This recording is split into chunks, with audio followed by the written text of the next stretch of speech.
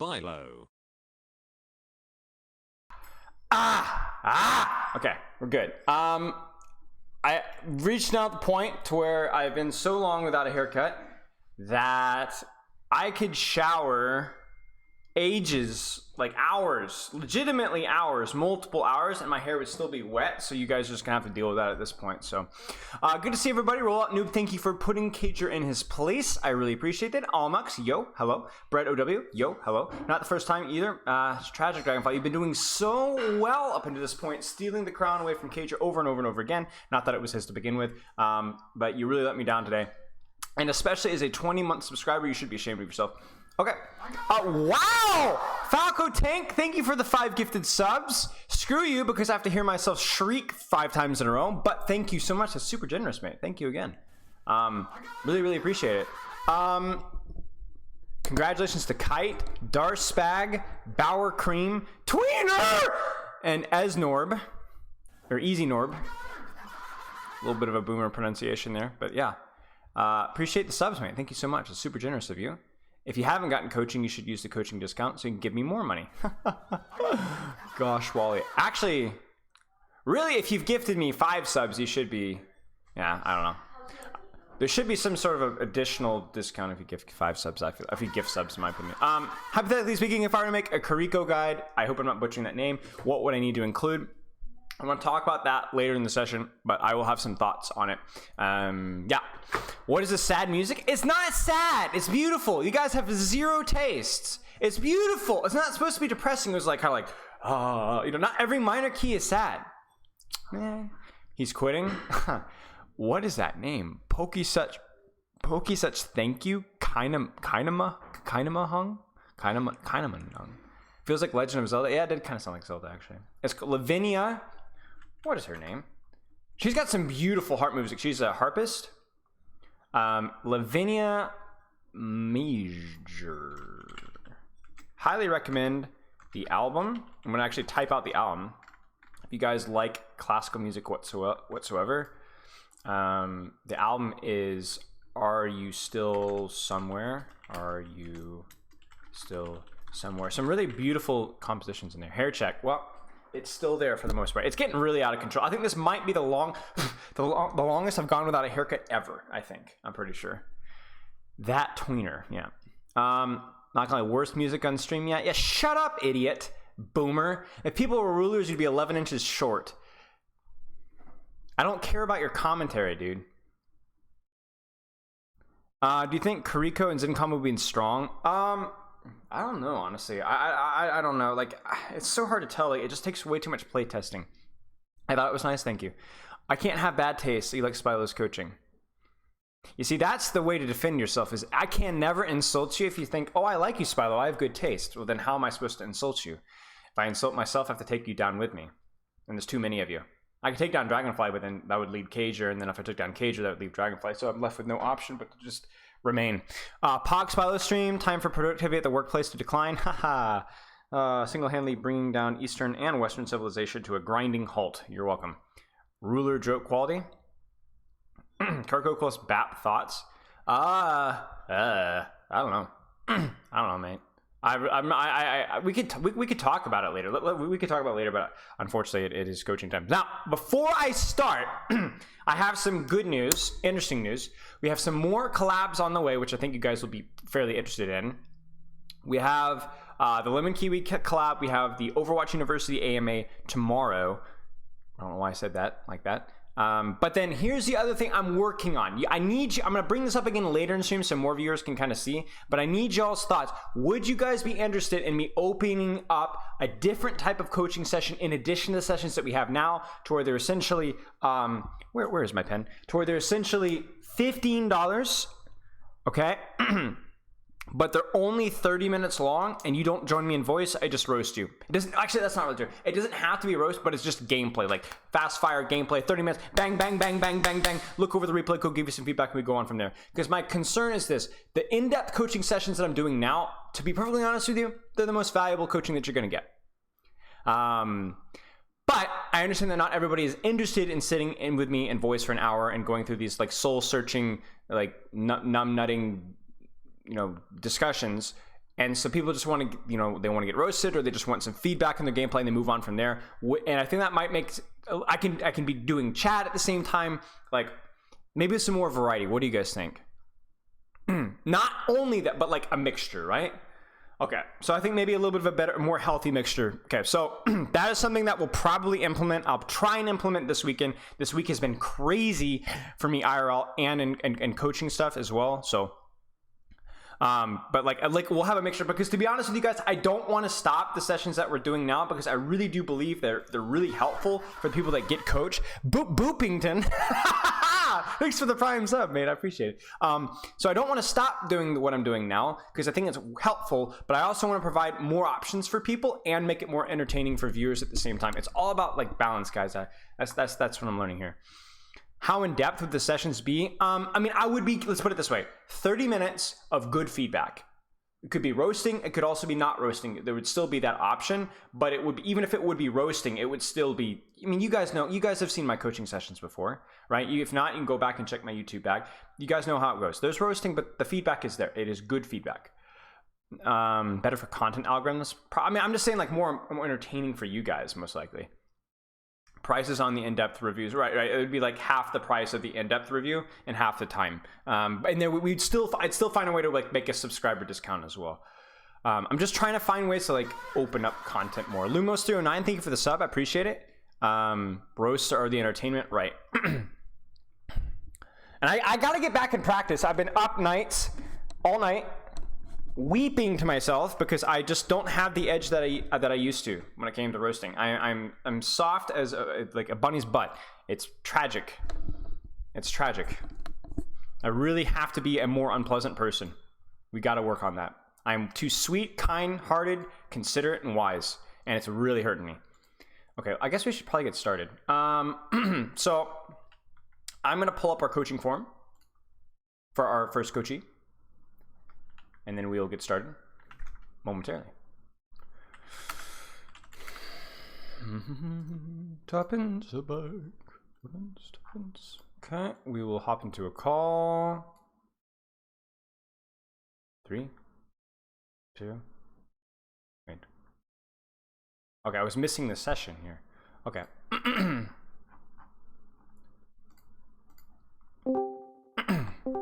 Hello. Hey. How's it going? Can you hear me? I can. I'm doing great. Oh, fantastic. How does my mic? Does it sound bad? It sounds actually totally fine. Yeah, probably better than mine, to be honest with you. Yeah. Okay, I have to mute the stream. Yeah, all right. You could probably actually close stream, honestly, because I usually will stream through Discord as well, so you'll have no stream delay as well. I see. Yeah, so you can shut it down entirely. That way you can't see all the nasty things people are saying about you as well. So yeah, long time no chat. How you been?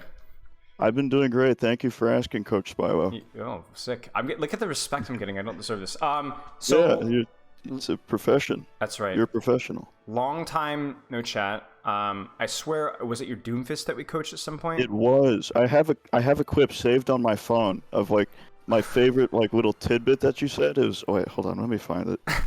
Sure. I'm gonna send it. I'm getting the replay code pulled up anyway, so it's okay. fine. Yeah. Oh, where'd it go? Now entering the ready for battle.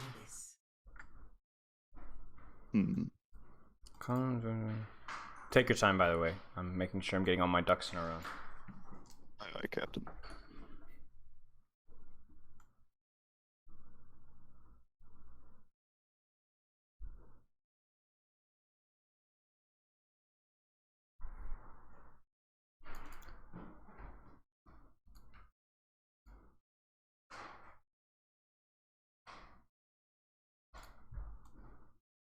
Compressing video. Sure. Okay, it was me doing some stupid rollout on Junkertown, and it's like you said some comment along the lines of like, of course the Doomfist player would know something like this, but just just 1v6 is the rest of most of his fights. Yeah. It was a very eye-opening piece of information. It was about like the detail obsession, but then missing the most important aspect. Precisely. Yeah. Okay. I mean, yeah, that's something that like has been a consistent issue with actually a lot of my coaches recently, and it's ironic because it's something that like it's like a daily struggle for me, as the type of people that often get coaching you guys are often a lot of times a lot like me because you're looking to improve, you're looking to get better, you're looking to learn. That's the type of people you are. But then obviously the pitfall of that is that you get so deep that you kind of forget, you lose your footing, right? So You miss the forest for the trees. yeah, exactly. So looking through your form, and the reason I do these forms is like I look for good things, I look for bad things, and then just like get a general feel for it. Yeah. 100 hours of competitive play, that's pretty decent, good amount of play here. Obviously the role shift there, so now you're PC main tank. PC. Why the shift? Why the shift to PC or why the shift to tank? Yes. Yes. Okay. Great question. PC because that's where the real ones play. Console is kind of just like a clown fiesta. There's nothing going on there. Nobody's really interested. I don't know. Also, I moved to PC because to join my school's esports league, which before there was no cross compatibility. So you're on console, no shot. So I buy a computer. I download Overwatch. I meet some great people at the school. I play with them. I play competitively, like in a scrim team environment for the first time, and I really enjoy it. So that's fun, why I it? switched to PC, exactly. And I switched to main tank because I had been a tank player on console, tank and Doomfist player on console. Yep. But the aim transition, whatever, is rough. So I'm like, I'm just gonna play a not very aim intensive role. So I'm just gonna play Monkey and Ryan. Okay. And that's kind of what I've been doing for the past year. Okay, so just kind of transition because the esports club, you love it, it's fun. Well, you want to get to the more competitive aspect of things with PC anyway, so you transition to the easiest to transition to. Now, do you enjoy main tank? Have you been enjoying the transition, or are there times where you're like, I kind of wish I would not be main tank? It's been it's been tough. I've been tested on so many occasions. Sometimes it hasn't been fun. Other times it has been fun. In team environments, I have to say, main tank is actually really fun. Yeah. Like I enjoy it so much, being like the shot caller, being the spearhead, running the show. But ranked can be nightmarish at times. That's the split. Like ranked, you just run into an enemy team with 6 stuns. Like they got Doomfist, they got Cassidy, they have Sigma, they have Roadhog, they have Ana, and they have Brig, and I'm playing into a team with 6 stuns, and I can't play Ball or Winston, and I'm like, what do I even play here? So Yep, I hear you. I don't know. Ranked is tough. Team Yeah. is fun. Yeah. That's the gist. So I guess in the meantime, it's going to be like, what can we learn from Overwatch 1 that we can transition to Overwatch 2? The good news is that, were you able to play much beta in Overwatch 2? I was. What did you think? A tracking revelation I made was that there can only be a maximum of 2 stuns on the enemy team. You got Ana, and then you have a tank stun. So I'm like, God bless. I can play the game. Yeah, now. So it's fun. I'm actually a lot more excited to play tank. Yep. So like I don't get shut down every half second. Yep. It's almost too easy in a way, because I was saying this the other day with our Devo reviewer, where it feels Tanks are overtuned because there's like one of them. So. Exactly. They're overtuned, which is fine balance-wise, but the problem is that you can sometimes feel like, oh, I'm doing so much, but the other tank is actually doing more than you. So you have to like constantly be pushing yourself. But in terms of like actual fun, I think it's going to be a little bit more relaxing. Okay, so kind of going through the transition sounds good. As long as you're having fun, I'm fine with it. I mean, role swap is a big deal, but that's something that I did myself in my own like ranked grind, and it ended up working out great for me. So as long as you're enjoying and having fun, then that's the most important part, because that's what lasts. You did play main tank, then you said you switched to I did. Ana Zen. I swapped to Ana Zen. It was around Goat's meta, and I, to be honest with you, I never initially wanted to play main tank, but I got kind of like many people got soft bullied into it, because nobody played main tank, and so then I was like, hey, Ryan Winston are pretty fun. I got pretty good at them, and then I got to a point where it was like, they're fun, but I just really wanted to play Ana Zen, and then I dropped 500 SR, but then I enjoyed the game a lot more after that. Yeah. Sometimes I goofy queue into support and just have some fun. Yeah, 100%. Okay, so then you want to be a good teammate, win games, okay? A couple hours every day. Can you talk about your training? Because you're talking about a couple hours every day in the afternoon playing with your buddies. Is this with your esports club or just your friends? Usually I do a queue with my buddy Popcorn. I don't know if he's in this game. Okay. Okay, he might not be. But usually it's with him. Usually, actually for a couple hours each day. It's not usually serious training, like we're going back and forth and talking. Mm-hmm. Sometimes it's about the game and like we're focused, we're in the zone. Other times we're just talking about personal stuff or Sure, whatever. sure. It's just chilling. I That's don't know. fine. And then when you're training with your esports club, you said you're playing in a competitive team. Can you kind of tell like how often that happens, or can you explain to me how that usually looks? We just started scrimming again. 2 hours, Okay. 2 hour scrim blocks, 2 days a week. Games, once a week. Okay. So practice isn't that often, but like it's enough to keep us like engaged. Sure. I mean, it's something. It's something to add on. Yeah. Okay. So then, what is your goal with Overwatch? Right. Like that's the main question we ask everybody. Is like, what is your short-term and long-term goals with Overwatch? Short terms, excuse me. Mhm. Goal is to like have fun Mhm. because it's a fun pastime. Like it's an easy way to kill time. It's an easy way to get that dopamine rush from hitting a big fat shatter or something. Like it's like a lot of fun. I enjoy playing it. I make friends this way. Actually, that's more of a long-term thing, making friends. But like Mhm. being part of the esports club is like a long-term thing. Mhm. But yeah, short-term, having fun, doing good in teams, like getting results, winning games, winning scrims. Yeah, long-term. Do you have an SR goal at all? Because we say SR isn't everything like general improvement, but like overall, your SR will reflect your skill over time. So, do you have an SR goal? Or are you fairly happy with where you're at? Because you are like certainly more than above average, right? You're in Thank you. mid-diamond. But let's see. GM is kind of a pipe dream at this point. But What do you mean by that? like it's Like why?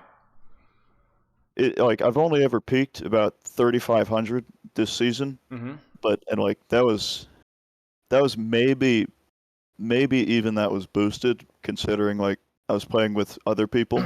Peaks are But always like boosted, to be honest with you, for everybody. peaks are always boosted. Okay, that's Yeah, fair. I mean, and that's for everybody. For Overwatch League players as well. No Overwatch players have hit 4.7, but nobody stays there.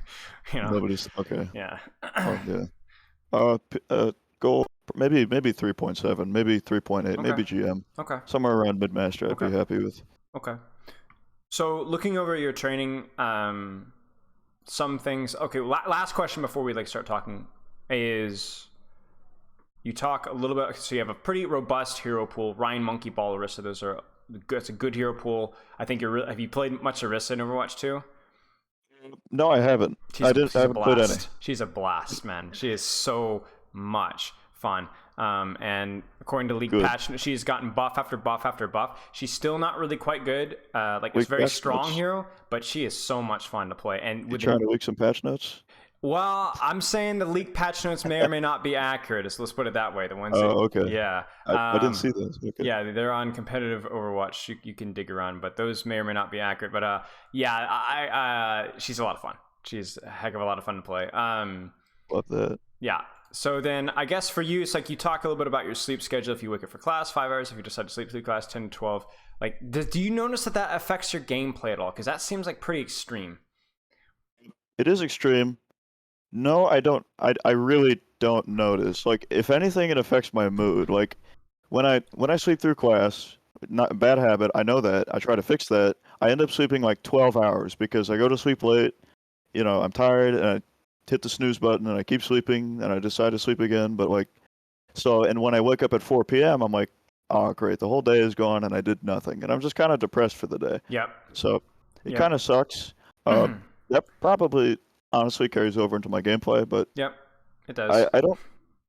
Yeah, but I don't, notice it making a difference. Okay. To put it that way. Okay. So Like so if could I'm be in worse. just like a normal mode, I don't notice like playing better. Yeah. Like it's not easy to notice, I guess. Right. I got you. Okay. So, but the funny thing is like the days. So you're saying you're in a worse mood in those days where you like waste the day. Yeah, and Yeah. then if I get like 5 hours of sleep, oh, it's not enough sleep. I feel like you have like this dichotomy or this balance here where like the days where you're actually well rested, you have a crappy attitude. So you play Yeah. about average. But the days when you're like Sometimes. on zero sleep, you have a good attitude because you felt like you got stuff done, but you're a little bit more Yeah, fatigued. I went to class, So yeah. you play about average. So like, Well, I a wonder little if, caffeine fixes the fatigue. yeah, I wonder if we could like sync that up just a little bit. Could we find a balance where you get But a balance is little? already there. I don't know what you're talking about. Yeah, It yeah. adds up to an average That's of 8 per night. So that's I see no problem. yeah, that's true. That's true. But man, what if we could just get you to have like an average amount of sleep and then also have a good mood? What if you were rested and had a good mood at the same time instead of one or the other? I mean, I think I'm thinking at least Overwatch League, if not the greatest player of all time. Oh my god. Yeah, I get 8 hours of sleep. I wake up in my Maserati next to my wife, and I have a job, and everything's great. yeah, and exactly. Everything is fine. That would be it. I mean, I obviously like it would be nice. You know what we should do? You should do. Here's the thing. Just don't make yourself fix your sleep schedule. Just experiment. Go a week and sleep at least 7 hours, 7.5 hours, or 8 hours, whatever. You can have a little caffeine and go into the game, whatever.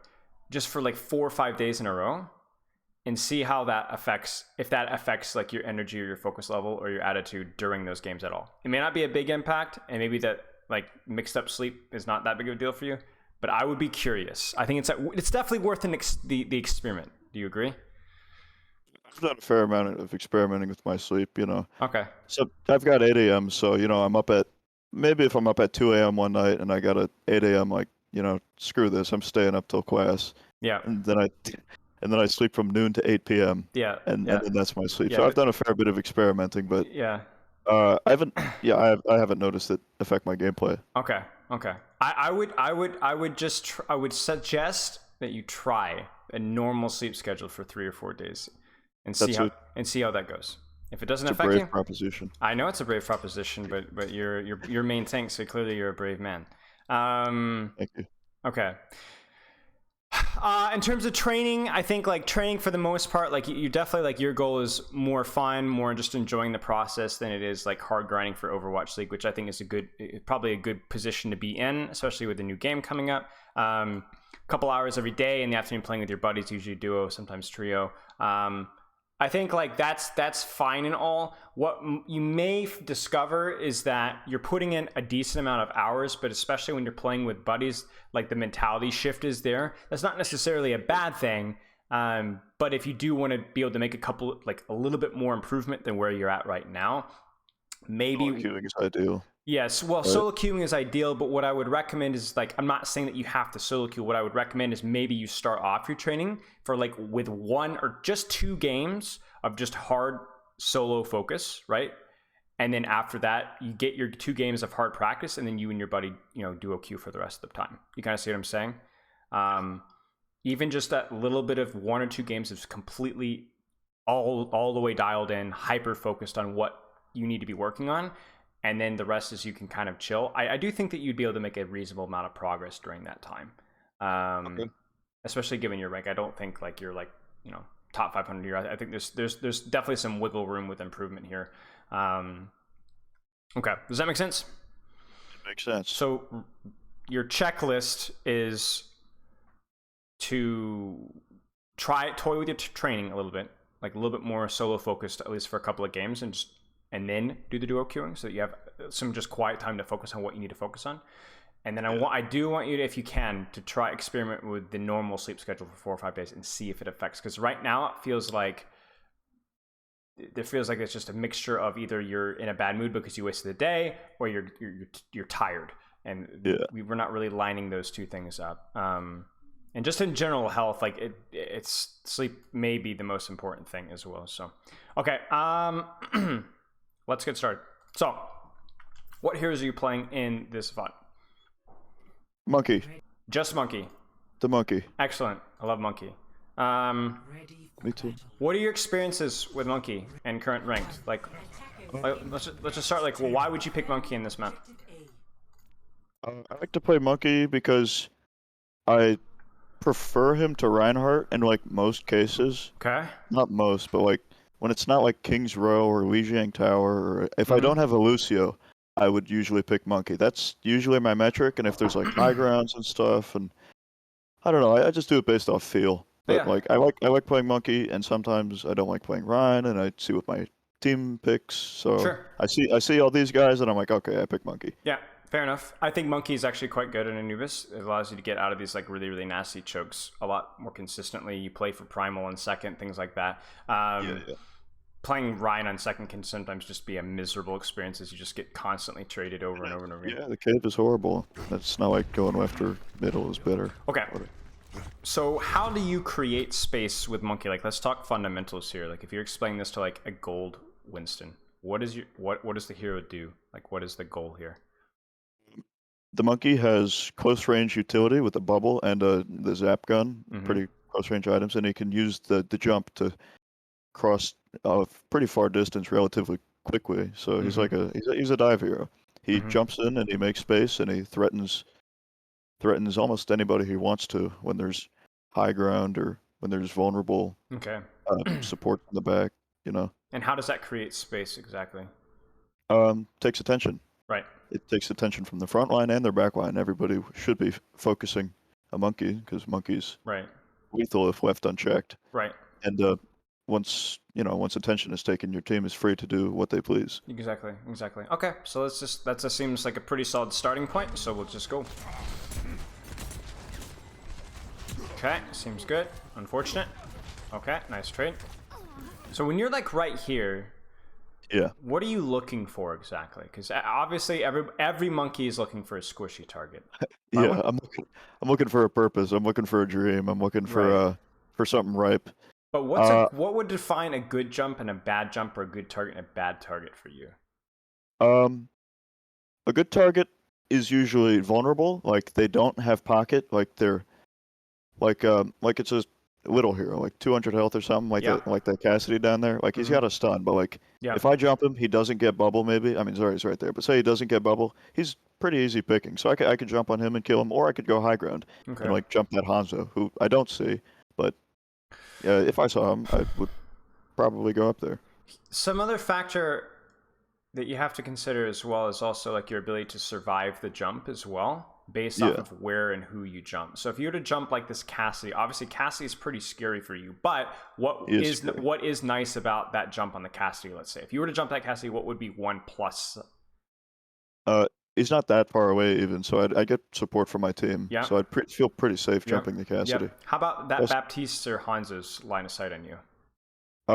They would have line of sight, you're right, but like say I duck like under the walls or whatever, I could reasonably dodge some bullets, some arrows. Yeah, you know? Exactly. Like what if you were to jump like not just here, but if you were to like jump actually behind the Cassidy, like here, bubble here, and then if he either pursues you completely out of his team's LOS and you can maybe kill him, or he ducks inside here into your team's LOS, and then you're, like you said, you're safe. They can't see you from here, right? So it's all about like the engage that provides pressure, but then you're always thinking about like architecture, the target. Like whereas if you jump here, you probably have to like drop down this way, you know, because I've done that and died too many times. Yeah, like, exactly.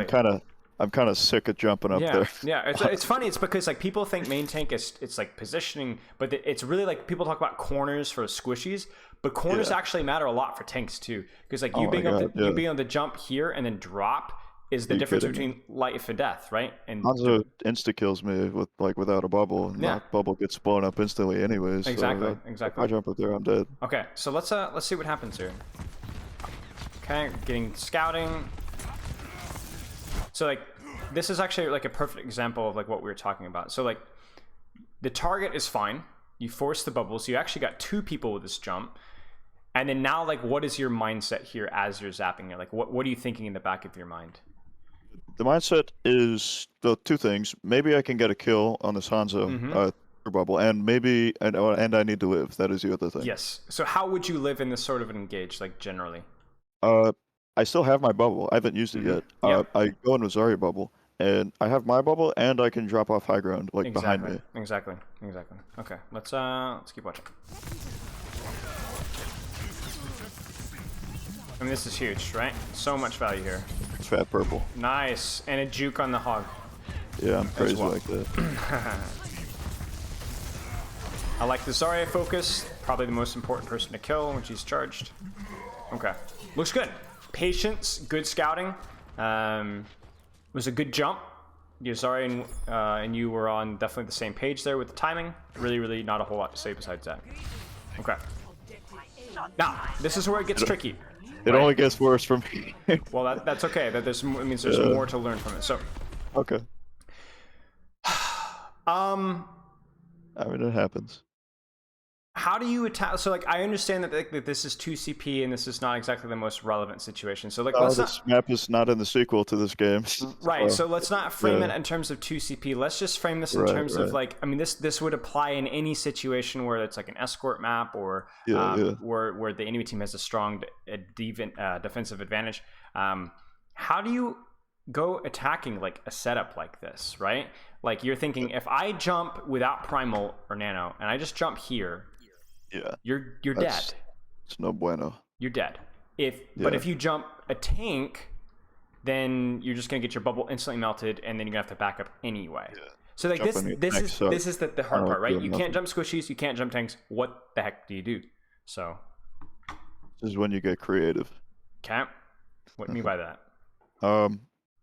I don't think I get particularly creative here, Hmm. but you wait for an ultimate. You could like, okay, I see that we have like no ultimate, so I'm just gonna sit and choke and take a bunch of damage, and then maybe Okay. I can go in with nano and get a kill. Sure. So you're And, you're just basically gonna cheat. You're just gonna be like, I can't do it now, but if I get a Exactly. nano, I'm gonna do that. Okay, Yeah, cheat out an ultimate. that's a solution. Another option is flanking. You get a little flanky monkey. Yes. You know, sneak through dark. Yes. Maybe walk up to the Zen. I mean, he'd probably see me, but it's pulling attention, Yes. and And you're not you taking walk on damage. Zen, pull attention, don't take damage, save your jump, save your bubble, and maybe you could pressure Zen and still get out with your life. Mm-hmm. And by taking attention, is your team open to push through chokes? Yep. And 100%. maybe something happens. 100%. It's all about finding ways to get space and to get closer to the enemy team without dying in the process. Now, there's Yeah. one other solution that is another reason why Monkey is actually pretty good on this map. Okay? Do you see where this Baptiste is positioned? The nest. Right? The nest. Okay? Even things like this here, right? Yeah. What are these tools for you with your hero? What do you mean, the high ground? Sure. The high ground. Yeah. Well, if you're on high ground, you get to, it's like cover, right? Yeah. You get to drop on them. Yeah. It's particularly good if you're on like defense. Like we talked about, if you jump this Sigma or you jump this Hog, you're gonna have to just disengage completely again, right? Yeah, nothing gets done. But what if you jump this Hanzo? Are you 100% gonna have to disengage? I didn't even see him. Not really. You could kind of just sit on him Yeah. and kind of walk through the choke. Yeah. Maybe you might have to, but there's a chance that you're gonna knock him back. You're gonna be able to bubble off and basically juke any damage and sustain through that. Or maybe you walk forward here and then, especially if you have like primal or something like that, you jump this Baptiste, you force him to drop, you get bubbled off from the hog hook, you avoid a hog hook, and then like you kind of use this as your staging ground for your next engage. Now you're still going to be shot, to be frank. Like there's no way you're going to be but it will allow you to kind of be more like you were saying, like this flank here, right? It allows you to get closer without taking near as much damage. True. And that's where like you have to think about like what, like your mobility, what does that allow you to do? Reinhardt would do it another way. Reinhardt would walk up, he'd clear out this guy, he'd clear out Sigma, and then he'd sit in this corner, recharge shield. And then he'd push forward, and maybe he'd sit here. And then he'd push forward, and then maybe he'd sit here. And then he'd use the corners, right? For you, corners aren't as good for you because you don't have like that perma shield. But what you do have is you do have the ability to reset on high ground. And besides Hanzo, they don't have as many tools to deal with you doing that, right? But I mean, they've got range. They do have folks. range. They do have range. So you're gonna have to be able to find the balance and the ability to like try and utilize positions and corners and sequentially take space one at a time and one at a time. And what makes 2CP really bad is if you make a mistake, you have to start all over again. Yeah, you have to kill 18 people without losing one. Yeah, basically. But it's at least a start, right? It's a start, kind of like you were saying with the cheat for the nano or the flank for the dark. That's another idea that you need to be considering. Okay, let's keep playing. It's like right now, just playing slow. You're missing your Genji. Like you could kind of like I know this fight's basically lost anyway, but I want you to look at what this jump ends up for you, right? Yeah, what does it do? You see? Not much. Not Not much. Well, Well, hang on. You see something like Imagine that? that Yeah. I do. Imagine that your entire Uh-huh. team is alive here. Okay. What is the enemy team's LOS in this position? Their LOS. Yeah, They're all looking down main. yeah. For most of them. Yeah. It's tricky, right? Do you see how you can use this jump to make them chase you, but you don't take a lot of damage. You could drop here, and then You like could drop engage from down. here, right? You can kind of Yeah. rotate. Okay, they start to pursue you, but the difference between this jump here and this jump here is massive. Do you see? Yeah. No, jumping down main is suicide. Right. So you have. I'm not saying that this is going to be safe, 100% safe, but this is better than this for creating space because of the cover it provides. And so then you're able to slowly take space by jumping from cover to cover to cover to cover, and then all of a sudden, as you're getting closer and closer and closer, all of a sudden that Zen's like, oh snap, right? Either he stays where he's at and you can walk on top of him, or then if you jumping here and then dropping and going here, it means this Zen has to go this direction. That is creating space. Do you see what I'm saying? Yeah, I do. Now, because now he's not spamming down main. Now he doesn't have good harmony LOS. Now he doesn't get good discords. And because it's 2 CP, you're going to be taking damage along the way. But something to consider. And then use the cover. If you'd had members of your team that were able to push up at the same time there, then that hog probably gets punished, and then you've created space. I don't know. It feels weird waiting on 2CP. I mean, any map actually, just waiting for your teammates to respawn after you lose one. It sucks. It sucks. It is the worst part about this game. At some point, I decide, you know what, 5 is enough. We could maybe make something happen. But You're not I kind wrong. of lost that gamble. Well, this game mode is dead, so thank goodness.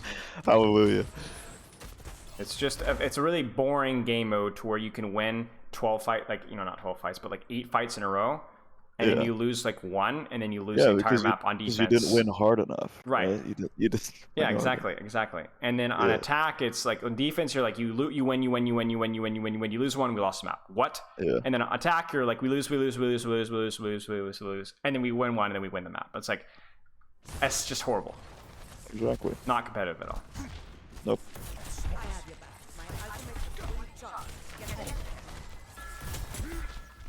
Okay. Being creative, right? Like that's our mindset here. They're creative. Yeah. I mean, yeah. I don't know what to tell you here. He's. I'm just AFK. Oh. So I hate those types. Whatever. To be honest with you, it is a little bit of the Overwatch 1 experience where you're like, okay, he just drops on you, he gets Stormbow, he hits the shots, and then you weren't full HP, so that sucks. You're a little slow in the bubble. But like instead of slow. But you're slow. The thing is, it's like you're slow because you don't know what to do, right? Here's a question for you.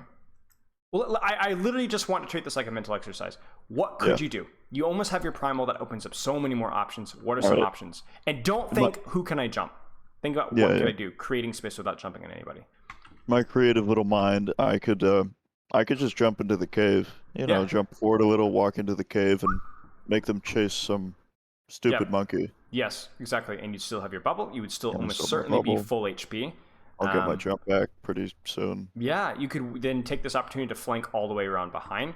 You could take this opportunity for, if they chase you, to double back on them. So like you're hitting here, come on, waiting, pop primal. And obviously you'd have to be very attentive to like whole hog, Discord, not getting yourself blown up. But that's a big opportunity for you to create space. Okay, you could take this opportunity. Like, let's look at some other options. What are some other options here? There's a Hanzo in the nest, like right above me. I could poke him out real quick. Like, you could. Yeah. You could ask for healing and then just jump here. And then as long as you're playing this corner really well, and maybe you bubble early, I think he will have to give up that space, and then he will be able to force back. You guys will burn Sigma Shield.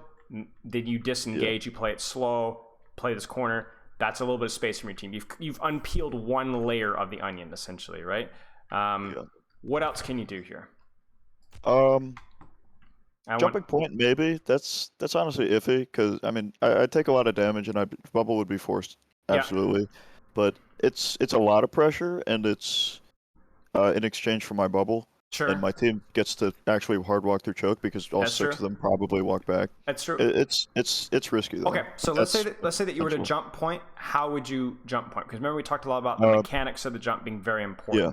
So where I jump exactly? over the wall Okay. and then like straddle on the line between cave and point.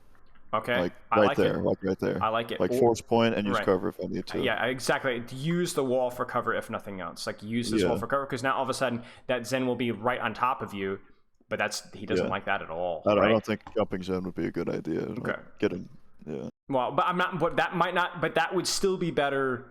That still yeah. that wouldn't be horrible because if you think about it, if you're here on this corner zapping Zen, look at their team's LOS in you right now. If you were there, Hanzo they can't see can't see you, me. Hog can't see you, Sigma can't see you, Junkrat can't quite see you, Bap can't see you. That's a lot of time. You could zap, zap, zap, zap, zap, then tuck back this direction, right? I feel like I would die though if I zapped his in. Maybe. I don't know. Maybe. Maybe that's just like my monkey PTSD kicking in. Maybe. It's all about like because Zen by himself isn't scary. It's Zen plus X that's scary, right? Okay. No, it's actually just Zen. Okay. Fair enough.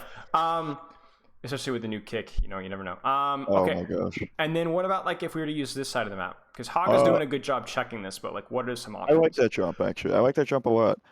Just literally like full sending it over the wall to the right and just like hiding over by the boxes is pretty good. Yeah. I would do it for sure if I had primal. So but- you come around here, right? Yeah, and like do the same thing, like same idea, like that I said, but for the other side. Yeah. Kind of sit there, force somebody to come deal with me, maybe, or maybe I just sit there and walk to point. Here's like a little tidbit for you. I think somebody in chat brought this up, but I want to talk about it. Somebody in chat says, I feel like a big part of Monkey is being able to engage without using jump. I actually am going to go a step further.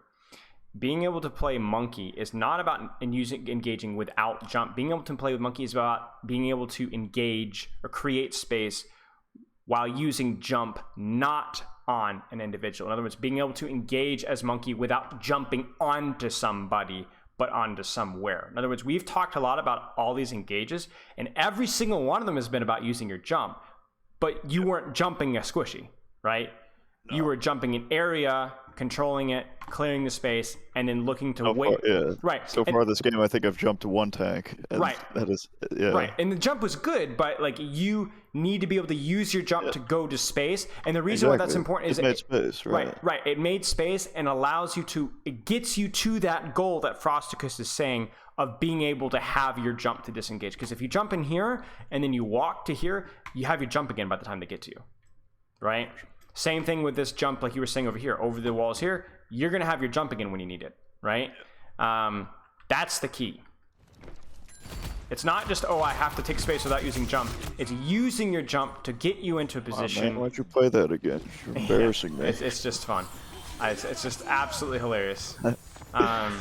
It's degrading. Yeah, well, you probably deserve it at this point. Continue to play main tank, Doomfist main, like you're the worst of everything. So cringe. Okay, No one can hide from us. Okay, let's see what you do.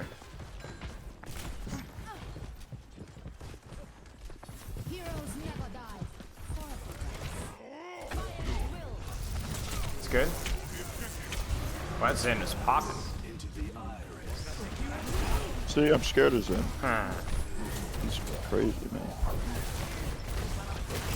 Good. Play your life.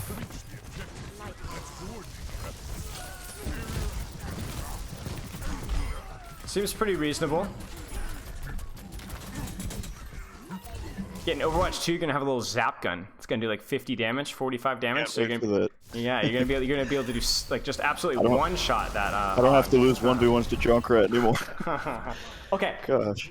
So really important, even though I don't think there was a ton of individual mistakes in your in here, but really important that we have to talk about like. It was a closer game towards the end. Like, okay.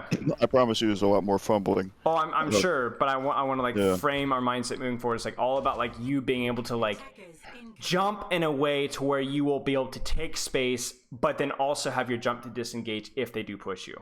You kind of see what I'm saying? That has to be the priority here. And then I think it's the opposite here, where it's like finding a position that you know is going to be impactful, but then you're still going to have your jump to be able to disengage. And then as they take space, the key thing for you is like right now, diving this would be suicide. But then as they take space, right, some of them push here, some of them push here. What does that open up for you?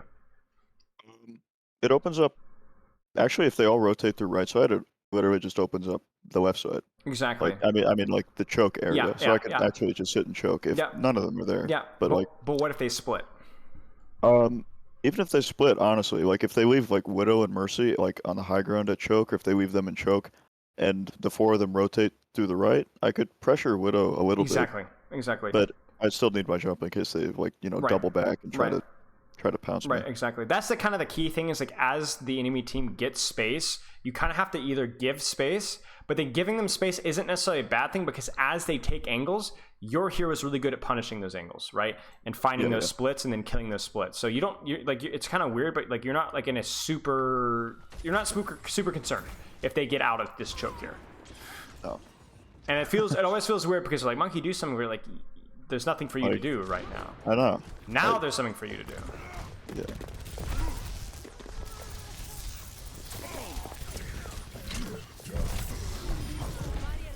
Okay, seems good. Feels bad, but seems okay.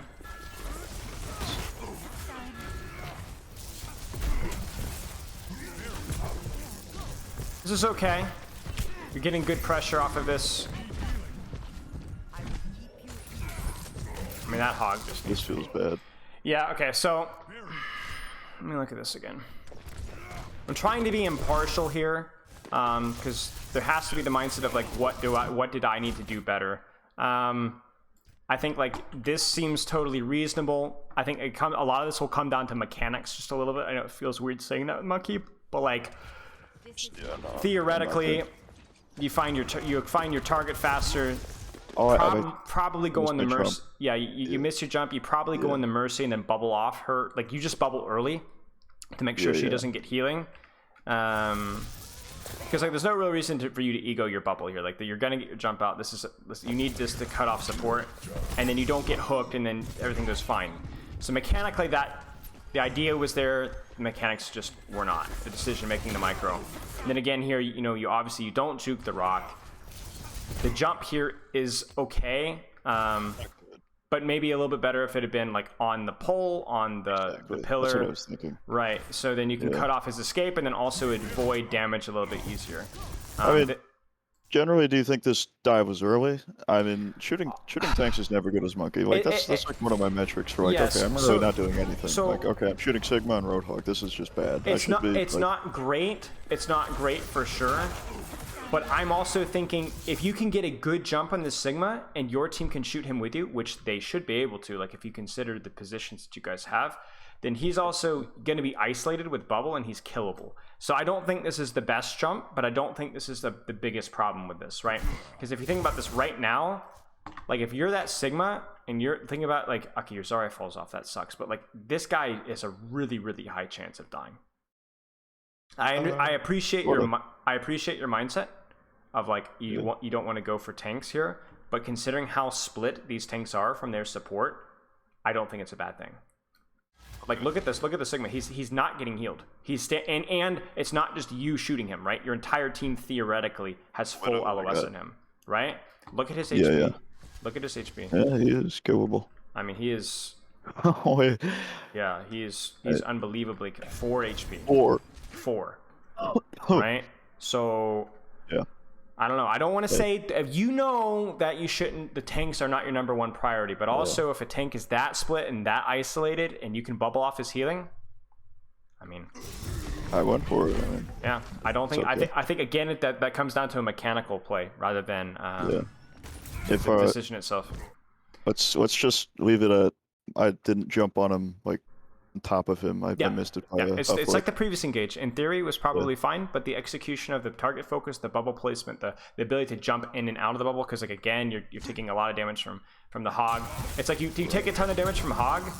And you get headshot by their Widow as well. It's like you have 300 HP in your bubble still. Like you never like to see that 37 HP and 320 HP in your bubble. That just means bad bubble dancing. So, and then here it's like a little bit fortunate because she just beefs her cooldowns, to be honest with you.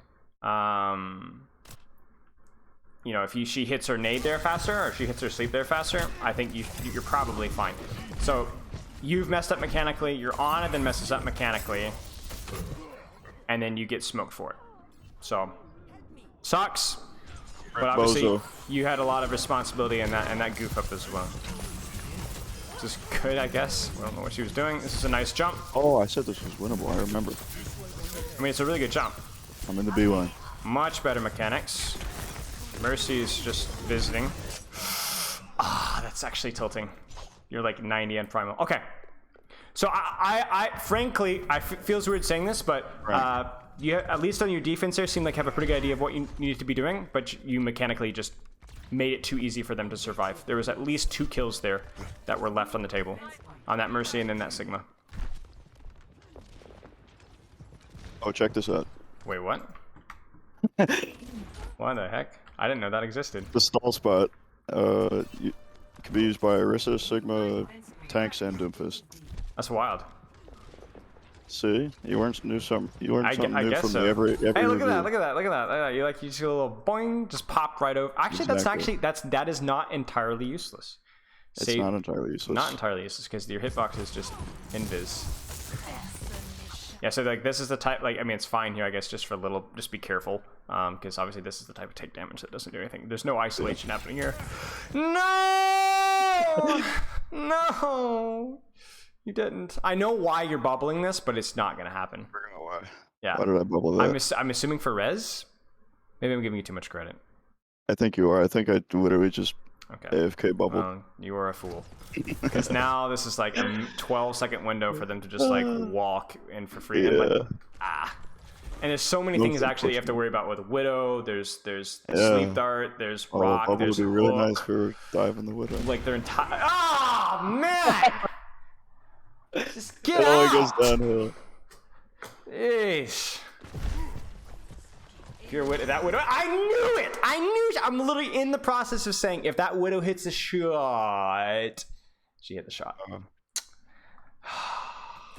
Okay, it's okay. It's 2 CP. No one can Come on, please. Oh man, this is the worst of like every single world is just completely crashing around me. It's 2 CP. As long as they don't kill 6, we're in this. Bubble laced, whiff your jump, forgot the hog, get hooked, and then you end up primaling tanks. Oh man, it's agony.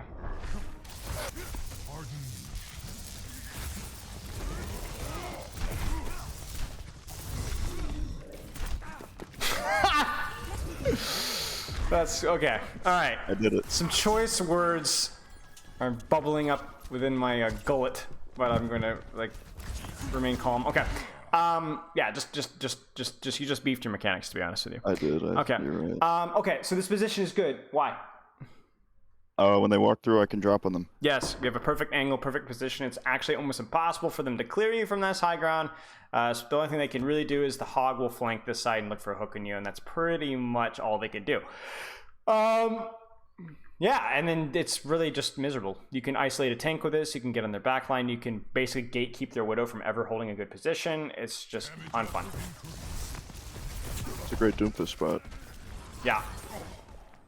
To be honest with you, this kind of falls into the line of thought where, like, if that Widow just sits on main and gets a headshot, okay, you know, there's not a lot you can do. You know, they have to actually be committed to taking space for you to be able to punish that Widow. Like, if you were I to go, accept that. I'm not dropping for that. yeah, No, sir. yeah. If you go, like, let's look exactly when your Ana dies.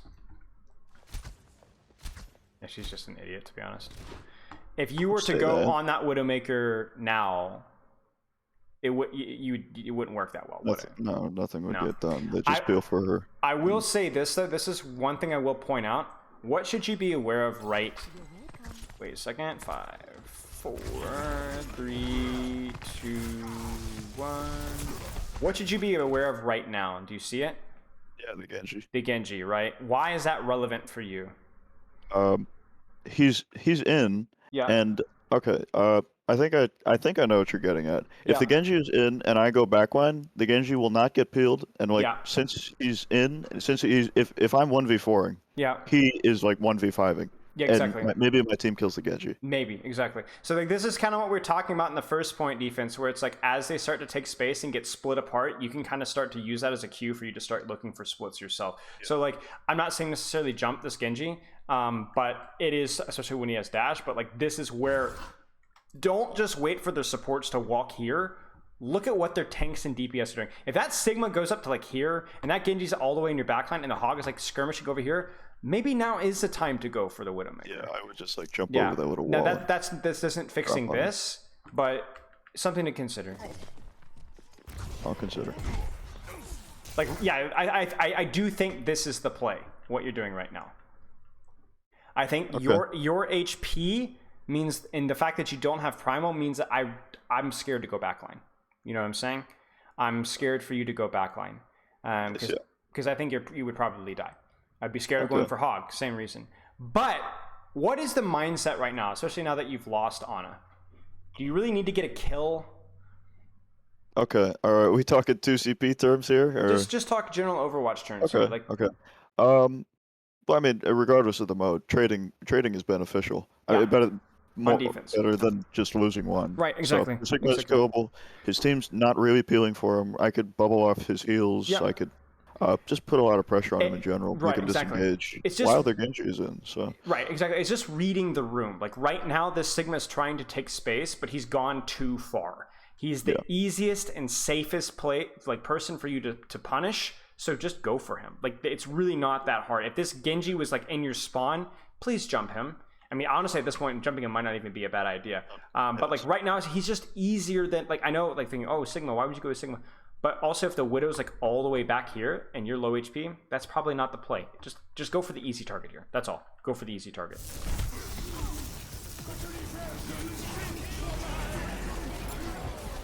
So I don't think that was a mistake. I really, really don't think that was a mistake. I think either Genji or Sigma had to be the play for you there. My only concern is like just how badly you have beefed many of your fights leading up to this mechanically. That's a big concern for me. okay. Thankfully, we get more footage, so we can get like a more accurate like idea of like what we need to work on. But This attack was rough. This third round, overtime, whatever. okay. All right, look, I'm doing it. The thing is versus these comps, it's like if you make a mistake, it's like actually so punishing. But if you don't make a mistake, there's really actually nothing they can do. Because they don't have any mobility to contest you on flanks or angles at all. You can literally go wherever you want. But if you mess up, you're one shot. You kind of see what I'm saying? So it's just it's a skill check. It's a skill check, really. It's a skill check. Like, are you gonna get hooked? Like that hook right there in a nutshell is a skill check. Good Winston there. You don't get hooked there. There's like no reason for you to get hooked there, but you did, and you almost died for it. That's better. Ugh. Rough. Nice. Out. Out. Yes, sir. Nice. And this is what we talked about, right? Like, look at the space he just created. Look at where they are now. Go back and now Sigma's Look free. at where they were 10 seconds ago. You see that? That's you. That's I'm the crazy. that you are crazy, not in a good way. And then like that segment, okay, now you're like, okay, now we're home free, right? And it's just weird. It feels it's like it's kind of funny because they still have the mana advantage here, but it feels like actually so hairy for them right now. You know, it feels like It feels good. It feels really, really bad for them, right? It feels really good Feel for rewarded. you. Yeah, exactly. So, and then I like this jump too. Like, I think it's really. I'm praying your diva doesn't feed here. I actually think she did okay, but if your diva is able to survive this, then you guys have just won this fight. It's over. Mercy on our DB. Wait. Good. Nice. Excellent bubble. Excellent positioning. Great use of high ground. I might have kamikazed for that Mercy. I might have just died for that Mercy. If I were you. You see what I'm saying? I didn't hear her. Well, what I'm saying is that like I would have like committed to killing this Mercy. Oh, with the jump damage. Yeah, maybe not with a jump damage, but I would have risked getting hooked. You would have just entered. I would have just stayed there and just zapped her, and then okay, hog hooks me. It's fine. I probably can jump out afterwards, but like that Mercy needs to die. She gets res off regardless, I think. But right, exactly. You can't stop the res, but I think you could have gotten the kill here. I think you guys are probably okay. Yeah. Okay. Okay. But honestly, outside of you beefing that initial hook, really nice. Like really nice use of high ground, flanks. Like you can see, like literally that's like textbook Winston space creation right there. You find the isolated squishy target, you force them to respond to that isolated squishy target, you give up, you let them, okay, they backed up, they've turtled up again. Instead of jumping immediately into them, right? This was the moment of truth right here. What would a less good monkey do, right? Less good monkey would have jumped the Junkrat. Yeah, jump right in the middle of them, and that's not necessarily a bad play. It would have been okay. No, but it does something, but it's not the best. Right? Exactly. Yeah. The better Winston took space, stabilized, and then dropped onto the backline with bubble. And again, it's what we were talking about earlier. It's about using your jump to get you into positions to where you can drop onto them. That's the key thing. It's about taking space with your jump, so that then you can not have to take space with your jump. Right? Yeah. Okay. All right. Oh, there's the jump. That's the one we were talking about. Posture check. Thank you. Okay. Nice. This is exactly what we were talking about with the cover usage. Remember at the start of the VOD? It's like that is actually, that's like 350 HP that you just saved yourself right there by playing the corner a teeny bit closer, right? And that's the difference between failing this engage and succeeding. Wow. Nice use of cover. And again, cover here too. It's not just like the actual use before you jump, but then after you jump as well, right? So you jump up and over, nice, up and over. And then, do you see how, like, I know it sounds weird to say this, but like actually you landing here instead of landing here is probably the difference between getting slept and not slept. I mean, if you were in better monkey, you would have landed like right here, right? And been a little sneakier. So let's actually look at from here. Head glitching his monkey. Yeah, I mean, seriously, like. You ever play COD? I did not know. Oh. I mean, outside of the typical split screen at your buddy's house, Black Ops versus, AI. Yeah. But like, imagine if you just landed just a teeny bit here. Yeah, same concept. Because it's all about like, what that Ana's gonna do. You know what they're kind of gonna respond. So it's all about like outplaying it. I mean, it's brilliant right here. Don't get yourself stuck in a corner. Don't get yourself stuck in a corner. Don't get yourself stuck in a corner. Don't get yourself. Yeah. So that's just where like a little bit of game sense, right? Like you hear the whole hog. Now you have done more than your job. Screw the kill, man. Like again, we talk about positioning here, right? Look at 10 seconds before. Look at their positioning. Well, even not even 10 seconds, but like right here. Look how much space they have, right? Sigma hog, and then now look at their positioning now, right? Look at these guys. How about? Okay. Your only priority there is to create space and then survive. Wave. Okay. Yeah, because I mean, obviously you have to use your judgment. Because 2CP or because Overwatch fundamentals? Because Overwatch fundamentals. Because the whole hog is the problem here. It's not. I'm not saying never go for the Ana kill, but if there is any risk here of like I'm gonna die for this kill, it's not worth it. Because the thing is that you've already helped your team.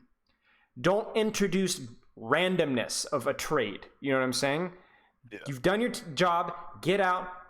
Win again. Because if it becomes a 4v4 in Overwatch 2 or a 5v5 in Overwatch 1, no, it's a bit messy, right? Space, man. The more people that are alive, the more the space helps for your team. Because like even think about from your side of things, like 10 seconds ago, once you disengage, this would not have been a safe jump. You would have died here, right? But now this is actually safe space, right? Because of what you've done. So like I say, it's so important that you play your life here, not just 2CP, but just in general. I mean, I don't really know what to tell you there. I'm actually kind of curious. I want to go big brain here. I think I can predict why your Ana and Mercy died. You want to see why? Make a prediction. Let's just see why. Footage. Make a prediction. I think it has to do with you. Uh-oh. Yeah. Oh, is it me, Imping? No. Let's watch. Let's watch.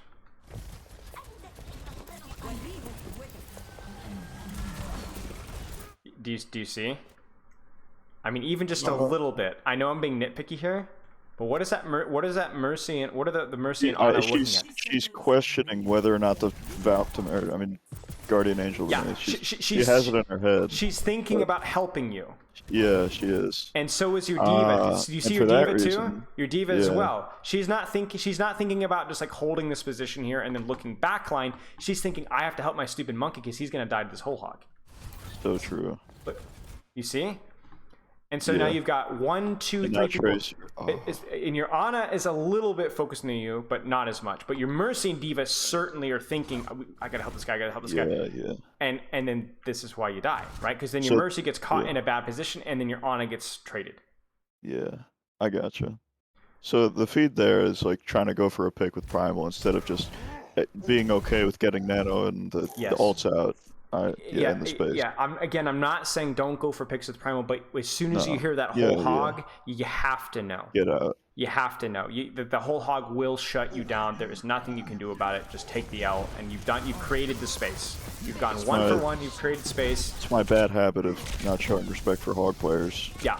I mean, they don't deserve respect, but they don't deserve respect. Yeah. Funny thing about hog players, Okay, so I typically get frustrated in ranked, and sometimes that's like when I have like. Okay, frustration rank and hog players are tied.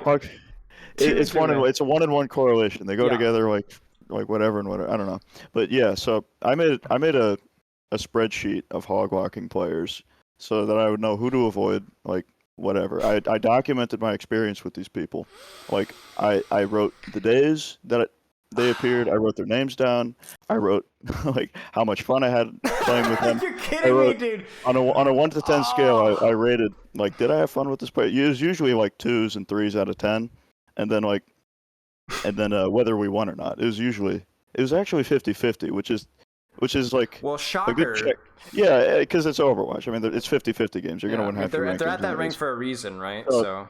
I mean, yeah, exactly. But like, it was just so frustrating to play against because like, I don't get an off tank or whatever. Yeah. And it especially sucks when you're monkey because it's tough enough on your own. Yeah. Luckily, I had a pretty good Zarya and Diva. This guy, whatever. Yeah.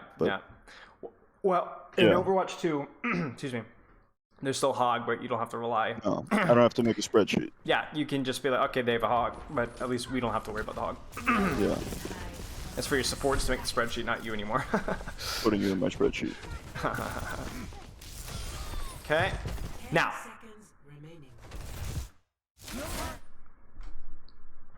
We simply jumped on main. Yeah.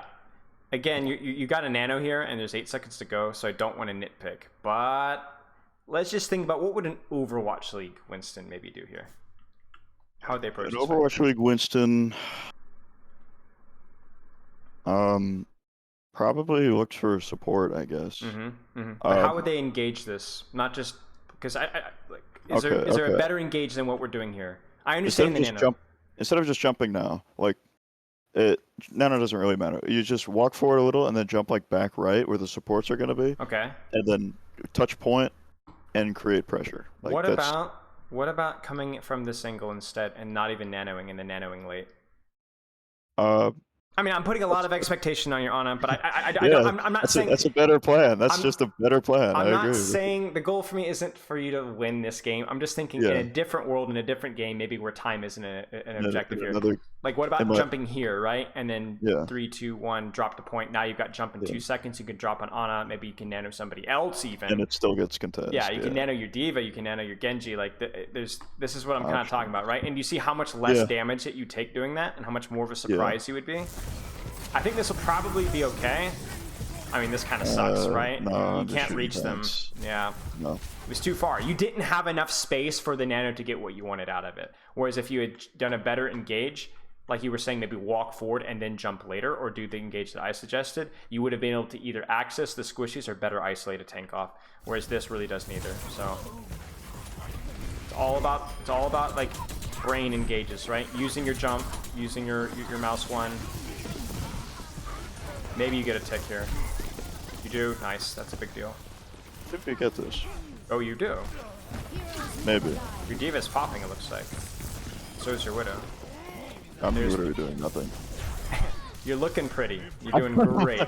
You're doing great. That might as gold well gun be is emoting. glittering, man. Like, Yeah, look, brilliant. it's so pretty. You got OT spawns, which is like the one balance of the 2 CP, right? It's like, all right, you guys, it's 2 CP, but you guys get sucky spawns, so screw you. Okay. This game is close. Like it's not. Yeah, I don't know. I'm glad we're getting more We don't have footage to keep here. going. Like it's No, been no, an no. hour. We can go. Let's go a little bit further. I think Okay. what the thing is like we're seeing is that like you have some fundamentals, but I don't think the fundamentals are built in strong enough, and I also think your mechanics just aren't good either. They're not bad. They're exactly like if I were to look at this VOD, you would be 3250, 3300. That where you are is what I would guess. Okay. But for where you want to be, you're not going to get there playing like this. Mechanically, and also like the way in which you're taking space is also very, very one-dimensional. And in Overwatch 2, the key thing is that this isn't going to change. This is going to be the exact same thing. Yes, you're going to be tankier. Yes, there's going to be one fewer off tank of the enemy team to stop you from engaging. But then also you're not going to have Zarya Bubble, you're not going to have Matrix, and the enemy tank is going to have those same benefits, so you're going to have to be able to do better than them. Do you kind of see what I'm saying? So like Theoretically, with more health and like more shield, couldn't you just jump down main more often and just create more pressure by waving? But then think about the HP. You would last shorter during that engage than you would if you take a smarter engage. Yeah. You see what I'm saying? Because again, So, you're you competing lose more against the health enemy and tank. you're forced out quickly. Right, and then the enemy monkey who's dropping on your backline is also going to have more health. Takes no damage So and it's free you're XP. competing against the enemy tank. You're not competing against the enemy team. Do you kind of see what I'm saying? Who can get the most value out of your engage? Because if that monkey does a stupid engage on your front line and doesn't smartly engage, then maybe he's out in 3.5 seconds. Whereas if you do the smart way of creating space, you're actually in there for 5.6 seconds, right? Or whatever, right? And that's the difference, right? That's the difference, exactly. So, like the danger is what I talked about at the beginning of the stream, which is like you will feel like you're doing more, but you're still doing less. I mean, you won't even feel like you're doing more. You will be doing more because you have more to do. But More than an Overwatch 1, but not it's more all than the other tank. proportions, right? It's proportionately like you need to be doing. You remember we're down 2 About tanks. balance. Yeah, exactly. This seems okay. Like this is exactly what we talked about, where it's like, why are you shooting a Winston and a Genji? Those are not the targets you go for in Monkey. But think about it, right? What are these Monkey? In there. Right.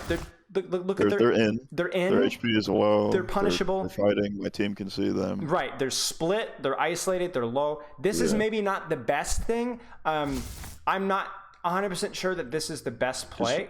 I'm waiting longer to have access to the backline. Yeah, I might just shoot bubble here from this corner, and not use my own not bubble, and maybe not use maybe not even use your bubble. But I don't think this is bad. I don't think this is bad. I think like I'm trying to like choose my battles here. Do you kind of see what I'm saying? Like I don't think that's like I don't think you have a completely wrong mindset here. By the way, I don't actually think jumping a Sombra is necessarily a bad thing to do here either. If you can force a translocator with just jump, which if you jump well, it will. I think it's a pretty good trade.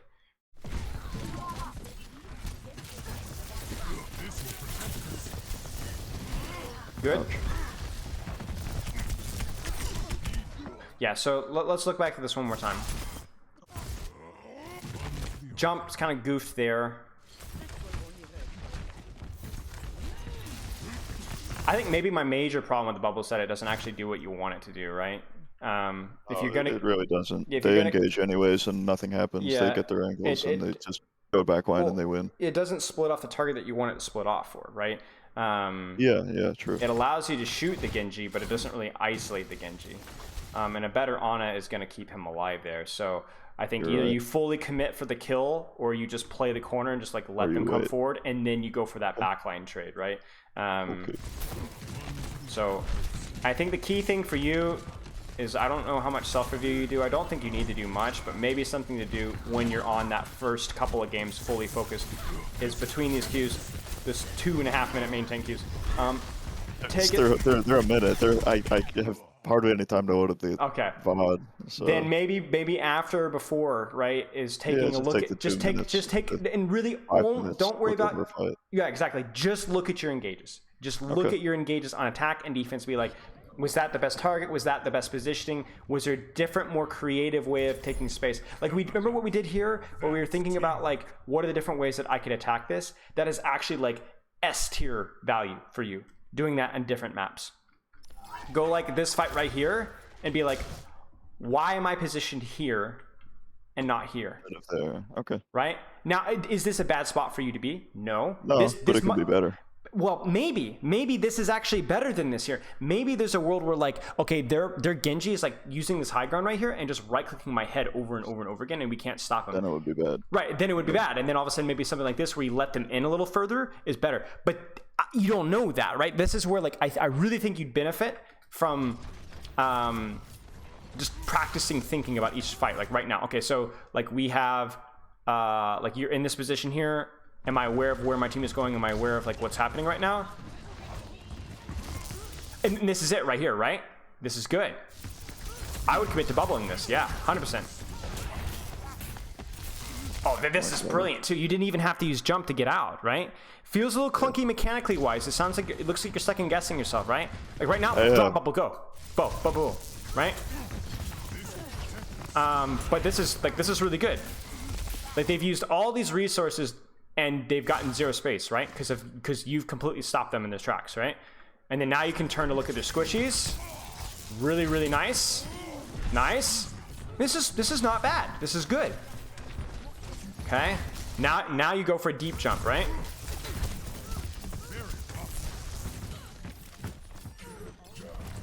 Okay. I like the positioning here. Unfortunate. Mercy should be fine. I think what you did there is probably fine, considering you were down one. You don't want, even though you had Valk. Nice. Nice. Focus the squishy. Focus the squishy. Oh, she's dead. Really good. Like, there are mistakes in here, yes, but this is solid play, I think. Okay. We good for one more fight? Yeah, there's only one left. Okay. Okay. Why here now? Because I get to see them. I don't know. I just chose it. Sure. Okay. They're gonna be rushing a point. They're not gonna take the time to look up here. Yeah, that's a great idea. I think the key thing for you is, I'm not saying that everything you have to do is be super analytical, but I think the idea is that you want to learn the numbers so that you can forget the numbers. In other words, you want to be able to learn and consciously practice these things so that when you get into a game, you can just kind of like flow state, you know? Auto do it. Yeah. So like let's spend those first couple of games every day doing conscious practice, even if it slows you down and you make more mistakes because you're thinking about everything. Yeah. But then over time, that investment will pay off, right? I do that. Like that's totally like how I thought about like high ground.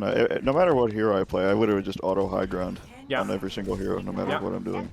And it's kind of just like ingrained into how I play the game now. Because I think why you take here is like, this is a really nice position. That Brig should be dead.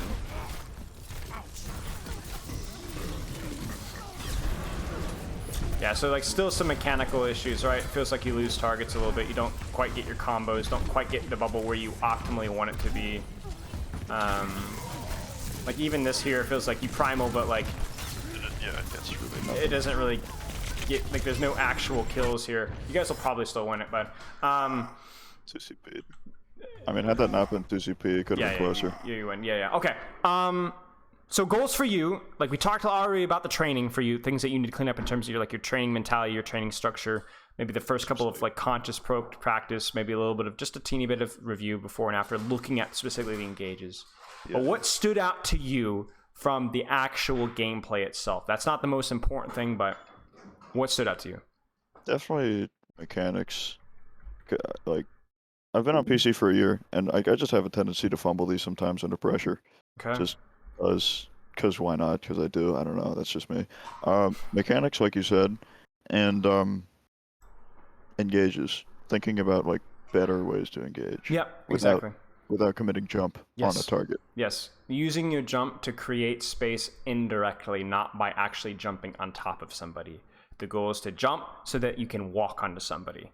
The goal is it's genius. Yeah, it's tough. It's tricky, but I think it's going to be like really important. Now, what you're going to have to learn, I think, in Overwatch 2 is that that you're going to be running into more DPS on these jumps. because DPS are going to be playing a lot more free flowing. So you're going to be there's going to be more of the map to take, but you're going to be spending more time dueling DPS. So just something to be aware of, and keep working on the mechanics, because that right click with Winston is important. It is important to be able to land that. Can you do the combo for like punch plus zap? You can. I mean, you can jump in midair, land the right click, and then zap plus land as plus punch or whatever for ammo conservation. all of those. Yeah, it is. You do less damage as a whole, but if you get the combo right, the combo does more than the current Winston does. Okay. Yeah, if you get the combo. So, okay. Do you have any questions? Not real. I mean, one thing that I didn't really get into, but that I've struggled with sometimes, is like attitude with the game. Because sometimes I get a really bad attitude. Sometimes it, like, whatever. But like, do you have any tips for like not struggling mentally with people who just type in chat like tank diff? Like it gets to me. I try not to let it get to me, but it hurts. It hurts my soul. I don't know. It has such a hurts. Yeah, I hear you. Like, I've tried turning chat off, but then I turn it back on so I could, like, get in VC and beef with people. Yeah. It's a bad, I don't know. Yeah. It's so juvenile and stupid, but I don't know. The number one thing I would say is, really, it needs to be a priority for you to fix. Like, I don't know how else to put it, but it needs to be something that you actually practice like you do anything else. Like, is this something that you struggle with, like, ever outside of the game? Have you, like, competed in any other sports or esports or anything else? Sometimes, but not to this degree. Okay. I don't have any quick fixes for you, to be honest. I don't. Because but I'm not saying that it's not. It is important though, because it's one of those things that's like, it's going to have to be personal growth on your end to be able to deal with that. And it is not something that I would treat super lightly either, because it's just a video game, but it's also like you got to learn how to be able to deal with that kind of stuff, you know, because like outside it's a little bit less in your face than video games, but people are douchebags, you know what I'm saying? Sometimes there's some menaces in ranked. There's like, good lord. Yeah, and the worst thing that happens is that kind of negativity turns you into that kind of person as well. Right. Oh, it has. And that's what you have to be able to defend against. That has to be a priority, or something that you actively are working on and dealing with that kind of negativity. The biggest way that I could, like, the quickest trick I could say is just remember that well, a lot more than that. Is to just remember that you will probably never see those people again, and that and as you know, literally everybody deals with that. You could have, the greatest player in the history of the world. Like, let's say ML7, not saying he's the greatest, but like ML7 would jump into, a diamond game, and he would lose a diamond game occasionally. And people are talking about like support diff. You know what I'm saying? That would happen. That does happen. So. But would that be a joke? I don't know. But see, I guess it does. The key thing is the commentary, like you've had games where you've played well and people still type tank diff. You don't have to use Diamond as an example. People in GM probably think he's washed. He's clearly not. But of course, it happens all the time. I mean, it happens to Overwatch League players all the time too. Like I've coached Overwatch League players all the time, and people getting like tilted and like trolling their games, and then also saying like, oh, you're trash, like you're way overrated. It's even worse for Overwatch League players, because if they have a bad game, everybody knows who they are. You know what I'm saying? And so then they get trash talked, and it's like, I mean, it's like drywall hole punching level of frustration, Yummy drywall. Yeah, and so you I mean, as an individual person, you have to be able to get better with that ugliness, and then also you need to be careful that you're not contributing to that. You know what I'm saying? Like, you are also.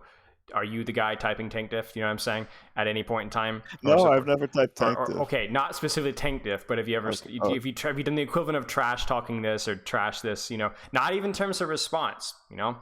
Only if someone gives me crap. Yeah, I'm like you. I'm just like you. I'm usually the quiet guy. I don't say a lot, but if people start trash talking, especially if people I'm playing with, like, and they start like hitting on it, I'm pulling up the career profile.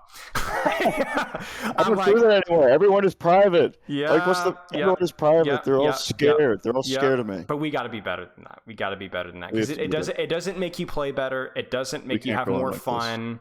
We have to be better than that. And I would also say, I wonder how much sleep you have on the days where it especially gets to you. Oh, okay. I'm not saying that's Okay. necessarily the case, but I don't know. Something to kind of keep in All mind. right. Okay.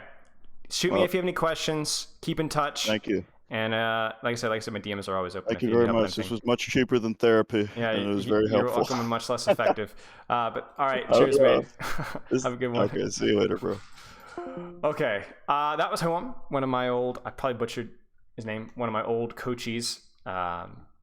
And we've got another session coming up soon. Let me make sure I've got my order correct here. I think I got my order correct here. Okay, so yeah, exciting.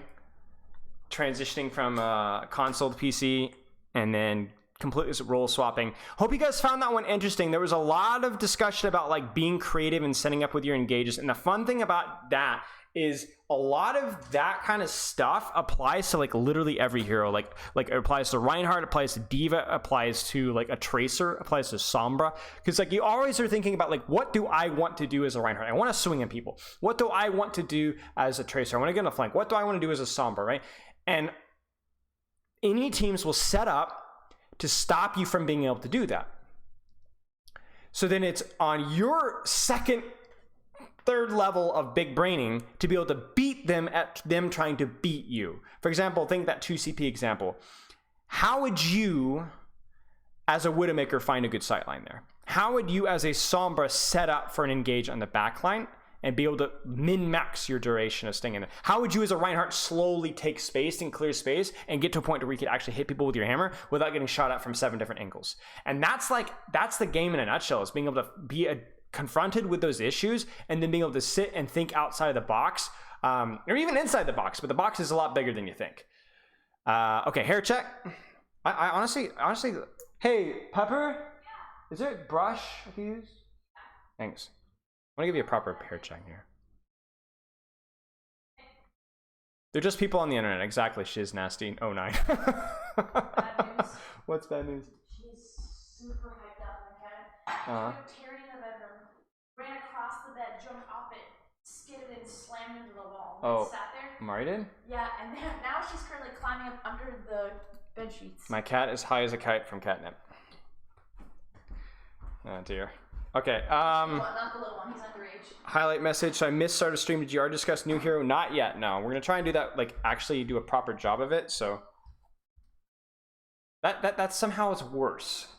Like there should be like, it should level up over the course of the stream, but now we have like, there's no sense of coherency with what this is supposed to be doing at all. So now it just looks like, it's not even bedhead. It's like dead bedhead. Yeah, it's made it significantly worse. Maybe we should just do that. Maybe we should try and make it worse every hair check. Maybe that should be the goal. It's not at all about improvement, guys. It's about getting worse, but doing so in an entertaining way. Okay. All right, let's move on to our next session. Why Myro? Oh gosh, I'm not gonna even try to pronounce this person's name until I actually get them in voice. Let's see here. Let's get this code pulled up here. Whoa, the music just kicked in.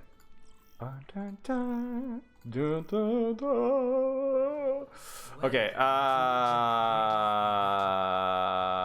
Ooh. Looks like we might have some Widowmaker chat. Oh boy, we got Widowmaker. I'm stoked. We haven't coached Widowmaker in ages. All right, let's hop into a call.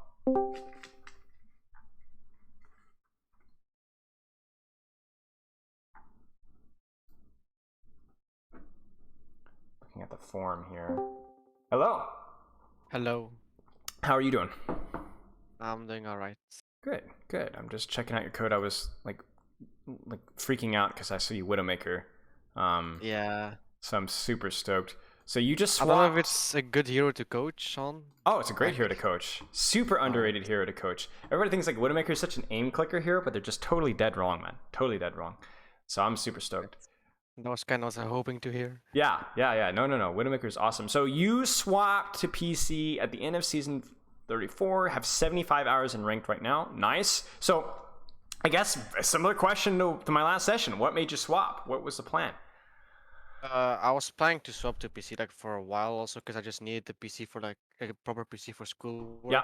Mm-hmm. So I just took a good one and started playing on PC because console is kind of shit to play on. Yeah. So yeah. Yeah, fair enough. Okay. Well, I think that's good news. And you are masters on PC? Yeah. Wow. Yeah. And you're playing an aim-dependent hero.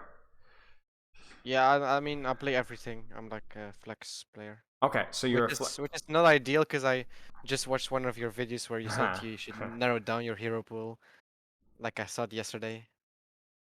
Okay. So yeah. So, well, here's the thing with flexing. It is not a negative or stupid or silly thing to do. It's not like, oh, you're on crack cocaine. What are you doing? You know what I'm saying? Like people sometimes I get like the impression that like if you're doing that, like, you're literally doing illegal drugs. But it's just going to make improving slower and harder.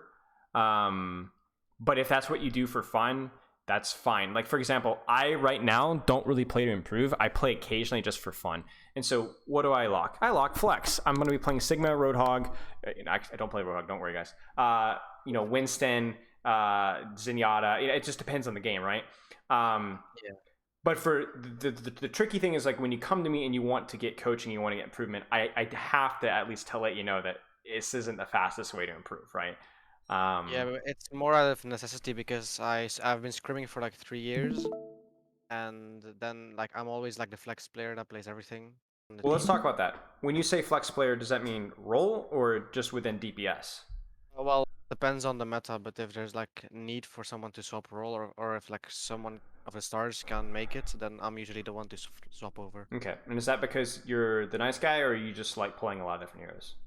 I mean, it's because like my SR on all roles is like the same nearly. Okay. As well, so you are the successful flex god, where you are like, I assume like masters plus at least in console in most roles. I was 38 on all 3. Yeah. Okay.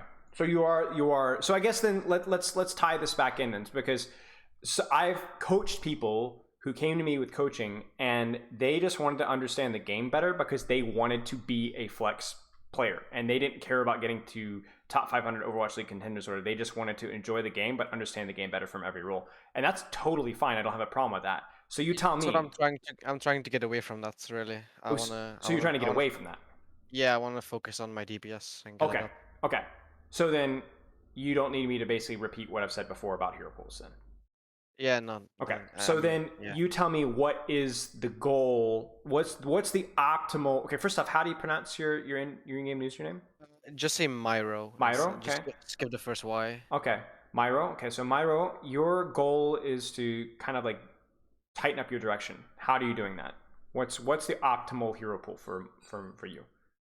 Right now, I've been playing Widow, Cass, Tracer, and Echo. Okay. Just those 4. Okay. And I assume you enjoy all those heroes a lot. Yeah. Okay. So you have, especially with a Widow, Cass, Tracer, you have like a perfect long range, mid range, flanker, heavy hero pool, right? Yeah, just one for every situation. Yeah. There's not going to be a map in Overwatch 2 where those heroes aren't going to fit. Okay. And then, is your current training situation, and by that I mean not just ranked but also with your team, allowing you to improve at that hero pool, or is it still kind of like fighting uphill, if you kind of see what I'm saying? I've been on DPS a lot now, but it's like also mostly Sombra, so Okay. yeah. So Which is kind of just off-brand Tracer, really. yeah, in a way, but also like especially like the level of communication and like some of the mechanics, especially in Overwatch 2. I'm mostly in game. I shotgun a lot, even though I'm not. I know it's not meant on DPS to do that, but No, it really depends. Like even in Overwatch, like there's a lot of shot calling DPS. So no, don't buttonhole yourself into that at all. Just because you're DPS, you can talk a lot. Okay. So what I would ask with you though, like if I'm again perfectly frank with you, spending a lot of time training Sombra is going to take away from your practice. yeah, I mean, I don't like playing in ranked because you need coordination, and you never get that really. Right, So. right. Now there are things you can work on in ranked. Maybe sometime we can look over that. But my concern is that you are going to continue to grind Sombra and your team, but you're never going to be able to apply in a competitive environment the Widowmaker, the McCree, or the Cassie, and the Tracer, right? Yeah. And that's not wasted time, but it's not efficiently used time. Right. And especially in the team environment, that's generally probably when you're going to be try-harding the most, right? Like you're the most focused, and you're most focused on the heroes that you don't necessarily want to get better at, right? You see the problem there? Yeah. So this is where like you might want to consider either discussing this with your team, or you have to really just ask yourself, like, what's your priority here? You really, really enjoy playing with the team? Is that like your number one priority? Is it improving at those heroes? Because if you really want to improve yourself at those heroes and you're thinking like GM or something like that, then it may be better to just grind ranked, get the GM, find a new team where you can actually fill the role. Yeah. Now, I don't know your situation, and I'm not advising you, but I'm giving you something to think about so that then you can kind of make the best decision for your situation. You see what I'm saying? Yeah. So, I mean, I was kind of already thinking about that because I don't know. Yeah. Kind of that's also I want to try and scrim higher because since I've been scrimming on PC, it's like being one-sided to us all the time. yeah.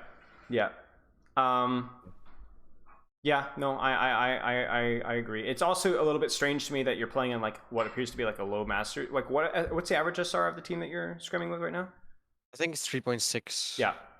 It's a little odd to me that a 3.6 team, I don't know the team environment, but if a 3.6 team could play Junkrat comps and probably do okay. Because like in lower ranked teams, and for teams, Masters is pretty lower ranked, it really is, the meta does not matter that much because the tiny little infinitesimal percentage of playing the maximum meta is just less return on investment. You kind of see what I'm saying? Like We've just been playing like the 6-man with the monkey. yeah, Just yeah, going in. exactly. And that's a good comp, but you guys could easily get away with playing a slightly less strong comp, but that is more strong. Like comfort picks matter more in lower ranks. You know what I'm saying? And only like when you get to like contenders or high tier 3 does like playing the meta more important, because the tiny little bit of percentage points that you get from the meta matter a lot more when you're at the top, right? Yeah. I don't think at your rank it's necessary for you to be playing 6-man rush everywhere. You could be playing. I'm not even joking. You could be playing 6-man rush with the Cassidy, you know, and you would probably find a way to make it work. I mean, we actually play it sometimes with the soldier against Balcomb. Yeah. So like, you see what I'm saying? Where like there's flexibility there. And again, I'm not recommending you. You need to figure out the situation and talk with your team and think on yourself. But it is a negative thing that you're doing right now, and you just have to figure out like which is going to be the more important positive for you, playing with the team that you're currently with or training in the way that you want to currently go. So that's your decision. You make that one on your own end. Play rank whenever I have the chance, 2 hours a day on weekdays, 6 on weekends, scrims at 3,700 from 8 to 10 every Monday, Tuesday, and Wednesday. So that's good. At least scrims aren't taking up a massive amount of your time. 6 hours a week is not insignificant, but it's not like you're scrimming literally every single day, right? And then, but it's still 6 hours that I think you could be doing a little bit more efficiently. Okay, training time seems okay. Especially if you're able to stay within your hero pool, right? On those training days, like you're not wasting any of those 2 hours by playing, you know, Hanzo on a map, right? Or I'm gonna pick up so and so. I'm just play the heroes that you want to practice. Hero pool we already talked about. Sleep looks okay. It's not great, but it's okay. Okay. Do you have any questions? I mean, not really. It's just yeah. I don't really know what I could have done better in this game. Okay. So like, okay. except the obvious aim better, I'm kind of lost how to improve on Widowmaker. Okay, sure. Well, that's something that we can actually talk a lot about. As long as you have no more questions about your training and or goals personally, then we can move on. Yeah. All right. Okay. Let's do this. So, why pick Widowmaker? Like, let's just get down to the fundamentals. Why Widowmaker? What is Widowmaker good at? I guess just the long sidelines on this map. Sure. Long sight line. Yep. I don't know. I think you stopped sharing your screen. So. Oh, did I? That's weird. I should have it pulled up. Can you see it now? Oh yeah, now I can see it. Okay, yeah. Long sight lines. That's pretty much it. You want... Well, tell me what else are you thinking about when you're playing Widowmaker? Are there any other things that you think about, or is it just flow state for you? Yeah, actually just point and click really. Okay. Just trying Okay. and like try and open up the map a lot. Okay. Okay. So yeah, especially here on the end of the first point, I try to like go all the way left flank sometimes, Mm-hmm. just to get like a hard angle on enemy team and force them like so that they don't have any cover. Yep, that makes sense. So like hard angles, like playing around enemy cover, those are all really important things. Mechanics, that's an important thing. I don't know if you heard when I was reviewing the previous person, we talked about learning the numbers so that you can forget the numbers. I think that's the mindset with Widowmakers, especially with a hero that's so aim intensive. You don't want to be obsessing over decision making when you want to play your best. But the irony is that if you want to improve, you're not always concerned about playing your best. You're just playing to learn, right? So for you, your mindset needs to be, I'm going to be giving you some things that I'm just going to be honest with you that are going to make you play a little worse than a Widowmaker at first. Because it's going to slow you down because you're going to be thinking more, right? You're going to be thinking about, okay, should I hold this thing or hold this position or what about this? But that's okay. The long-term investment, it's like taking your $10 bill and investing it, right? You don't have the money now, but you'll have more later. That's the same kind of concept with a Widowmaker. Does that make sense? So don't expect to walk out of this review and be like, oh man, I'm going to climb like 500 SR. That is absolutely not what's going to happen at all. You might even drop SR, lose more games because you're playing slower and more clunky. You might miss more shots, but that's okay. That's what we want, because if you're doing that, that means that you're focusing. You must be focused when you're playing Widowmaker on exactly what I'm going to be trying to explain to you to do. And hopefully that I will be able to explain it in a way to where you're not just following my instructions, but you're actually learning more about the game, and then you can then learn more about the game on your own. Do you kind of see what I'm saying? Yeah. Okay. So if you have any questions about anything I'm saying, I want you to scream and say, stop, and let me know and we can discuss it, all right? Okay. All right. So the first thing that you should be doing on out of spawn as Widowmaker is you need as much information with scouting as you possibly can. Do they have a Widowmaker? Do they have a Hanzo? Do they have a Sombra? Do they have a Tracer? Do they have a Genji? Do they have a Wrecking Ball? There's so many heroes in the enemy team that affect how you play and what you do. You need that information as quickly as possible, not just what they're playing, but also where they're playing. So this is okay because you are thinking they are probably already in the set position, so I'm going to go ahead and grapple and pre-aim. But I want you to, before, like, as soon as you get this grapple, it is, okay, shot, information. Okay, now, right now, where are they? What's going on? Where do they need to be positioned? Because, like, what's the problem right now? Now, because you have full information, right? Right now, you know what they're running, what they're doing. What's the risk for you right now? The Hanzo log and the Widow. The Hanzo log and the Widow, right? And you're only aware of one of those things. You don't even know that they have an enemy Widowmaker. And what have you done by doing that grapple shot? What did you tell that Widowmaker? I don't have grapple and I'm not looking at her. Right, you're not looking at her. You don't even know that she exists. And she knows exactly where you are. The reason why the Widowmaker duel is important is because if you can win that duel, it now allows you to just play Kovacs Simulator, right? You don't have to worry about anything except just shooting. Until you win that, you guys are competing to try and free fire in the enemy team. Now, if you can find a position where the Widow can't see you, but you can see her team, that's fine. But that's not always going to be the case.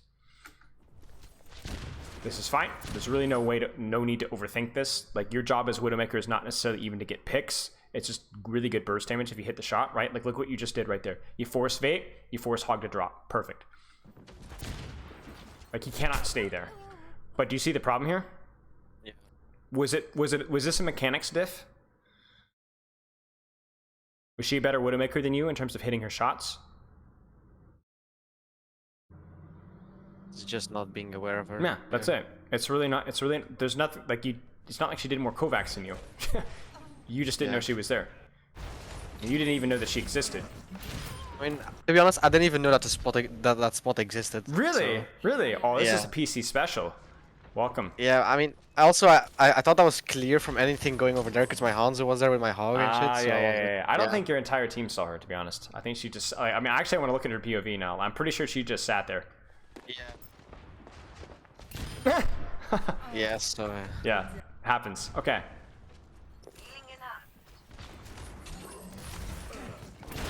Okay, nice. I mean, that's not exactly an advantageous duel, but neither of you guys knew where the other person was, so it was just 50-50, right? And if you have the aim to win the 50-50s, okay. I like this as well. Why repeak the Hanzo here? Why would you not repeak the Hanzo here? Because he has his arrow already loaded Yeah, at the corner. already loaded. He might even have Sonic. We don't know. And you can shoot the hog instead. You know, why take high risk when easy prize is right there, right? And again, like look what you did to the hog. Look at the hog's positioning right now. Now the hog is backed off. I'm gonna break this down to like details because I want you to think about the game differently. Even if the hog doesn't die, if you make hog go here, now your hog and Sigma can walk up closer and do more damage. So you just hitting a shot on hog allows your tanks to do more damage because they can walk up cleaner. And now think about that Hanzo. What's the problem with their Hanzo's positioning now that you've shot the hog? Our team with no help. He is completely by himself. And now he might actually just get shot by random crap because he's completely by himself, right? This is why you play Widowmaker, right? It's not just picks. Okay.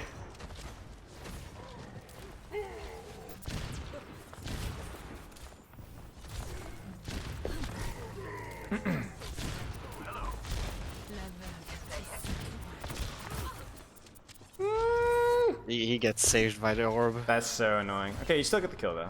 Okay. Now, things are relatively even now. What is the priority for you? What is your mindset click right now? The Widow. Widow.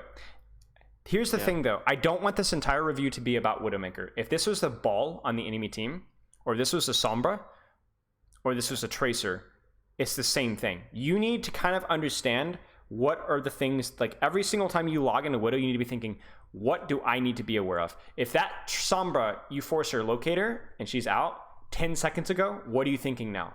What do you think she's setting up for right now? Going back. She's coming for you. She's coming for you. Yeah. If that's a Tracer, same thing. If that's a Wrecking Ball that you just forced out to go get health packs, he's looking for you. So everything on Widow, is, especially with how squishy you are, thankfully in Overwatch 2 you got an extra 25 HP.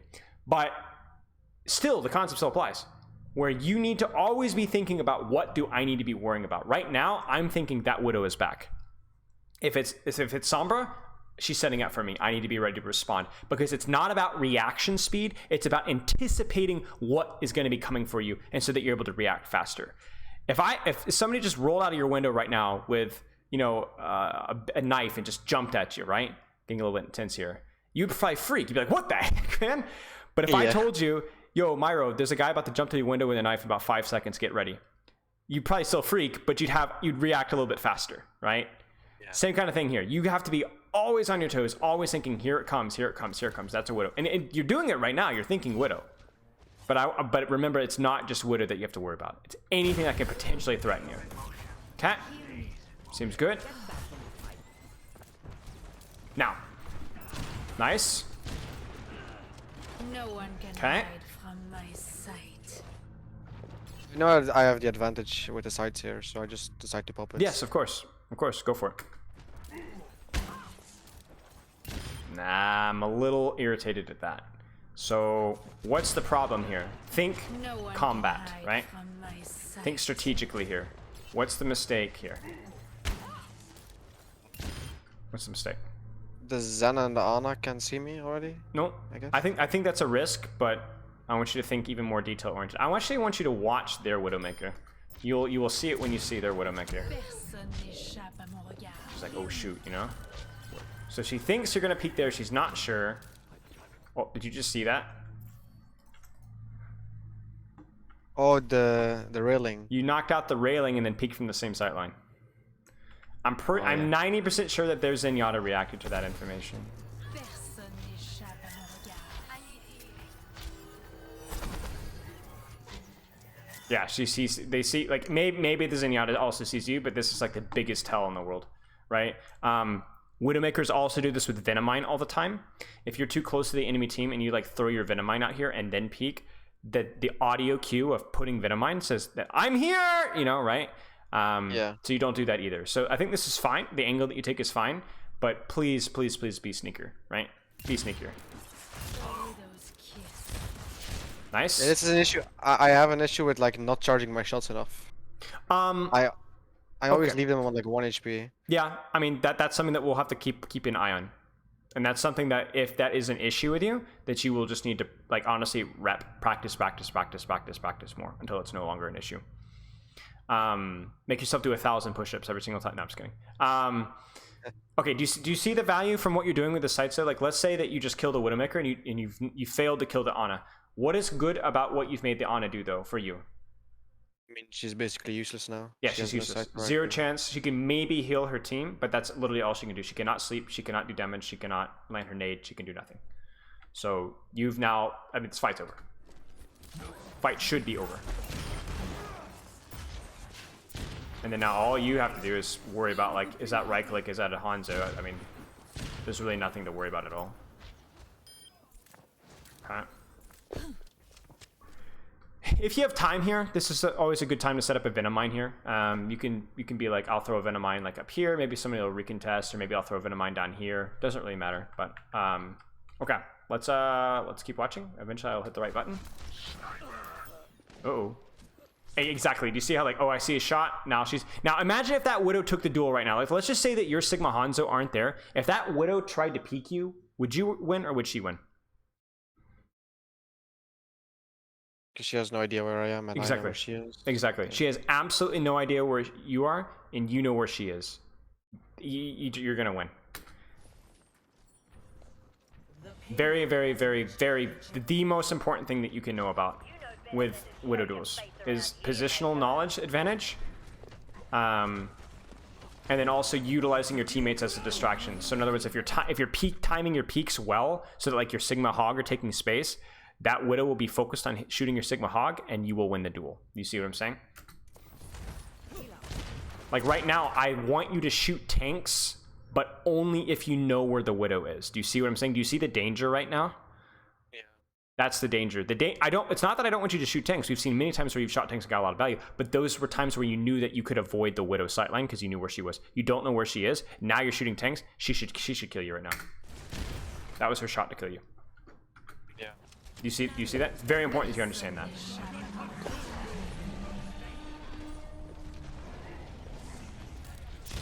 I mean, good mind games there, and then you use the Sonic at the end, so it works out. There's a good argument for, wasting her time, right? Making her think that you're gonna peek and then not peeking. Yeah. And then you obviously I try to bait out the shots a lot. Yeah, exactly. And then if you bait out the shot, then that gives you an opportunity to actually take the peek there, right? Because you have a charge advantage, yeah. This is okay. Okay, this is actually like so crucial. This is why like timing is so important for everybody, even if you're a Widowmaker. This grapple feels like a complete feed, but it's not. Why? Because they have no idea I'm gonna be behind them. How do they have no idea that you're gonna be behind them? Are they blind?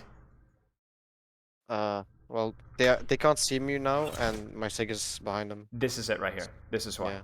You see what I'm saying? This works because of what your Sigma is doing. If you don't know that your Sigma is here, or if your Sigma is not here, this is a feed. But because your tank is inting, and then you also take an aggressive angle at the same time, this Zenyatta should die. I mean, that's it. This is not mechanics. This is team play. This is you paying attention to what's going on, not just with the enemy team, like with their Widow's position, but also with your team. And now you've just won the team fight off of like paying attention to your Sigma. Do you see what I'm saying? Yeah. This is perfect. This is actually perfect.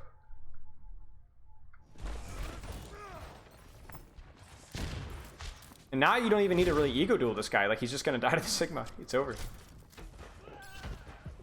Sniper. Yeah. Be careful here. Be careful here, right? Because remember, it's a 50-50, right? Does she know where you are? Maybe, kind of, not really. Actually, she should know. She should have a general idea. Yeah. And then I actually think this is a bit silly.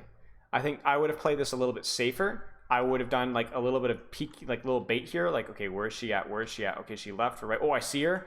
And then I probably don't even re-peek this. Maybe I go back to this direction and peek. Do you see what I'm saying? Yeah. I just think in general your mind games here are a little bit weak. Like she just happens to not be looking at you, but that's just luck, right? Oh, jeez. But do you see how like as soon you win the fight off of you being really strategically minded, and then you've died to just completely turning off your brain.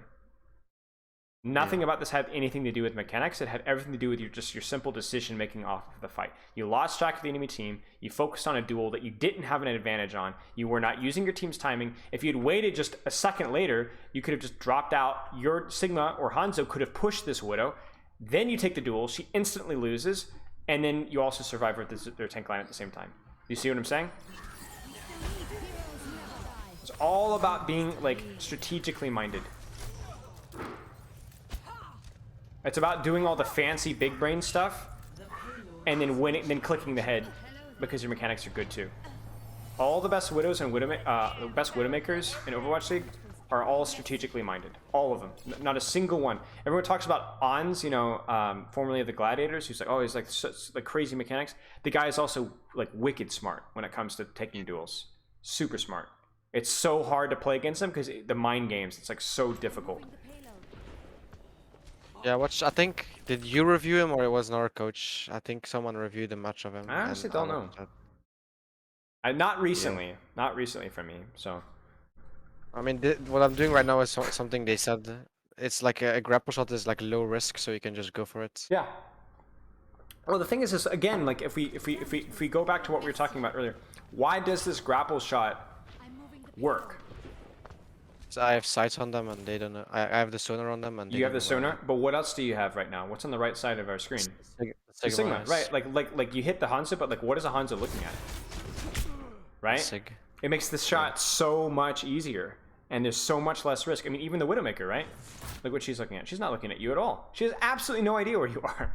The human brain can't focus on 7 different things at the same time, and you're exploiting that over and over and over again. That's what tanks do.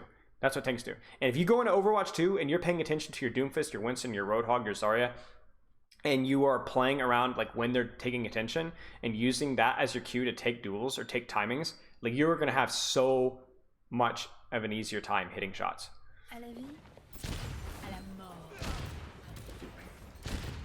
Okay. 50-50 duel. Don't take it, but now you got sights, so now it's no longer 50-50. If I were you, I'd probably... Ooh, maybe she's... Oh, man, she's an idiot. She's just stupid. I don't know what she's doing. I was going to say, you probably would want to kind of push up to here to take a deeper angle, because that Widow's probably going to just either hide or just drop, right? But then she just ego dueled you. So I don't know what the issue is there. So I would definitely push here. I don't know what they're doing, man. I have no idea what these guys are doing. This is like AI level decision making. You just pop sights. The Widow's like, huh, that's cool. I'm gonna peek it. Dies. Winston's like, and then just dies. Like, okay, well. This was a 37 lobby as well. What is going on, man? Yeesh. Okay. That's wild. Just what I needed. Yeah, so this seems fine. Just hard scope. Pre-peek, you know, try and just hold this angle. It's likely that someone's gonna come out the side. Probably would have been worth, like, again, like if we're talking downtime here, this is probably a situation like as you get that kill, just throw your Venom Mine like right here, you know?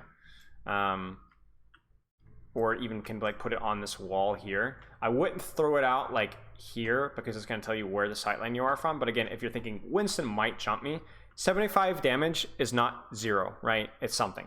So, and it gives you good scouting on him as well. So there's like, right now, okay, we're scoping, but as you're moving forward, you're not doing anything, so you might as well throw it out. Okay. We don't quite get the shot on Ana.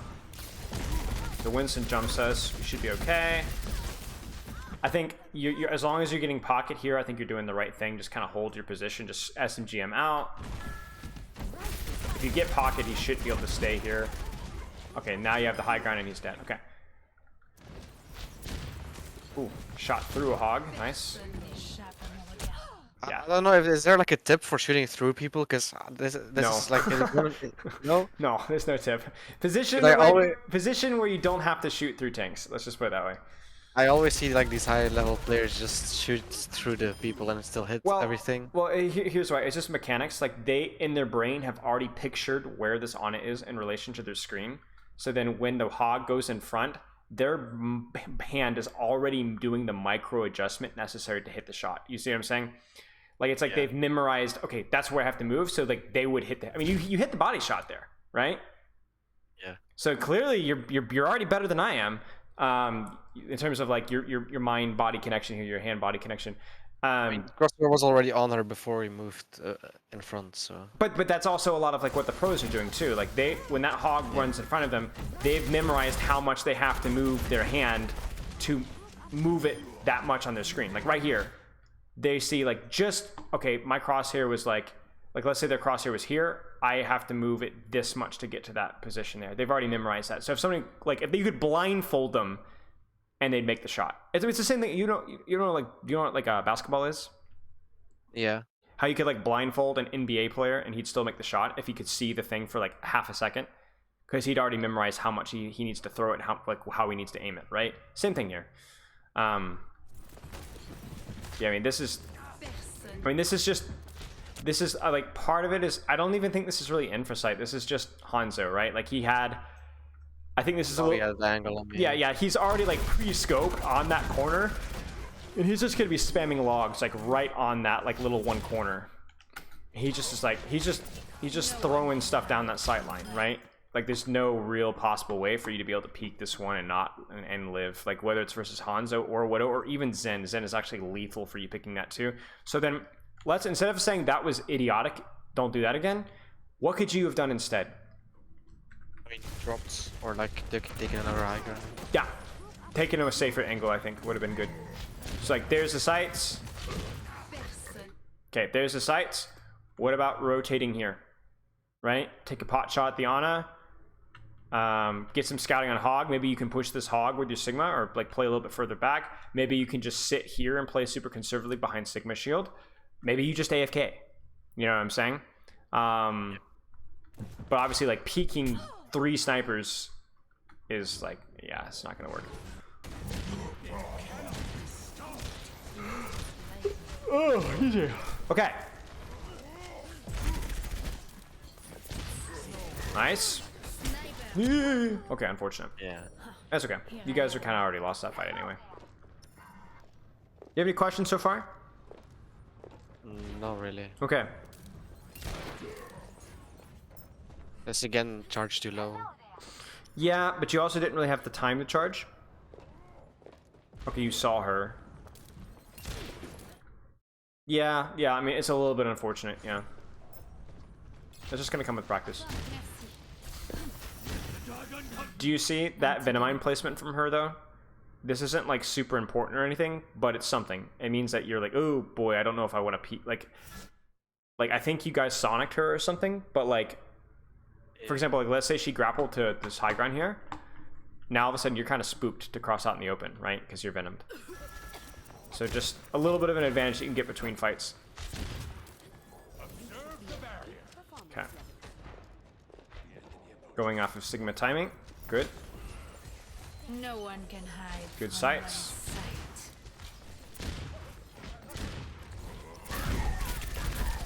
sight. He thought, yeah, I mean, he thought he was going to get Primal, but he didn't get it in time. That is something to be aware of, though, is obviously like when they have Primal and how that adjusts your positioning. That Widow's dead. Just what I needed. Okay, adjusting angle.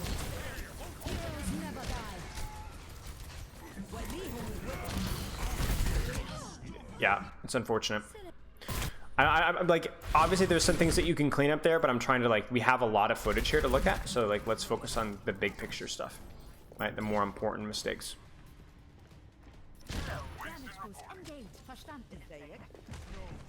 Okay.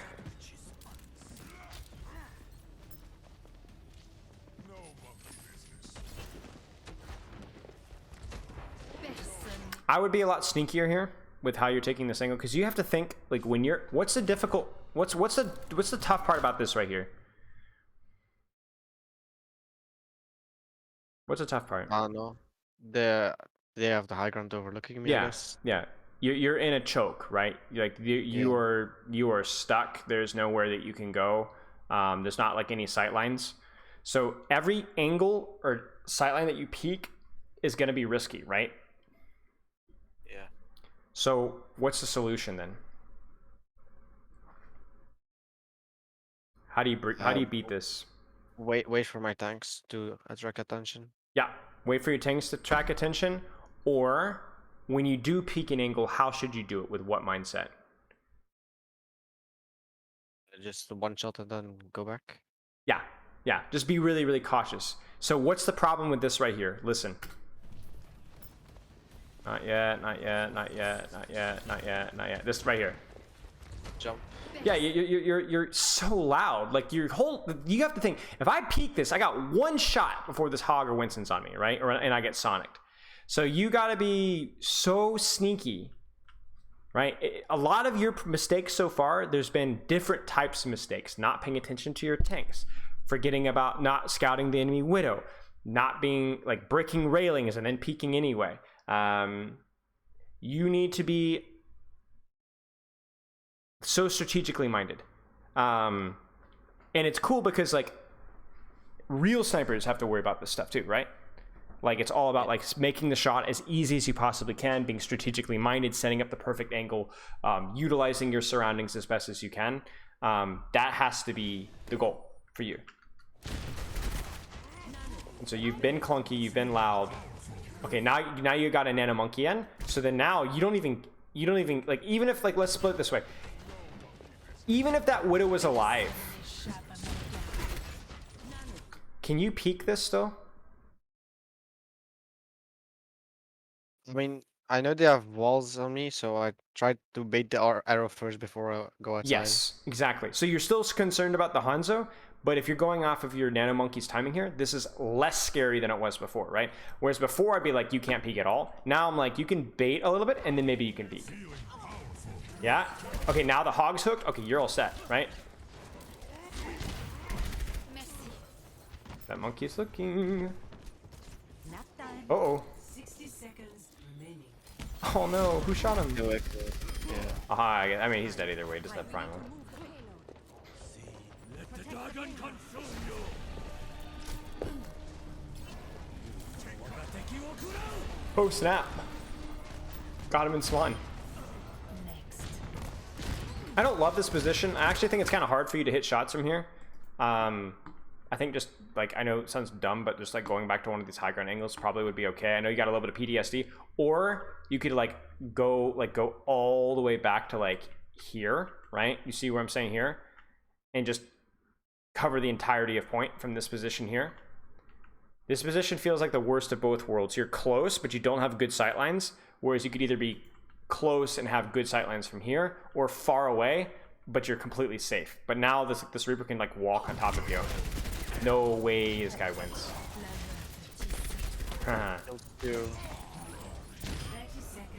It's winnable. Like this position feels, even though it's just not that much further back, it's just far enough to where they can't really go after you. You kind of see what I'm saying? No one can hide from One more my kill and I think you guys win this.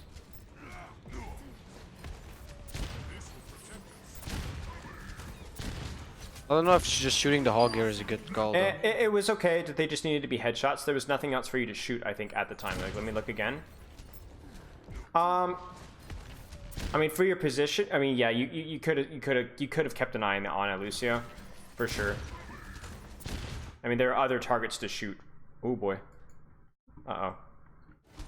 Hog. Okay. Klunk, that's scary. Huh. Yeah, I don't think Hog was the best target there, considering you had other things to shoot.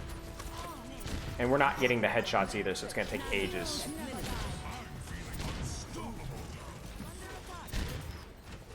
That being said, you're still doing damage. It's just not doing a lot of damage. Right? Could be worse. It's like always in these stall fights, I'm always scared, like, do I get more value? Like if I just miss all my shots on the squishies, then You won't I miss get- all your shots. Trust. You won't. You won't miss all your shots. Even if they're body shots, that's okay. You need to have some confidence in yourself.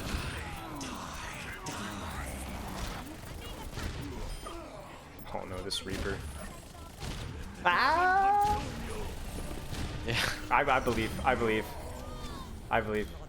And again, like you are doing good damage. Like a body shot isn't great damage, but it's 100. What's 120 damage, right? Yeah, it's 120 damage. It's something. So I wouldn't worry too much about it. Okay, so I think so far, I don't have anything specific for your strategic. Like I'm not sure if it's tank timing. I'm not sure if it's scouting. I'm not sure if it's just dual brains. It's a little bit of everything, which is good and bad. It means that I can't be overly specific, but it's still specific enough that if I were to say, Myro, go into the next game and just I want you to be very strategic about how you're taking your sightlines and how you're taking your peaks, I think you would get generally better at all of these at the same time. You kind of see what I'm saying?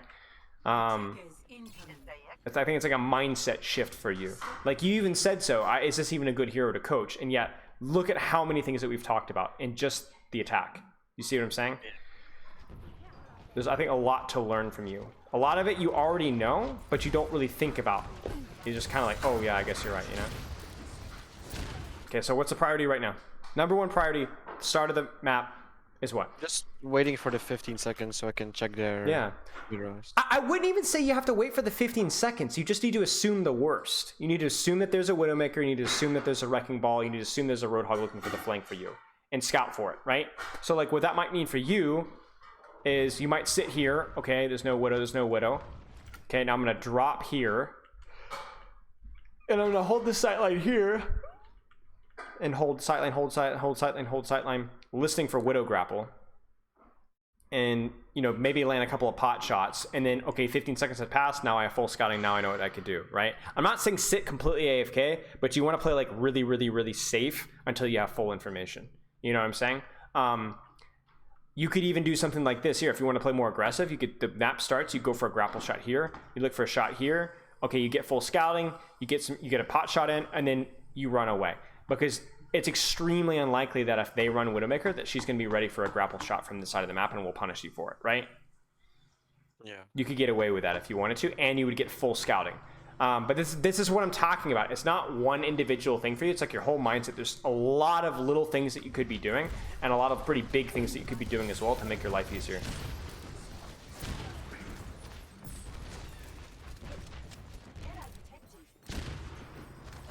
I think the sightline is okay. That's what you have to be aware of, right? That's kind of what we talked about. So,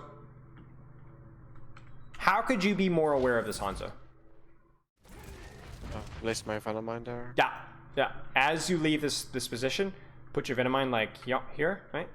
And then just when you go down here, now you go back to your main angle, and then if Hanzo trips the Venomine, you're good.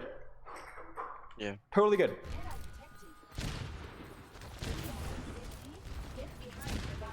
Okay, Hanzo's on you right now. You don't have Venomine. What's the solution? Think strategically. I'm gonna actually have you practice thinking about this. What should you do?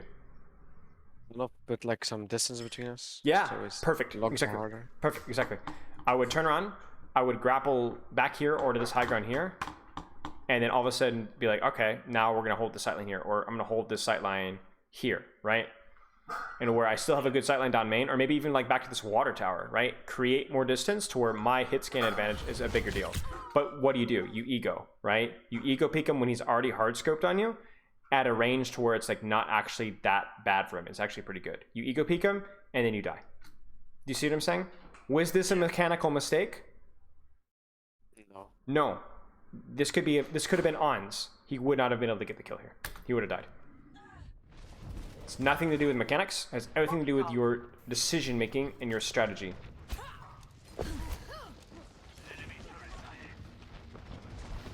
3, 2, 1. Nice. I don't understand.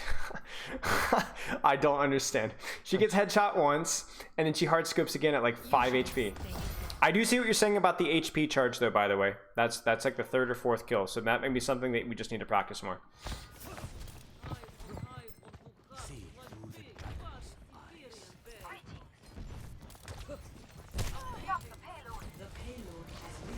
Okay. Now, think strategy.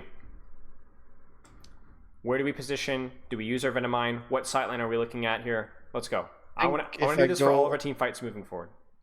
If I go a bit more to the left, then all the angles are close on the left side, and I can just aim at the right side. So you're saying like here, and then just peek Yeah. this here? Okay. Yeah, and I can.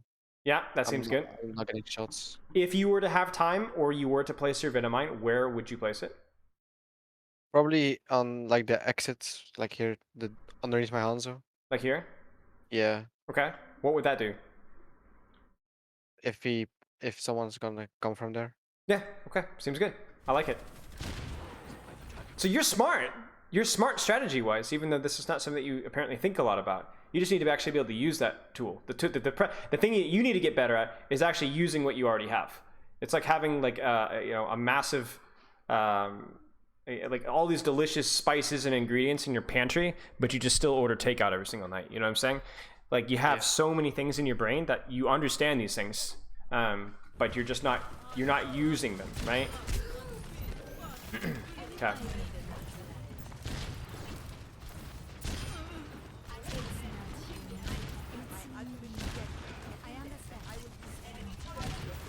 Okay. What do you have to be careful of peeking right now? Why do you have to be careful of peeking right now? Do you see what's in front of you? Or with the Zen and the Hanzo. But do you see what's not in front of you any longer? Watch this. The shield. Yeah, exactly. You were not relying on your Orisa's shield to block damage. But what you were relying on with the Orisa's shield is for her to do this. Now, what is the entire enemy team thinking about right now? Shooting Orisa. Shooting Orisa's shield and shooting Orisa. And they should be, because if they don't shoot Orisa, then she will kill them. So then when everybody is focused on Orisa, you may play more aggressive. Remember the Sigma we were talking about earlier? Exact same thing applies here. This is your window to play aggressively. You could even do things like, I'm going to take an aggressive peek now, because again, nobody's thinking about that. Look at your Hog too, right? Perfect timing for you to play something aggressive. But as your Orisa is fortified, okay, she's Discord, she's out, your Hog is sleeping. Okay, maybe this is actually not a bad time to peek because the Hog is sleeping. Everybody's focused on the Hog, right? But like you being able to play around your tank or tank's timing is actually like super important. Oh gosh, that's terrifying. And now, how aggressive can you play? No, because the Hanzo's looking at me, so I'm not sure. Okay.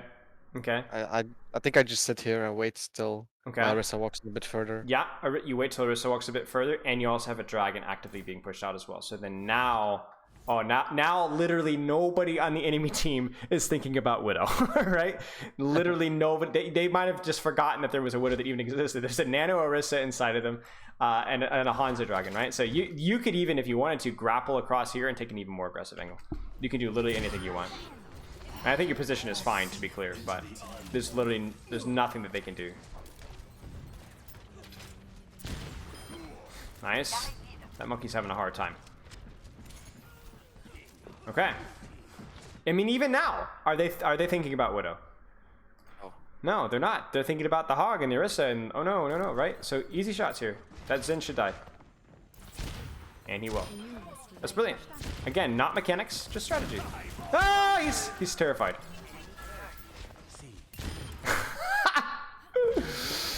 Wild. Okay.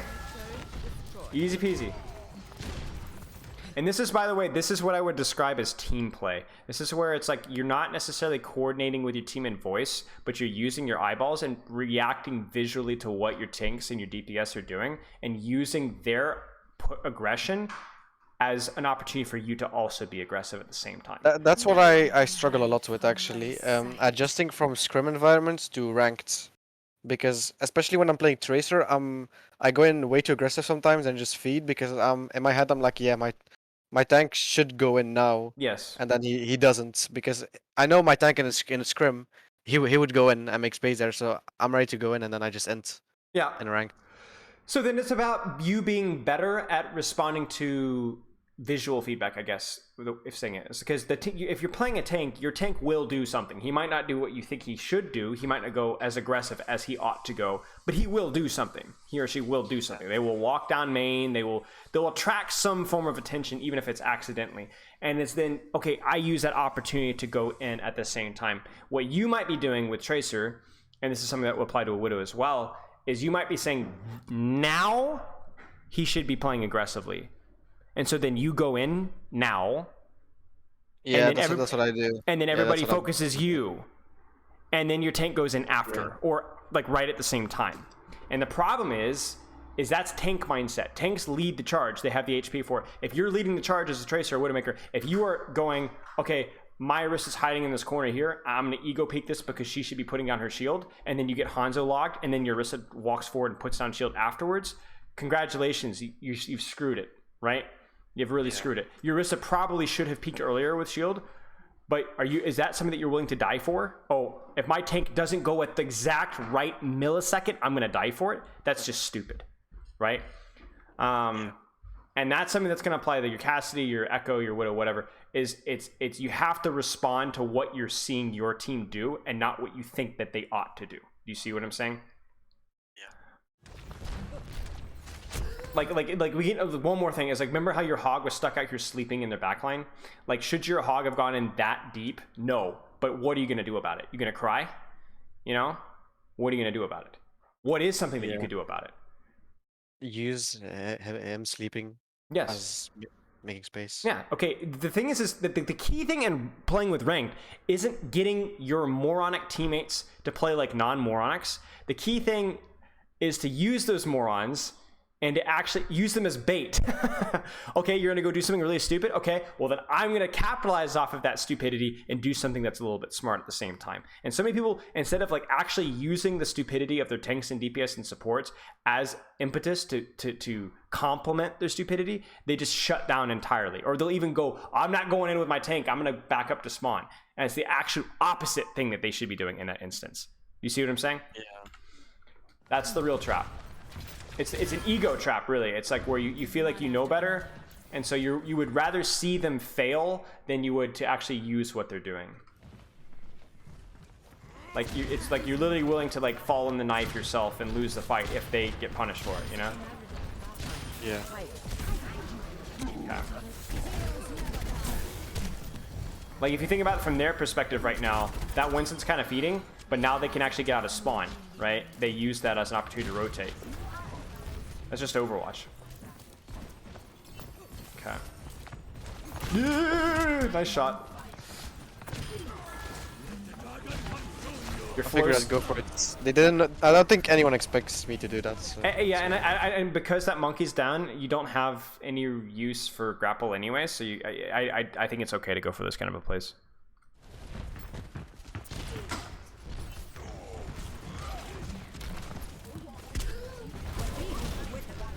Actually, the only really bad thing about this is the fact that like your sightlines are like super predictable, right? Like there's nowhere really where for you to peek outside of like this stupid window here. So it's actually really push it up like between the three here, but yeah, like... yeah. But like once they get to here, it's like where do you go? You know, they're gonna Sonic right here, and then you're just kind of screwed. But that's okay. Like that's okay. They've also like kind of earned it. Man, you are full flow stating, aren't you? You were just not missing. This is actually miserable for the enemy team. And like this is a perfect example of what we're talking about, right? Like, do you want to take the duel with the Hanzo when he's got Sonic on you? Absolutely freaking not. But the Hog's in his face, easy kill. You don't even have to hit the headshot. Oh, hey, Sen. Sorry, I don't speak with Lord of the Rings Online noobs on stream. Sorry, mate. Okay. I mean, to be honest with you, I don't have a lot of feedback here. You're gonna die here. But I think it's fine because I think given the cart position, like you're gonna 100% have a very easy retake, and it's okay. You guys didn't. They had to use like their most valuable ult. Come in, look at the ults they used: Nano, Trance, or Nano, Dragon, a Grav, and you guys used like nothing outside of Bongo a little bit ago. So yeah, it's fine. You'll be fine.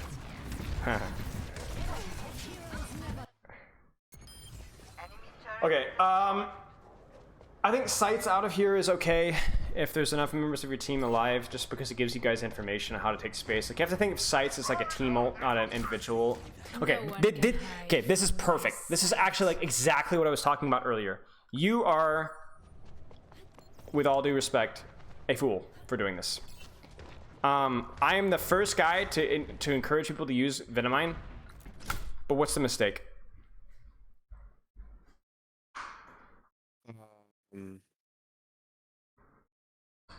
I don't know. Do you think they're deaf?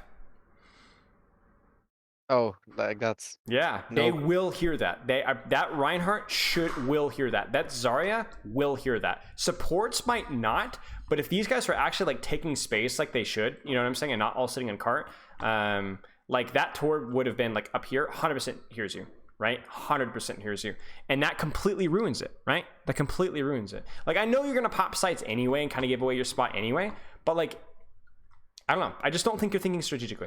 I don't think you're thinking strategically. No one can hide from my sight. And see, the other thing too is like, if you pop sites here, why not peek like here, right? Because if they hear the Q, but then you peek over here. Do you see what I'm saying? yeah. Now, I know I'm throwing a ton of little details your way. I don't want Well, you that's to... fine because these are things I would never even thought about. Yeah, it's thing, but I promise you, if you were to think about things strategically, you would come up with these ideas on your own, and you would come up with better ideas than the one I'm giving you. The problem isn't that you're doing all these details. The problem is you're not in the right mindset to ever even think of these details in the first place. You've already shown me earlier that you can come up with a lot of really cool ideas, but you're not using them, right? She knows you're there. She was ready. She was ready to sleep dart this area. She was waiting for you.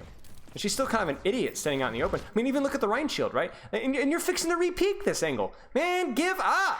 Find another angle. Be sneaky here. Be smart. You're an assassin.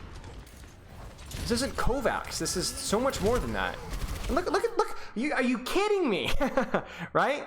You're killing yourself. You're way too smart for this. You're way too smart for this. And your mechanics are also way too good to be dying, to be putting yourself in a position to where you can't even really mechanically pop off. Do you see what I'm saying? Yeah. Instead of just flaming you here, right? I'm being rough on you. I mean, my reasoning was more than half of our No team one is just can behind the hide Rhine from shield being my useless. sight. Yes. So You bit- did, yeah. but here's the thing. They're going to be behind the Rhine shield when you pop sites anyway, right? Yeah. So then you've made them get behind Rhine shield just by pressing Q. So then make the Rhine shield worthless, or make him turn his Rhine shield. Because if you think about how your team is approaching this fight, do you see your Honest positioning here? Do you see your Roadhog's positioning here? Do you see your Hanzo's positioning here? Do you see your Reinhardt's positioning here? Do you see this? Yeah. And you're just sitting on the same angle here, right? Why not take this opportunity to set up a different sight line here? Like, what if you were peeking from here with Venomine or something, right? Or what if you peeked here and then went back and then just sat here and just sat here? Now you're like, okay, yeah, you're just seeing Rhine shield, but look at how much easier these targets are. Do you see? Yeah. You got too close. So after this next fight, I guess, I want you to think more. There's the charge thing again. I want you to tell me what a strategic, smart Widow would do, positioning wise. Okay, so let's look at this fight, right? Okay.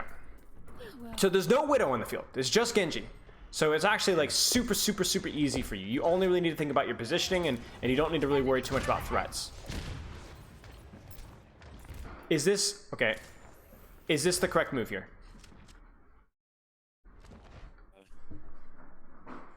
Think. Yes, maybe. Okay, why?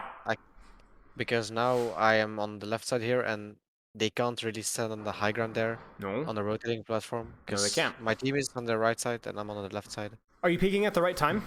Is this a good time to peek? I guess my Rhine is walking in there. Yeah. This looks good to me. What is the entire enemy team thinking about right now? My Rhine. The Rhine. And if they're not Yeah. thinking about the Rhine, if they're thinking about you, well then guess what your Rhine's going to be able to do? He's going to kill people. They can't do both. And right now, this is like textbook Widow value right here. Even if you don't hit a shot, if you just peek, like look at what that Genji just did. Just committed his dash. There's his deflect. Now he's out of position. Now he's triggered Venomine. He's dead. He's probably dead. He's in serious trouble. There it is. Do you know who killed that Genji? Me? You. I guess. You killed that Genji. And how did you kill that Genji? Was it with your mechanics? Baiting him in. You baited him in at the right time, in the right position, with good cooldown usage too. This is like textbook Widowmaker play right here. You took the perfect angle at the perfect time with perfect Venomine placement, and you didn't even hit a shot, and he died. And that's all you. Congratulations. Do you feel smart?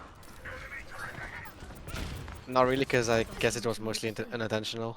Well, okay, but there's promise there. There's a potential there because this is so good. This is so good. Yeah. I love it. And you win the fight off of that. You literally can win an entire team fight off of just holding a good angle, good position, good cooldown usage. That's it.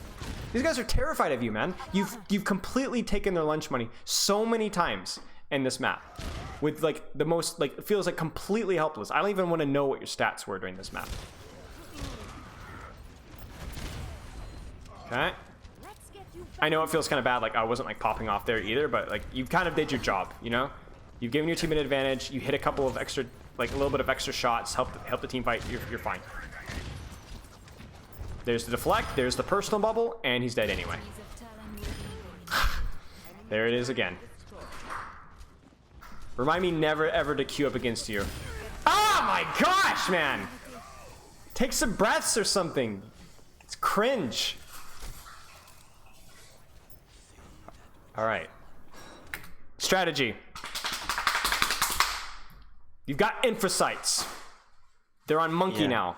What's the strategy? And to be clear, when I say this, there is not just only one strategy. There will be many strategies that you could use here. What are some that you might try here? I don't know. For my Infocyte, I'm probably gonna wait till the Hanzo arrow expires, because he has their entire team there. Yeah, that's good. And I don't know, just sit here and save grapple till they dive me and then back up. Sure. Yeah, I think this sight lane is relatively okay. Just react with Infocytes, save grapple. Let's see how this fight plays out.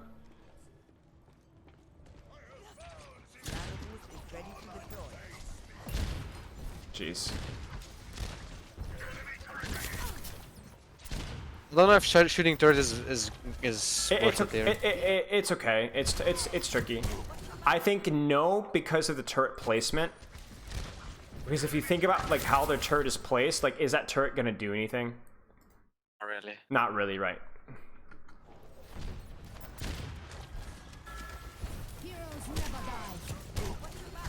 I would have popped sights sooner though. I think it's perfectly reasonable because it's like the thing with sights is it makes them really spooked, right? They're not really sure if they should push up, push forward. And remember, it's not just for you too, because you're like, I can already see all of them, but can your team see all of them? That's the question that you have to ask yourself. I don't know why Ganano here though. I thought it was an audio bug for a second. I'm like, there's no way they netted you. I think she was thinking the shooting the monkey. Yeah, that she was trying to get you to one-shot the monkey, I think. Yeah. Then yeah. It's a bit messy. I think here's the awkward thing for you, okay? Can you tell what the awkward thing is right here? Do you see the awkwardness of your team's positioning in relation to your positioning here? I'm not necessarily blaming you, but do you see what's awkward? I don't know, I'm isolating myself, really. Wait, what is it? No. I'm isolating myself. Yeah, a little bit. I don't necessarily think this is your fault because I think like it would have made sense for you guys to like position more aggressively here. But the really weird thing is that if I look at your Ana and if I look at your Hanzo and your Zarya and even your Reinhardt to an extent, they're not really doing anything, right? They're kind of playing like this position here and you're playing for this position here. Do you see that? So the reason again why I'm bringing this up is even though I don't think necessarily it's your fault, I think you need to be aware of that and be more willing to adjust your position, because with your team's positioning here, the best angle for you actually looks like this, right? Or it looks like this. You kind of see what I'm saying? Or like, you know, here, not here. So where you're here, it's fine. Just don't stay here that long. You need to get out of here. So I think you overstay your welcome here a little bit. And like this is a perfect example here. Like I actually think this is not good, right? Like look at the distance that you're at here, and then look at your team's positioning here. If I'm this Genji, I'm frothing at the mouth. You know what I'm saying? Like I'm just dashing you, right click. If I get a reset from, like, if I get my blade or whatever, I'm gonna reset and I'm gonna blade after you if you grapple away. Like he just barely misses you there. And then now he's on top of you, and yeah, they're punishing him, but like this doesn't feel comfortable to me as Widowmaker. You know what I'm saying? Like it feels stressful. You know what I'm saying? It feels like there's so much like going on in front of your screen. But okay, we get the kill though. You're a Sushi Tracer. Yeah, I mean, yeah, for stalling. Our Ryan was screaming in voice chats. I don't know. I wanted to try and get a pick with the Widow, but he was screaming in VC that. Yeah, someone's with I honestly Tracer. don't know if you guys would have been able to touch in time. I think it's reasonable to swap the Tracer. Okay, let's call it there. All right. What is your mindset? What is, like, we've talked a little bit about how you and your team, your relation to your team environment, and how that has to change, or it doesn't have to change, but it's something to consider with your hero pool. That was the big one. That was more important than anything that we talked about afterwards. But what, with your Widow gameplay, did we bring up that kind of stuck with you that you think is going to be a priority for you moving forward? Not giving myself away before I peek an angle, Okay. and like actually thinking about what I'm doing, playing more strategically. Yeah, I agree. I think if you just do those two things, or even just one of those things, I think you will see improvement in your gameplay. The goal is that, like, there are so many little details with Widowmaker that you can make a million KarQ videos about it, right? About Widowmaker versus this, Widowmaker versus this, Widowmaker on this map. This is a cool angle. There's just infinite detail. But if you're not in the right mindset, you will never, ever look for or never utilize that detail. You know, you're a smart guy. You understand the game relatively well. So use it, you know? Yeah. Do you have any questions? Not really. Okay. I guess. If you do, I don't know. well, go ahead. Yeah. I don't know. Like I felt like I did very well this game, but we still lost in the end, and this is like something recurring. Like I'm struggling to maintain masters, while I feel like I'm putting up like insane numbers every game. So I don't know. Is that like? Well, what's happening, I will say, is like obviously like from a macro perspective, like bad luck happens, right? And this is one game. Maybe you think you're playing well in other games, and maybe you didn't play that well. But one thing that we did notice is that there are fights where you are absolutely dominating. But once you get that initial first kill, if you kill 6 after that, it doesn't matter. The fight was lost as soon as you got the first kill. You see what I'm saying? Yeah. So it will make you feel like I am unstoppable, I am the greatest in the world, when in reality, you want to fight because you got to pick. The rest of the stuff didn't matter. It's stat padding, but it doesn't matter. But then if you alternate that with I troll the lobby, the next fight, which we saw 4 or 5 times at least, if you literally just throw the fight, then it doesn't matter if you kill 6 the next fight. If you alternate killing 6 and throwing, killing 6 and then throwing, you're no better than any other average player. So just more consistency. More consistency, and the consistency has to come from what we talked about. I'm not just saying be more consistent. That's vague. Be more consistent by throwing less fights, by being more strategically minded. That's the goal. All right. Does that make sense? Yeah. Okay. And if you do have any other questions, don't hesitate to ask. Just because the session is over, my DMs are always open. Be happy to help out. Okay? All right. All right. GG's, Myro. Good luck. Keep in touch, okay? Yeah. Thank you. All right. Cheers, mate. Okay, so that was Myro, a quote-unquote Sombra specialist. As you guys can see, like, mechanical proficiency is not the only thing that matters. You have to be a more diverse player. There are community perceptions that affect your ability to improve, because people will think, oh, Widow is an only mechanics hero. So then that kind of like turns their brain off to when I play Widowmaker, I don't think at all, when that's not the case at all. And it goes on the flip side too. If you are playing up against a dominant Widowmaker, a lot of people will say, oh, it's just a mechanics. He's just going to click heads. There's literally nothing I can do. Not thinking about how can I play in a way to where he doesn't or she doesn't get a good sightline on me, where she can't get a good angle on me. So it's like, remember, every hero in Overwatch, there is decision making and strategy behind it, and you can beat it by out strategizing, or you can improve your own play at that hero by strategizing better. Obviously, there are not every hero is Widowmaker to where if you hit the shot, it's over. But Just the general principle still applies. Okay, we will keep going. We have one more session, and then we're gonna talk about, is it Kariko? I'm butchering it. I know I am. Kariko? Kariko. Is it Kariko? Kariko.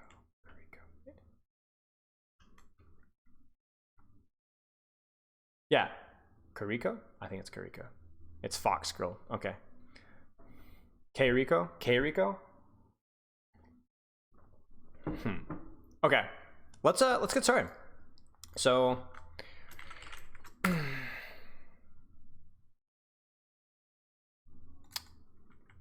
you guys are getting spoiled. We're getting a lot of high rank VODs in today. Welcome. Keiriko. Ready for battle. All right, let's hop into this call. Give me 1 second. Okay, let's, in the words of Modern Warfare, let's do this. Hey, buddy. Okay, I'm sorry. I just couldn't resist. Okay, how's it going? Going well, man. Thanks for doing this. I've been really excited about this. Yeah, sick. I'm excited too. Okay, so I'm skimming through your form. I took a look at it earlier, but I'm gonna skim through it again. Let's actually start with down. You want to get masters when Overwatch 2 comes out. Also learn how to climb fires. Okay, so you are an IRL hog main. Yeah. Can you describe to me what grass feels like? What do you mean? Well, have you ever touched grass in any way, shape, or form? I'm not sure I understand the question. Sorry. Have you been outside ever? Oh. I'm sorry. I couldn't resist. I'm sorry. 2 in a row. You didn't deserve this. I'm really discouraging future coaching sessions. Okay. Okay. Never mind. Just disregard the question. Okay. Sorry, man. So you're on Pacific time. Okay. Tell me about Hog. Why the heck do you like Hog? What is appealing about the hero? I think I can guess, but I want to know. The satisfaction of getting hooks, the survivability with the health. Yeah. Seems like a very forgiving player, a lot of freedom to kind of roam around. Yep. And it feels like I'm easy way to make impact in games that can swing a fight. Sure. So like I said, it is the dopamine through Hook. Like I've played a lot of characters, and I think up there with On a Sleep Dart is Hook. Like it is just like, oh, when it hits, it's just like an otherworldly, you know? So you play 192 hours of competitive play recently, and that's a lot of hours.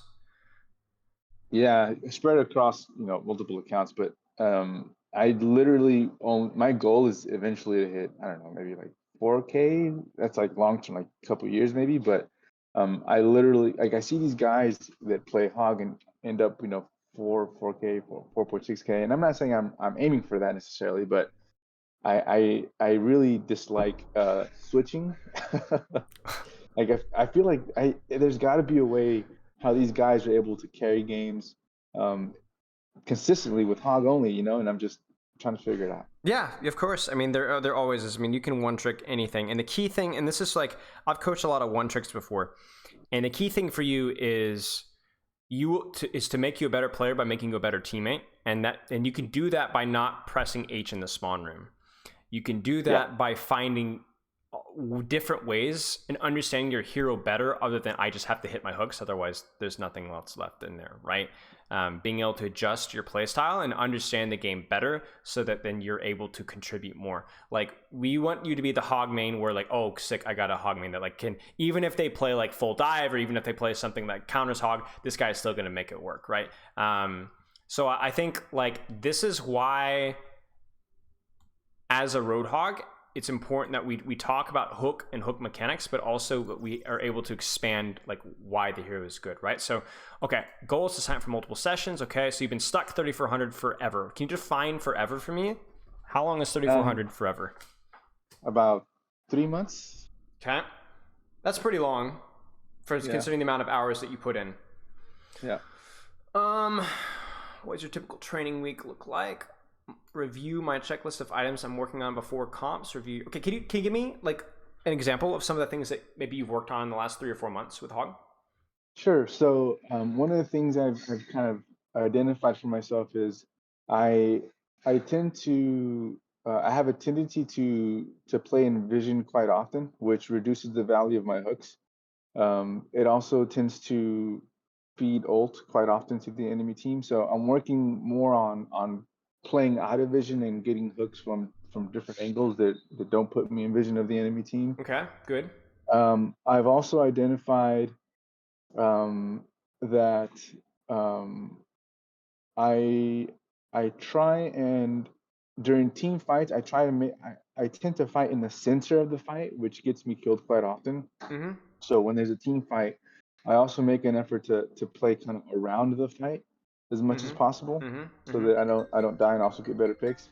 I I also identified that I tend to have a tendency to target tanks in fights, and so I'm making an effort to identify opportunities or positions where I can hook squishies or DPS, Yep. and I've seen some success in doing that. That's good. And those are the main items recently. Okay.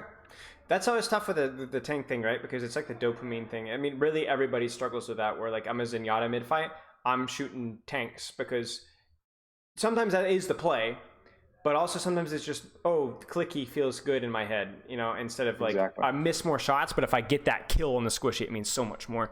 Yeah. I think for Roadhog, it has to be something similar to that. And I like what you were saying about, kind of playing the perimeter, playing on the outside, avoiding getting yourself sucked in. The good news for you is Overwatch 2 isn't any different in any way, shape, or form in playstyle. You're still going to be playing a lot like a third DPS, sometimes playing main, sometimes playing left, sometimes playing right, kind of controlling the battlefield with your positioning. So you seem to have to be saying all the right things, but you still haven't climbed out of 3.4K. Do you have any idea why?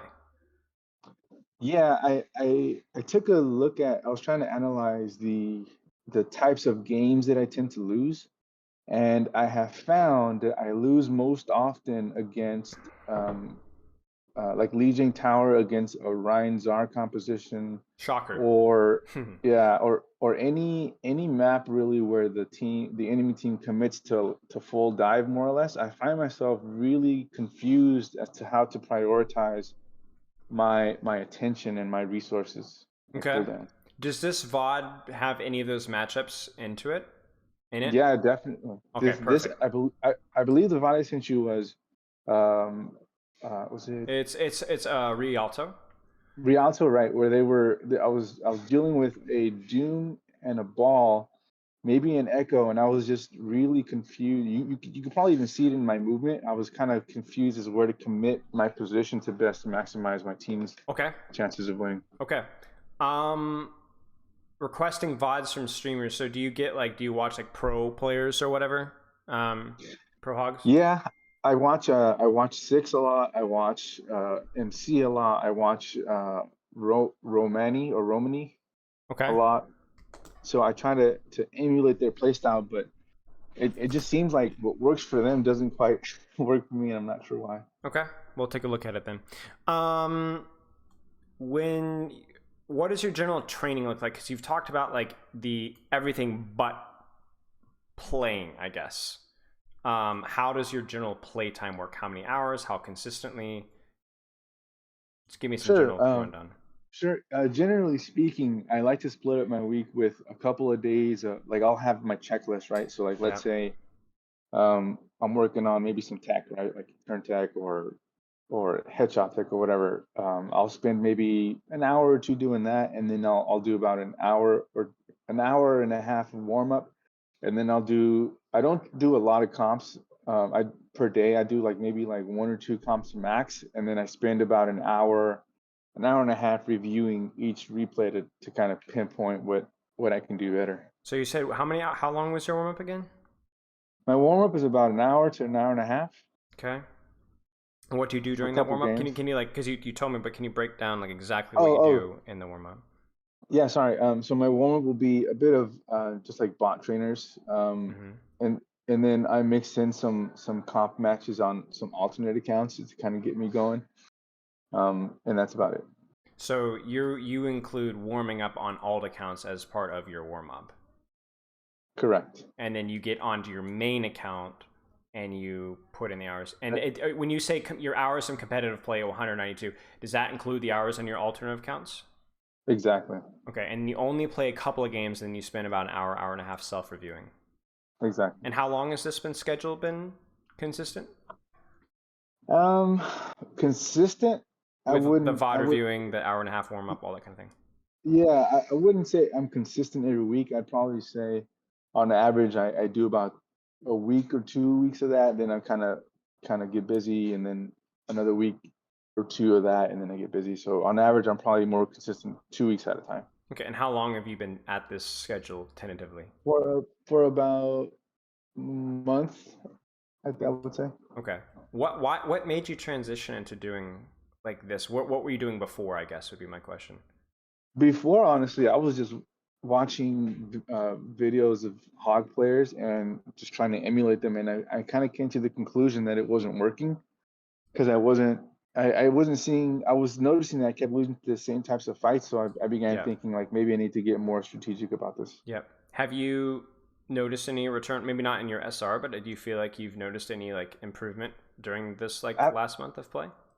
Yeah, absolutely. I've and even honestly, I began. That's how I discovered you, and the whole notion of this is gonna. I feel stupid saying this, but the whole notion of playing with what my team needs has actually made a difference. I've won games that I wouldn't have before, simply by just keeping the question, what does my team need right now? And that's prevented me from doing some stupid flanks that maybe I would have done, or getting a DPS kill that I wouldn't have gotten before. So okay, yeah. So full transparency, like full honesty with you, Sure. I really respect the mindset you have when it comes to trying things, different things, even pushing things to the extreme a little bit. Like, did you VOD review much at all up until about a month ago? No, I recently just started. And you're now doing like an hour a day. Is that the case? When you say VOD review, like my own reviews? Yeah. At the, Exactly. Yeah, that's a lot. That's a huge swing, going from 0 to 100 essentially. I mean, that's more than most pro players do in terms of self-review. Interesting. So here's my suggestions for this. Okay, so you need to find a little bit of a better balance. I think would be the best thing for you. So what you're doing is you are experimenting. You have the scientific beginner mindset where you're trying this, and it's like, do I like black pepper? You dump like half a pound on your chicken. You know what I'm saying? Do I like cayenne? Do I like garlic? And you're kind of familiarizing yourself with the different play styles and the different learning approaches, right? So what I would like you to try and do is I would like you to try and find a little bit more moderation with how you're training right now. I think an hour and a half of warm up is too extreme. I think you could get away with finding not even bots. Get in a workshop code with bots that move more realistically. Maybe I'm not sure if that's what you're already doing, but bots that move more realistically. Get 10 minutes of that, 15 minutes of that, and then I want you in queue. And I want the goal to be to shift those hours from VOD review and warm up into playing the game a little bit more. You're having a little bit too much of a good thing. I think the VOD review is good, but I would be very happy if you could take that VOD review from 1 hour to 30 minutes or even less. So maybe just do, and don't even necessarily need to do a full map. If you're like, okay, 30 minutes isn't a lot of time. Okay, fine. Then do a couple of crucial fights from 2 different maps, right? Or a couple of different maps. Do you see what I'm saying? If you balance that with your warm-up, 10 to 15 minutes of warm-up, which should be all that you need, you will get in more quality games and more quality practice.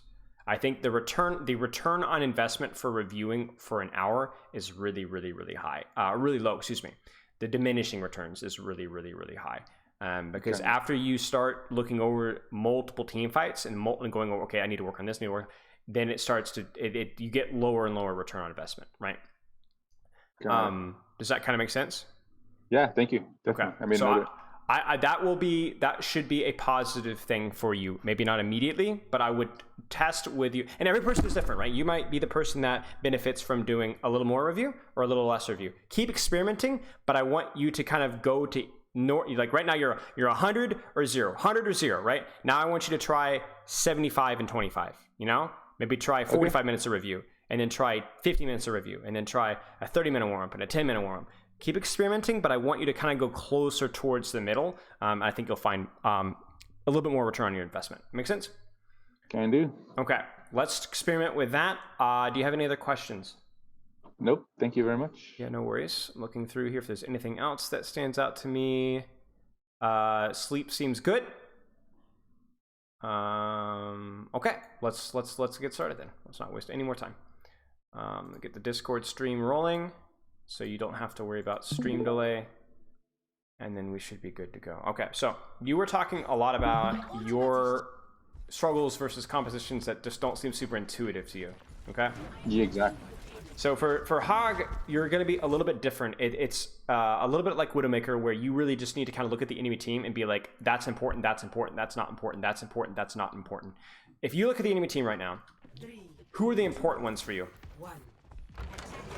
For me, I would say Ball and probably Sig, honestly. Okay, why?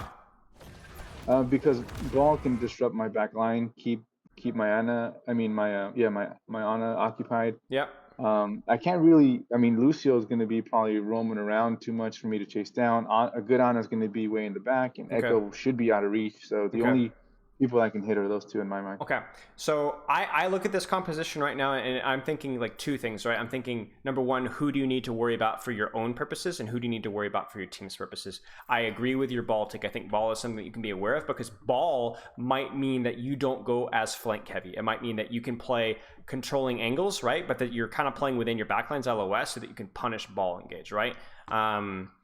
But then I also think that I think Lucio is not important. I don't think Echo is important. I don't think Sigma is super important. I think he's somewhat important. But I actually I do think Ana is fairly important. I think like that is something that, like, okay, if she has cooldowns, you need to be really careful about how aggressively you play. And everybody talks about that with Roadhog, but it really is true. You need to be more careful about that. Now in Overwatch 2, those cooldowns are going to be a little bit weaker, a little bit longer cooldown. But for right now, you need to just go ahead and assume that when she has cooldowns, you need to be really, really cautious. Does that make sense? Absolutely. Okay. I think Widowmaker as well is something that you can be aware of. How does Widowmaker affect how you play? Think about what could you be doing?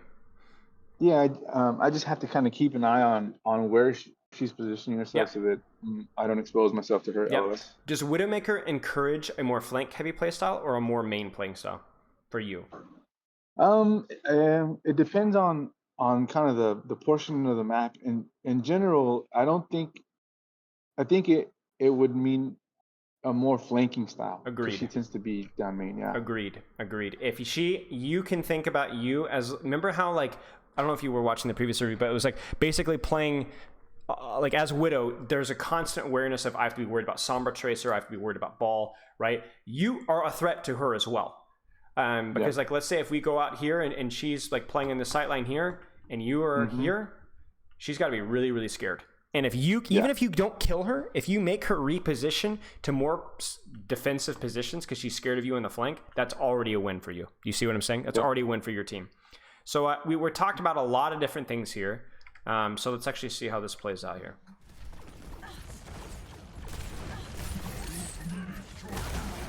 Here's the key. Do you need to hit? Is that hook a must hit? The one on the Sig? Were you going for Sig here? Yeah, I was going for the Sig. Gotcha. Never mind then. I thought you were going for the Ball. No, I was trying to trap the Sig in the room. I actually think that you could have turned on Ball here. Because here's the thing. Is this Sig killable right now? No. Why? Oh, well. You mean like after I finish the hook? Well, the hook's gone, right? Is the Sig killable right now? Oh, no, not at all. Why? Oh, well, he's by a corner. He probably has shield. Yeah. I mean, it's damage. It's pressure. Yeah. But what is killable right now? Ball. Good point. Yeah. If you hit one shot in this Ball, he's dead. One shot. Good point. You know? It's just like I didn't even turn around. But you don't even turn around, right? Exactly. So like your mindset is like, this Ball is killable. right? This ball is killable. Now, if you hit the hook on Sigma, he's killable, right? Yeah. Something to keep in mind. Let's keep watching. I don't want to start monologuing here. I just want to watch. No, that's useful by all means. Okay. So this is when I want you to start considering flanking. Because we have now reached a corner to where you are going to be facing a shield, and I want you to pincer. You are a fat, dangerous DPS, essentially. Right? So I think you get more value out of controlling a flank like this here. But what do you have to be aware of? I gotta be aware of Widow and Ana for the sleep. Yes, the Ana is the big one. The Ana is the big one. If you come out here like an idiot, and you walk out here and you get slept here, you are dead. But definitely. If you are here and you're like, oh shoot, sleep dart, and you duck, but you still get like, let's say even if you do get slept and you're here, are you okay? Yeah. Probably. I think so. Yeah. I don't think you die. I don't think you die. Agree. Full hook is always nice.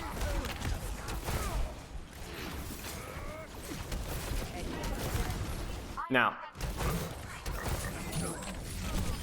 Good.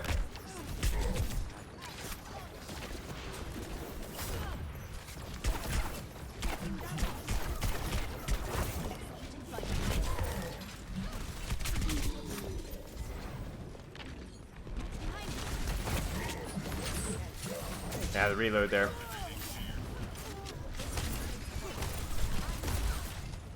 It's fine.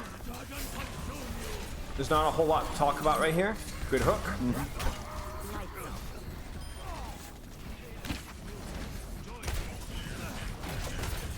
So I'm watching you mechanically. Nice hook. And I'm not, frankly, blown away by your mechanics. So the reason I bring this up is because it does, I think you would benefit from that little bit of additional playtime, a little bit less review. Okay. In the long term, I think you would benefit from it. So, but let's keep watching. So is that referring to just you think I should be hitting more Yes. hooks or You more look clicks? awkward in how you're moving and how you're aiming. Not awkward as in you're bad or bronze. You look exactly where you are, is what I'm saying. If you were to Got tell it. me I want to be a Master's Roadhog, I'd be like, okay, you got a little bit of work to do. You need a little bit more reps. A little bit more Got it. quality Okay. focused reps. Okay? Good to know. Okay. Now. Controlling an angle, controlling a flank. Oopsie daisy, there's the Hanzo.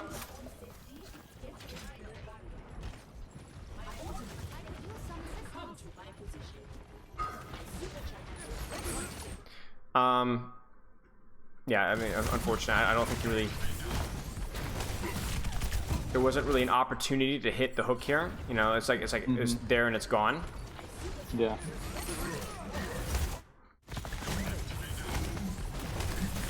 You could honestly whole hog this if they don't have CC, but I don't thought think about it.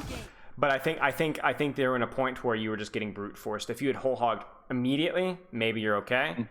Otherwise, yeah, not gonna happen. I think it was fine that you didn't. Obviously, an extremely dangerous ultimate if they have any form of CC. Yeah. So yeah, let's talk about this. So this one is really not Roadhog specific. This is more like general play, right? So Sure. here's my question for you. What is the problem with holding this high ground right now? Notice what I said right now. Right now. Well, I guess the entire enemy team is right in front of me. So Right. And lot of pressure. but that's not a problem usually, right? But what's just happened? True. I used my hook already, Yep. What else? and There's two other things on your screen that should influence your decision making. Orisa put down their shield so they can just walk forward. That's true. That wasn't even one of the ones I was thinking of. Look at the kill feed. Oh, I didn't even notice. Mm-hmm. We were down to DPS. You were down in DPS. What else do you need to look at? Look at the top middle of your screen. See if you could pick it up. Oh, the cart. The cart. What's important to know about the cart right now? It's too far back.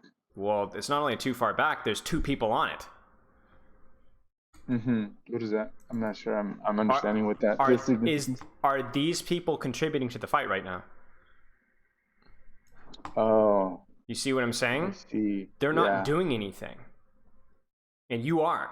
So if I am the enemy team right now, especially when this Onzo or this On and this Echo Cure, I mean, look at this. 1, 2, 3, 4, 5, even without the Brig versus how many right here?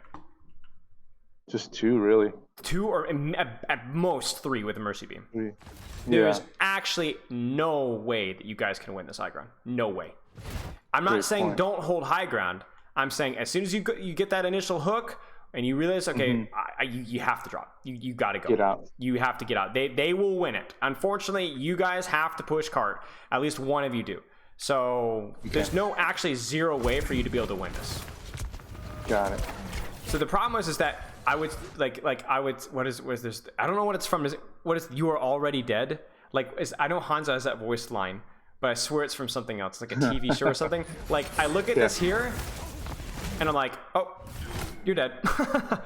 you're dead. Because even if you start to vape here, you're gonna get rocked. You're gonna get slapped. There's just actually I'm surprised you even got that vape off. He was in the mid shift. You're actually done.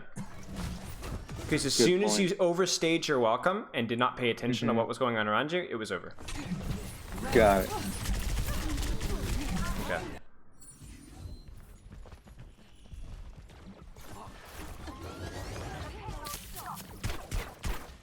So I'm kind of letting the gameplay flow for a little bit and just pointing out the bigger things because I want to kind of see what the overarching, consistent issue is, right? I'm not sure exactly what it is just yet. But that one was Sounds big good. enough to point out. Thanks, man. Another thing to keep in mind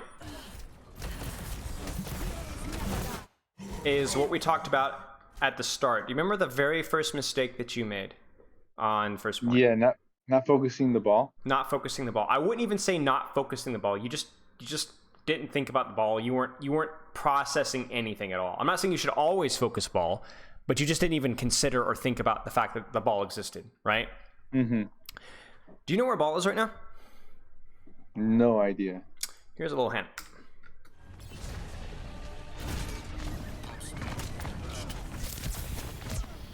I had no idea he was. You had back no there. idea. Now, you can't always keep track of ball, but do you know what would a GM top 500 Roadhog be thinking about as they're crossing that bridge?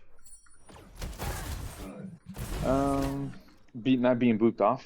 Not being booped off and be thinking when that ball, I'm gonna turn off stream for just 1 second. When that ball goes in, what are you thinking about?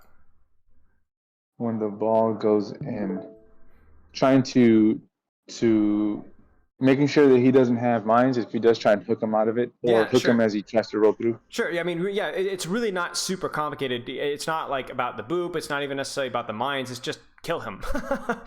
Oh, okay, got it. If you hook him, he will die. You know what I'm saying? Like, especially against your composition, like he's going to die. So it's like for you, it's like you are not scared of ball. You are hunting ball. Come on. I dare you to try and slam us. I dare you. Come on, try and slam Got me. it. Because if you do, you're dead. You know what I'm saying? Yeah. If he's not dead, then he's going to be 1 HP running for his life and out of the team fight for a long time. You know what I'm saying? Yep. So you're just kind of walking, right? You're not thinking, oh, there's a ball in the field. And the problem with this is that yes, it's just the wrecking ball. But like, what if this was like a monkey, right? What if they were on Widowmaker still? What if they were on a Sombra and she was on your backline and she was waiting to try and hack, like if let's say it is Zenyatta? What if they were on Tracer, right? That you have to, I don't want you reacting. I want you thinking ahead of time, like, who am I looking for right now? Because if you think about this right here, you're not really thinking about anything except crossing safely, right? Exactly. But you could be thinking about more. You could be thinking, where is that ball? Where is that Ana? Where do I need to be going right now? You need that information. You need to be thinking ahead of time. It's actually so crucial as a tank player to have like a lot of awareness of like where enemy and where your teammates are at all times. Last fight, you didn't know where your teammates were here, right? No, I did This not. fight, you don't know where ball is, who is Nope. equally, if not more important to know. So Yeah. something to keep in mind. Okay. These are very good points. I'm writing this down. Sure. And you can always go back and look at this over like later and That's take true. notes. You don't have to sweat it. You can just kind of chill right now if you like. Thanks. All right. Okay. Now, positioning. What are you thinking? This is going to be embarrassing. What you're about to see. I know exactly what you're going to... I knew what you were going to do before you did it. As soon as I see... I know what you're going to die to, and I know exactly how you're going to die. And I know when you're going to die. I knew as soon as I saw this... Remember the joke I just made? You were already dead. Like, that you were already dead. Because you were going to walk up, you're going to get slept, and you're going to get naded, and then the Echo is going to just murder you. You nailed it. Exactly what happened. What's the problem? Is playing on the flank bad? Is it being in this general area necessarily bad? No. I think my mistake here was just, why would I go out of a clearly safe position, right? Mm-hmm. And into enemy vision to hook an opponent that's going to be clearly in the line of sight of the supports. Yes. And yes. This was just exactly. like so many. This isn't just you don't know the status of Ana cooldowns. This isn't just you're going fully into the middle of the enemy team. This is also you're completely leaving your team behind. The idea is not that Hog needs to be playing with his team, but if you are doing things in their spawn and your team's just like sitting there quietly and not doing anything, then 6 people on the enemy team or 5 in Overwatch 2 can focus you down and kill you. Yeah. But if they focus you down and kill you, but your team can shoot them, then at least you get something out of that death. You get nothing out of this. Like I'm gonna enjoy this one. Yoink. And dead. And what did your team get out of it, right? The only thing maybe is you force a Sigma shift, right? Like that's really it. But that's a feat. So what would have it been better instead? Let's just not flame the mistake. What would have been the better decision? The better decision would have been perhaps to just kind of chill here and see if how aggressive they are in pushing up, or maybe hang back behind those boxes by that wall, and then like here get an angle on them when they come out. Yeah, I kind of like this position here. I don't like this position here.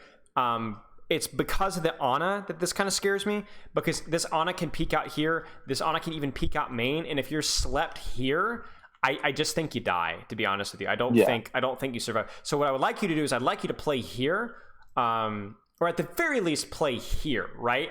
So that you have some counterplay to Sleep Dart. You can kind of juke it. You can, if you do get hit, you're a little bit safer. You're still controlling the flank. You're still on the angle. You can still land the hooks and do lots of good damage, but you're a lot harder to punish. The previous Winston VOD we started off today was a lot about how corner positioning is not just for supports, it's also for tanks too. If I was a Zenyatta standing out in the open, my team would flame me. But if I'm a Roadhog, I'm fine.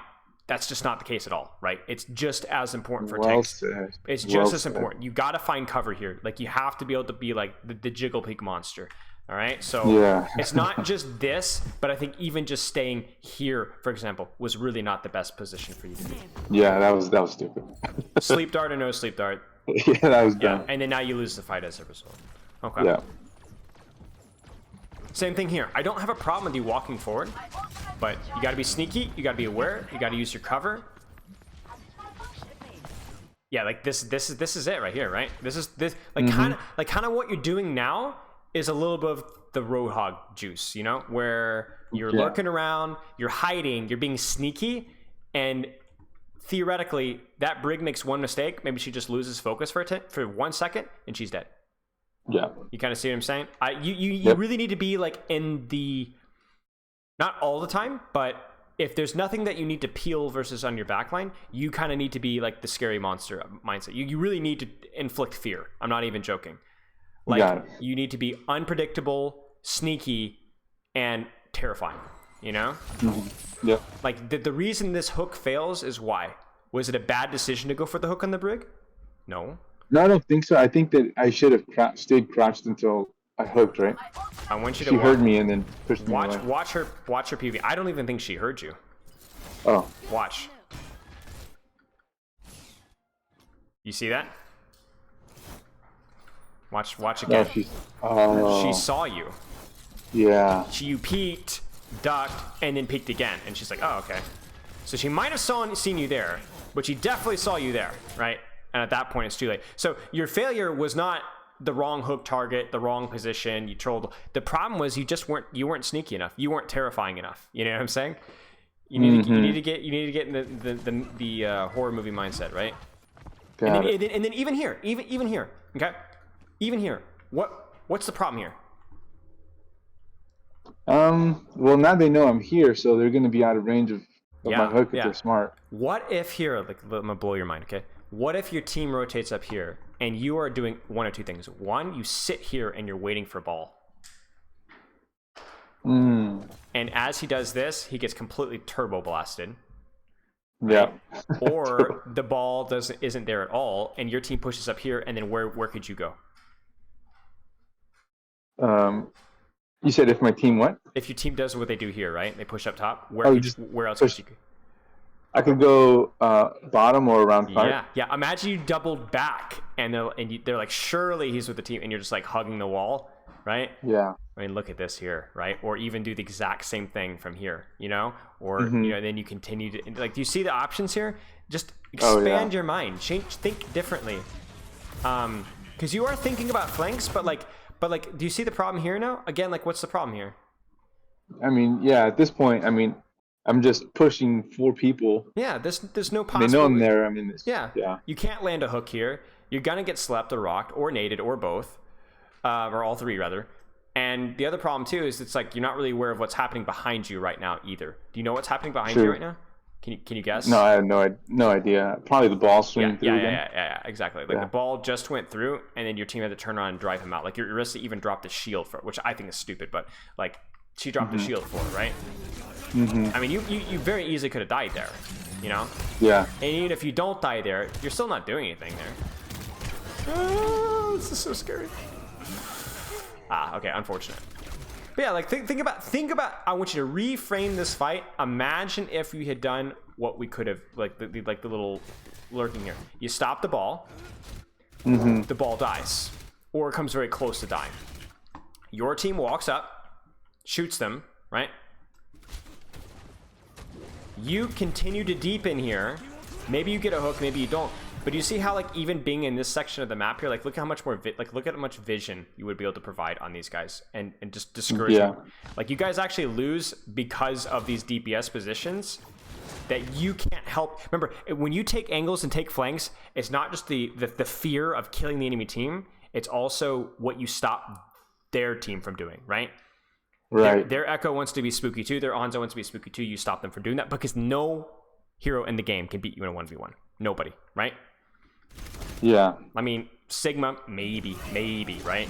But really, no hero can really beat you in a 1v1. So you need to exploit that. May I ask you a quick question? Please. So it seemed, because this is something that I was pushing here because I suppose that what I'm understanding is I should have been respecting ball a lot more, right? Just in general. It's not so much respecting, it's just abusing the fact that he can't play the game if you're on your game. It's disrespecting him, really, is what it is. Because I feel like sometimes it seems to me like let's say if I were just kind of hanging back with my team, crouching, waiting for ball to come through, right? It feels like I'm doing nothing to this, contributing nothing. That's normal, right? Your problem is you don't understand that you can oftentimes be doing both. When I was explaining this fight, I think is a perfect example here of what I wanted you to do in terms of like positioning, right? My thought process wasn't you need to be playing here to stop ball. My thought process is you can stop ball from here, but even if he's not here, remember what we said? This is still good too, right? Right. You utilize the right position to stop the ball, but also just whatever else is there too. And then if there is literally nobody here, okay, well then now it's your flank to use, and then you can go kill people with it. Got it. Your problem is you tend to just you tunnel. You're not aware of what's going on around you, which limits your ability to play in the proper position and play in the proper way. And I think it's not just about the ball; it's about everybody else in the enemy team too. Exactly. I got to expand my thinking to just. Yes. It's not just about one hero. It's about. Yes. Well, Yeah, got it. You should be actively thinking, how can I ruin somebody on the enemy team's day? How can I make it, whether it's the ball, whether it's the Widow, your job is to be a bully and to be not only just a bully, but to be a sneaky bully. That's you should be like a good hog. Have you ever played up against like a really good hog as a hog, or if you played a quick play game playing support or whatever? Like playing up against a good hog is really frustrating because it's like it's like hide and seek, right? It's like you don't know where they are, you don't know what's going on. It's like you feel like your team can't even help you. You're just dead. It's like it's fine. It's not the most powerful ult in the game. If you find use for it, use it. You know. Yeah. Okay. Like that. Like the thing is you can be a sneaky guy, not even on a flank. Do you think the Sigma was thinking about you at all?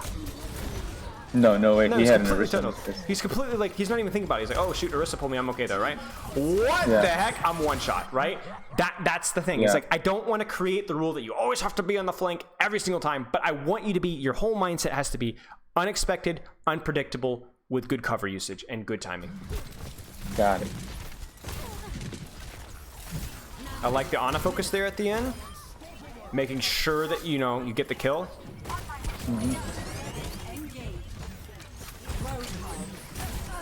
You're fine. Almost. You guys should be okay though, especially with the Valk. I think you get it. Nice hook. Vape there was probably fine because you're thinking I might be taking damage during that.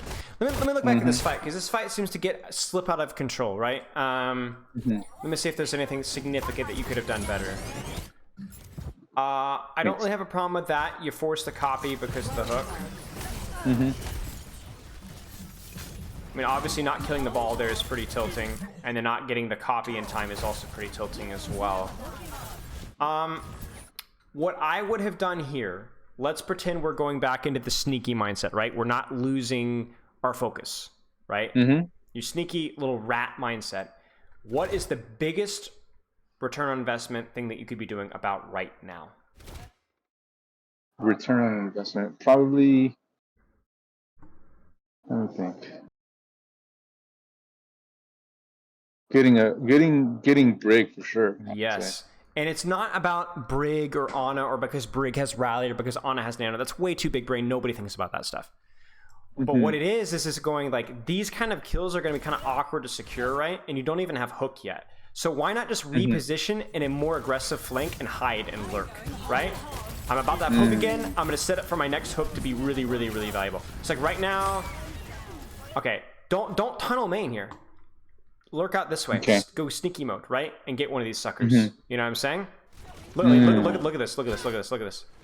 That Ana is dead. That Ana is dead meat. Point. That Ana is absolutely dead. You can't kill the Brig, sadly. But that Ana is dead. And now you have hook. And now look at this hook, right? Yeah. Like it's like you get it. It was a great halt hook. But like honestly, this feels like an amazing play. But why not? Like why are you even here? You know what I'm saying? Why not just go for the sneaky play? And the thing is like remember we talked about like as a hog you want to avoid like the middle of these fights. I think this is one of the situations where we're seeing that problem kind of arise, right? Absolutely. Where it's like as the fight evolves, you lose focus on what you need to be doing and you get sucked into the middle. And then you see the problem with that right here, right? You see what happens? Absolutely. You get anti-nated, you get burst. They weren't even aiming for you, bro. They're aiming for your Orisa, and they hit you, right? And that's what your hero just isn't very good at. You're not like you're not like the high charge Zarya that's like, okay, come on at me, Brig. You're just gonna get melted, right? You do have to be kind of a rat. Like that's just what the hero does. Yeah, well said. So yeah, as this fight kind of like evolves, you kind of lose control of things. I mean, I don't think you even played this fight badly. I'm not saying you threw this fight like you did the previous one. I think you did okay, but like it's always about like I think it's another example of where you could have been doing better if you had the right mindset of things. Okay. Yeah, definitely. Like even right now, where's Ball, right? Yep. I'm not saying stop and wait and spawn for him to show up. I don't even know where he is right now. Okay, he's over here. But your whole mindset should be, okay, where's that guy? Where's the guy? Where's left? Where's right? I'm gonna catch this guy. He is going to die. He is not gonna be able to play the game. I like this. I like this. Okay, we like that was good. You see that? That was good. There wasn't anything there, but you had the right mindset, didn't you? Got it. Okay, rat. Yeah. Where's the best rat position here? You left side. Yeah, come over here, sit here, Yeah. and start looking for hooks up here, or swing all the way wide and go torment the Sekko. Whatever, yeah. Go rat mode. Let's go. Yeah. Let's put it this way: if you were a Cassidy or a Hanzo or an Ashe, would you ever be caught dead here? No way. No way, you die instantly. But the thing is with Yeah. Roadhog is that's still the case, especially against this comp. If you get slept here, sayonara. It's You know? over. Yeah. You're done. And not only are you done, but you're also. Do you think an Ashe or a Cassidy would be able to get a lot of damage from this position? No. No, they'd be playing way. for their life, right? And it's the same Yeah. thing for you. Because even if you don't die here, like look, you see that? You instantly turn around and start running, right? Yeah. That's you're not shooting, Oh. you're not hitting hooks, Good point. you're not What doing am I any damage. doing? Yeah. Good point. You're just taking damage for the sake of taking damage. Like you're not even baiting good attention. You're just Yeah. you're just a And punching. I'm focusing on other tank. Right. And you see now this is the perimeter rule, right? Look at you in comparison to what's happening in the team fight. Where are you? Right in the middle. Right smack Good dab point. in the middle. Dude, this is so useful. Thank you. Yeah, of course.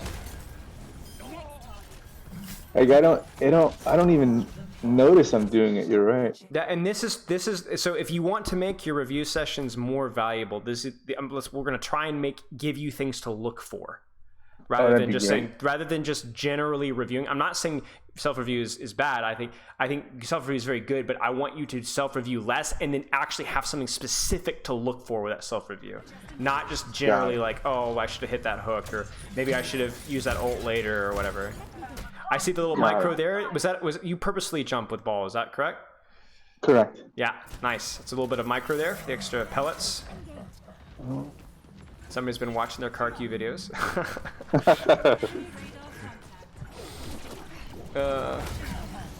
What's the problem here?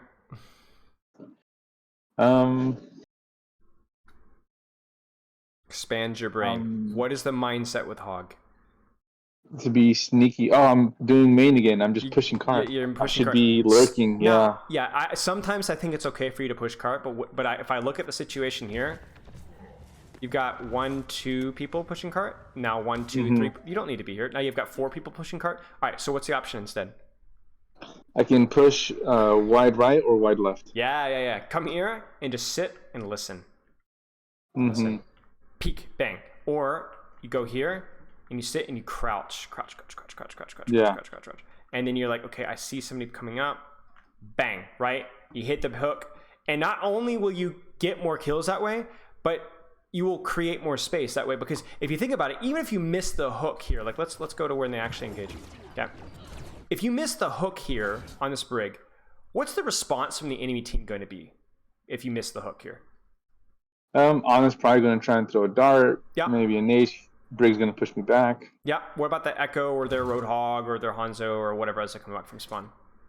Yeah, they're all going to have their... Well, Yeah. they're too far, but They're for too sure far. I'd get their attention. Yeah, you get a lot of attention. And what would happen is, think about this. If you get the Briggs and Honest attention, what does that mean for the enemy Ball and the enemy Echo? Less healing for them. Yeah. And right now, you're not doing really jack, to be honest with you. It's kind of hard to, right? point. But you would make it so that this Ball Echo would be 4v2ing.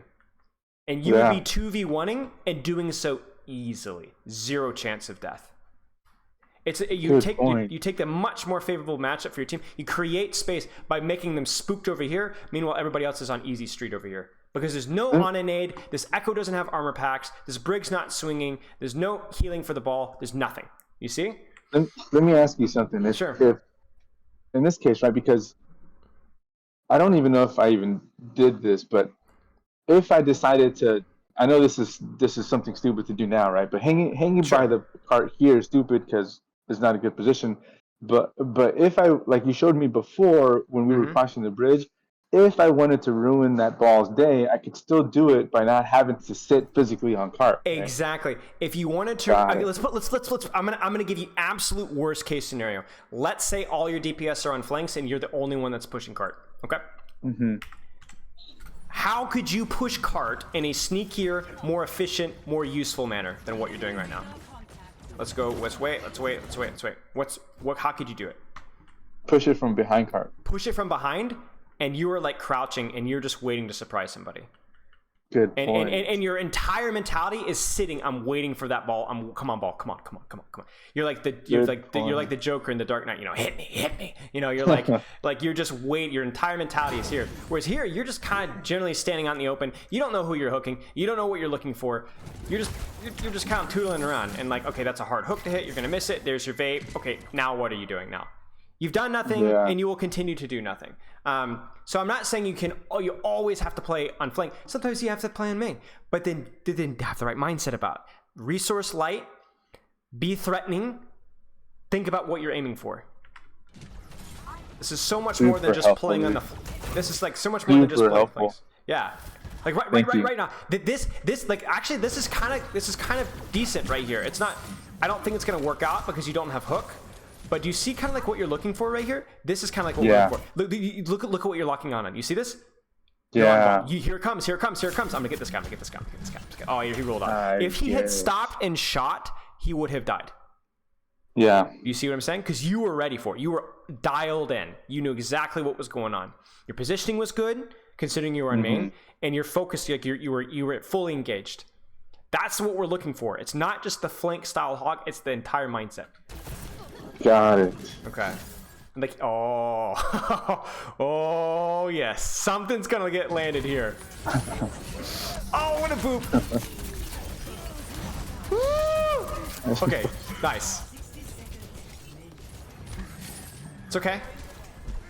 The thing is even if you hit the hook or miss the hook, he has to respect like you guys so much more. He can't actually like do as much as he wants to do, right? He has to play it like he has to like roll out immediately instead of shooting. So. Yeah. Again, here I'm doing the same thing. I'm just going in front of the cart. Yeah. Like your whole mentality here, like it's like rat here. I want you here, you know, or I want you, or like kind of like this isn't bad here, or like you know here, or I want you like here, like your whole mindset like rat. Be sneaky.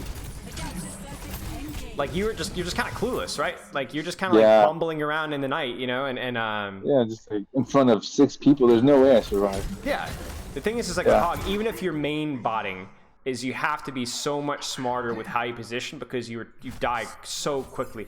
And sadly, well, actually not sadly because you know screw hog. But unfortunately for you, the case is still the same in Overwatch 2. Yeah, you get more HP. Yeah, your heal does a little bit more too, but you're still a big target, right?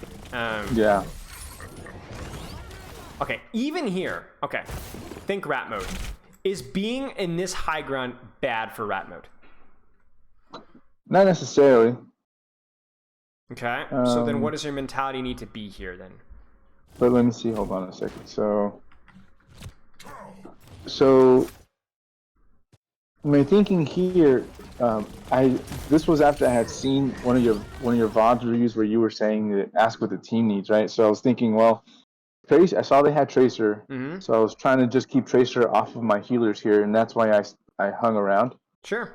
But maybe you're right. I shouldn't have been just chilling right in the center. I could have been crouched in the corner somewhere or something. Again, I don't want you to create a hard rule that you're never allowed to play in main. I think the idea here is fine. As long as you are doing like consciously, I'm going to deny that Tracer from ever engaging. That seems okay to me. Yeah.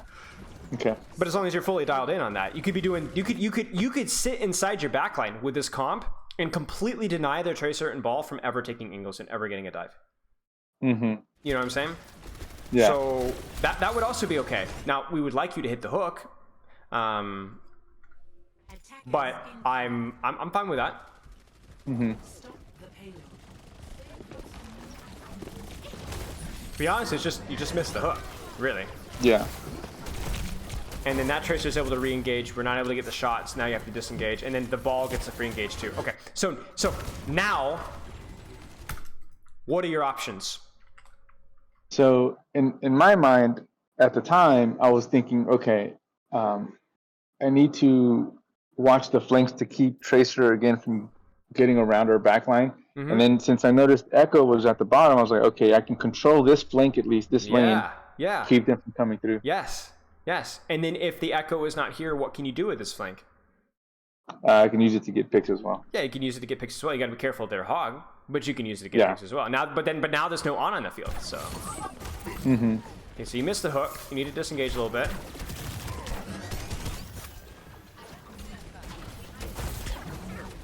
And the funny thing is now, like, go get her. Sick 'em. Yeah. You know what I'm saying? Yep.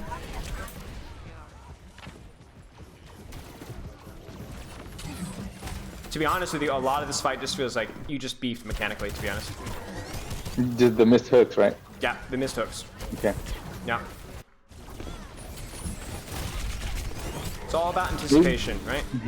What were you saying? Maybe I should have also rotated, instead of going into that room, I should have rotated by the Mega, I think. Because at least the Echo wouldn't have gone through with me there, I think.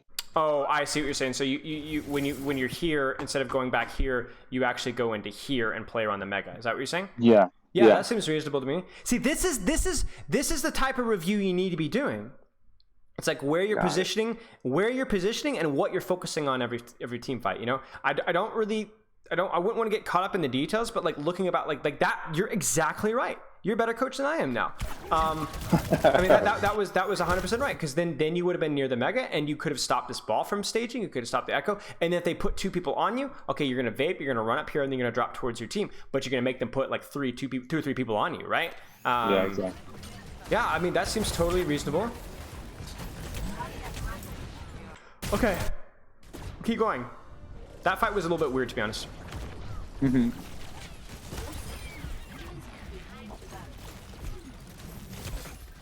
Okay, sneaky rat. What's the plan? I can hug the wall by the stairs so they don't have LS of me, and then Like here? try and up top. I meant like through Okay, there. here.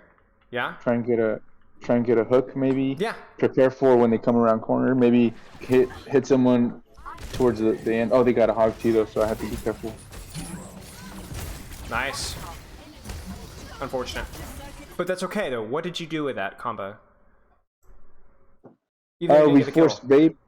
Yeah, we forced vape Yeah. and forced them off the high ground. That's the key one, right? Now you have the position. Yeah. Good job. So now. Oh, jeez.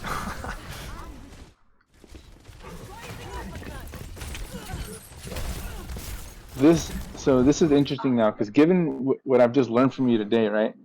My previous mindset coming up here was like, okay, they have Echo, they have Tracer, they have Ball, and Echo most likely I won't be able to hit if she plays out of far away. Okay. But in the past, before today, I would have just kind of I would have been confused about whether do I go hunt,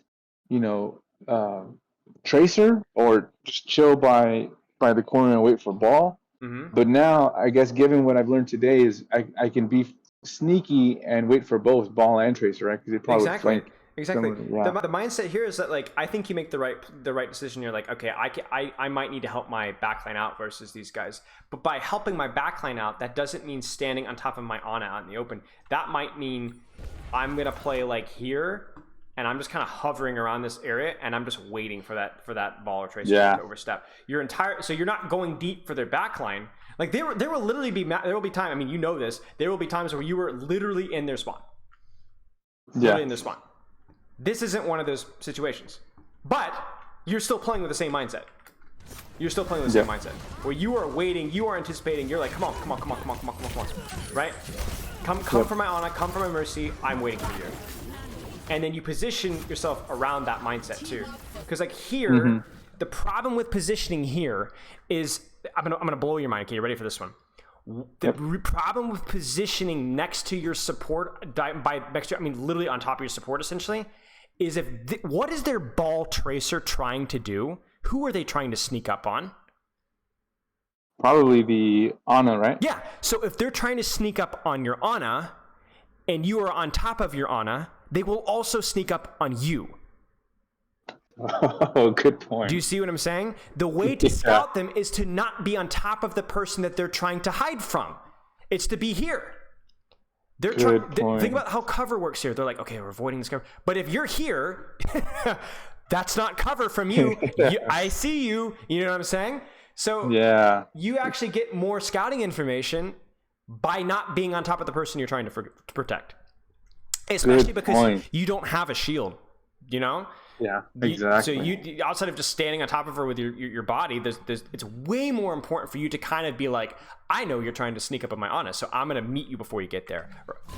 And you can see Got that it. here, like Dude, this is huge. Thank you so much. but I don't think you're always off either. I respect what you're trying to do here. I just think you just beef the hook, to be honest. My execution of.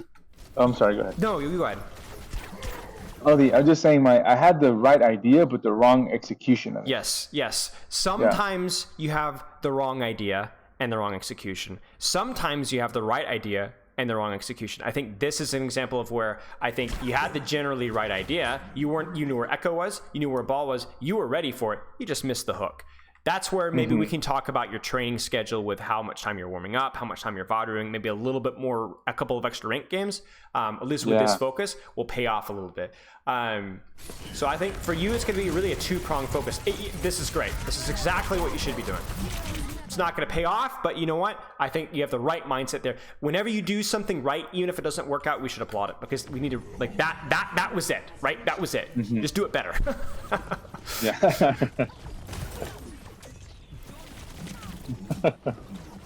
Again, the mindset is like, you're going to ruin somebody's day. You're going to ruin the diver's day. You're going to ruin their backline's day. You're going to ruin the Widowmaker's day. Like, look at that ball. Look at that ball. Look at that ball. Look at that ball. He wants to slam so bad. And he just sees you looking at him and he's like, man, I hate this game, man. I can't.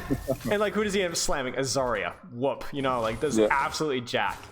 I mean, heck, you can even guard against the hog. Because what if you're the enemy hog here, if you're solo queue, what are you trying to do?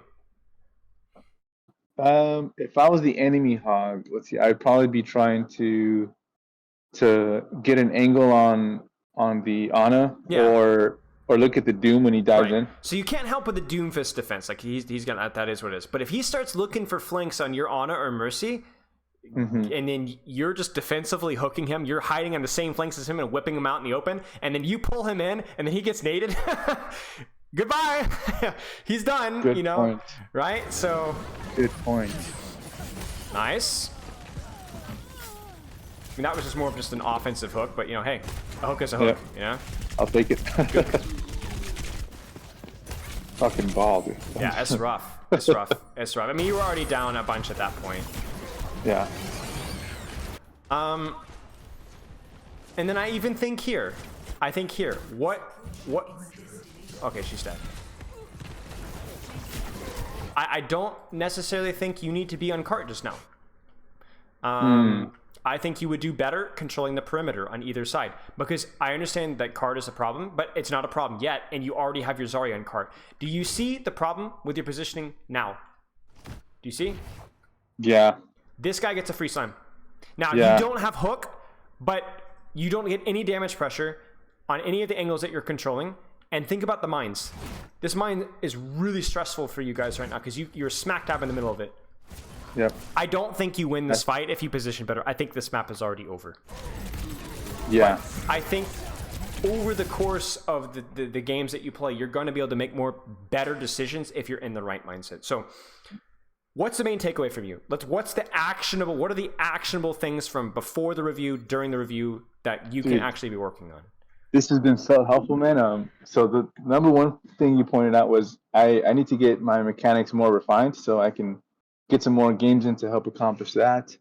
I can do my positioning is really bad. Like I can do more by playing the lurker style hog and be accomplishing more than one goal at the same time, and that alone is going to be really, really interesting for me to incorporate into my gameplay. Okay. Yeah, I agree.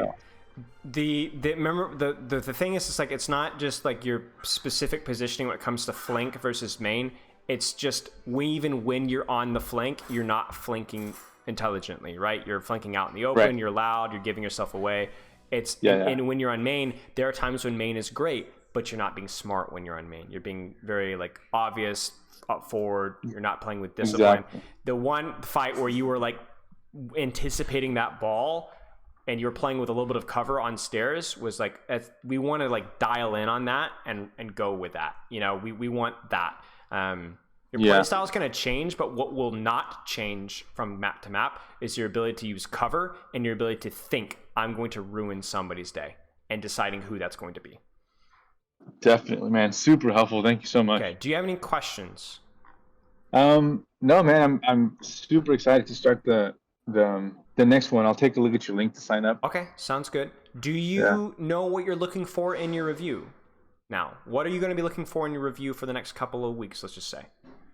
You mean in my self VODs or? Yeah, self VODs. So yeah, I'm going to be looking for improvements in my mechanics, and then no more stupid flank hooks like the one I did earlier.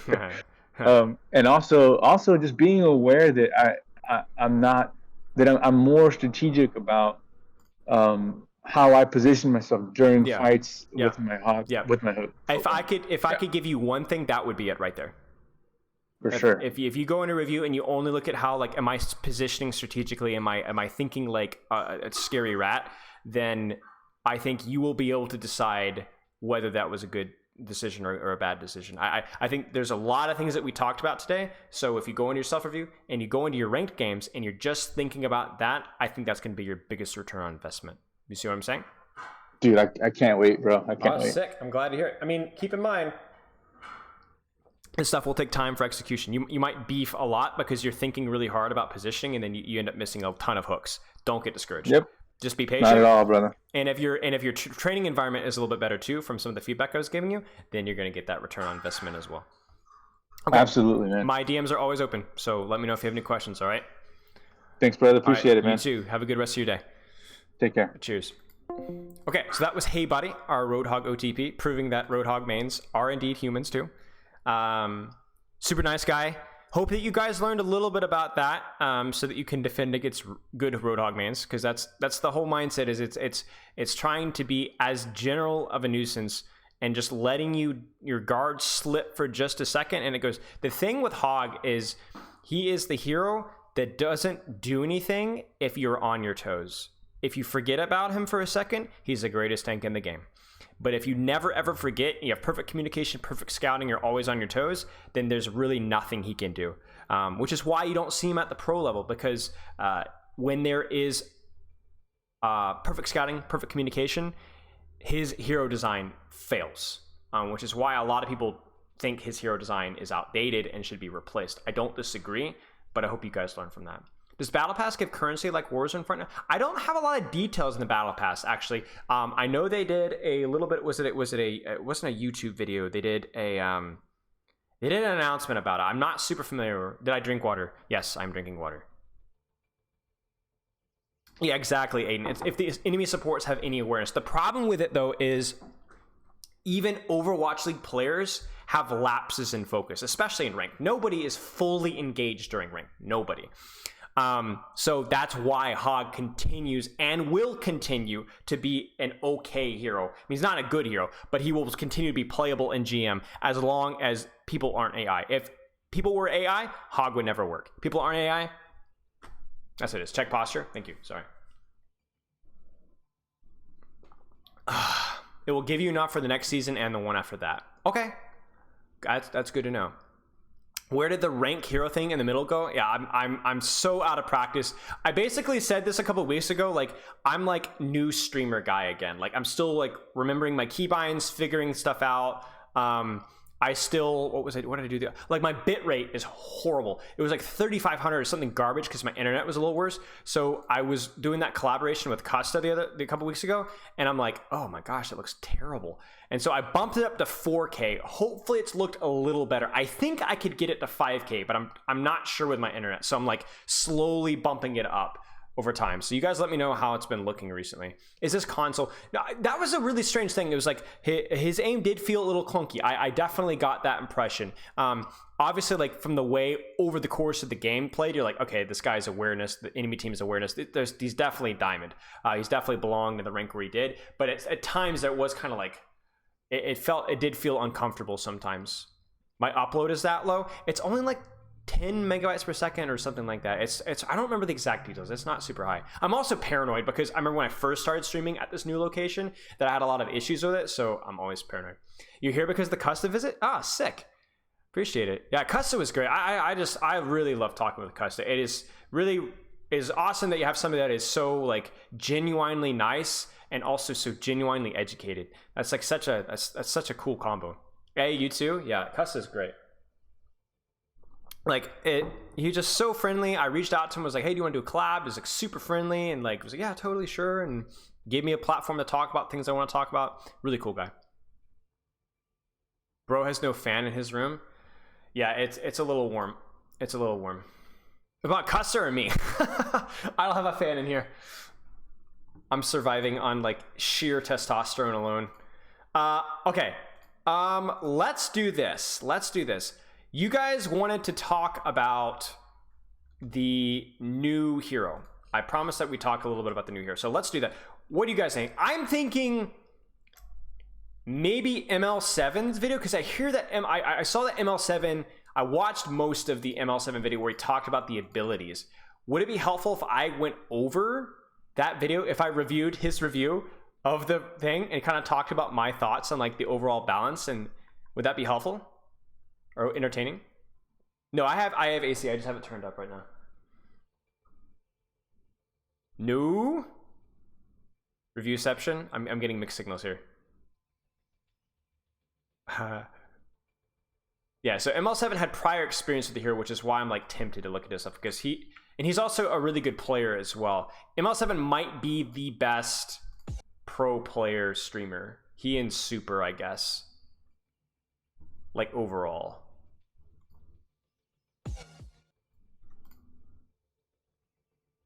And then you have like one tricks like Six and Necros, who are also like quite good at, but they're more quite good at the individual heroes itself than like just in general. Like ML7 is also a pretty decent at other supports too. Okay, let's give this a look, chat. Let's give this a look. ML7, speak to me. I mean, look at this energy, man.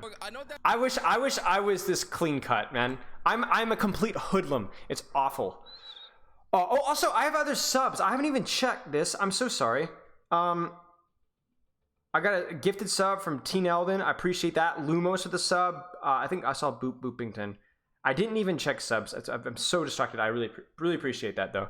Do you think ML7 could compete in L? If he put in the time, yeah.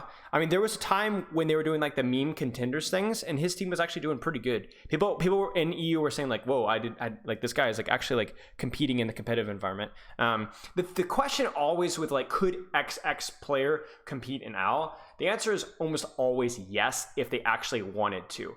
What I will say with ML7 is that it would require, he is closer to the OWL level mechanically now than 99.9% of streamers. I think he is a good player mechanically. There's a lot of players that are like, for example, I'm trying to think, like an Emong or a Flats. They're good players, but they're, I think mechanically and like hero pool wise, it would require a lot more work to get to them Overwatch League level, even though they're good players. Where someone like an ML7, obviously Super, I think is a little bit closer. Necros is a tricky one as well, because like he's obviously, I think, could compete. He's not the best, but he'd be okay at Genji in Overwatch League.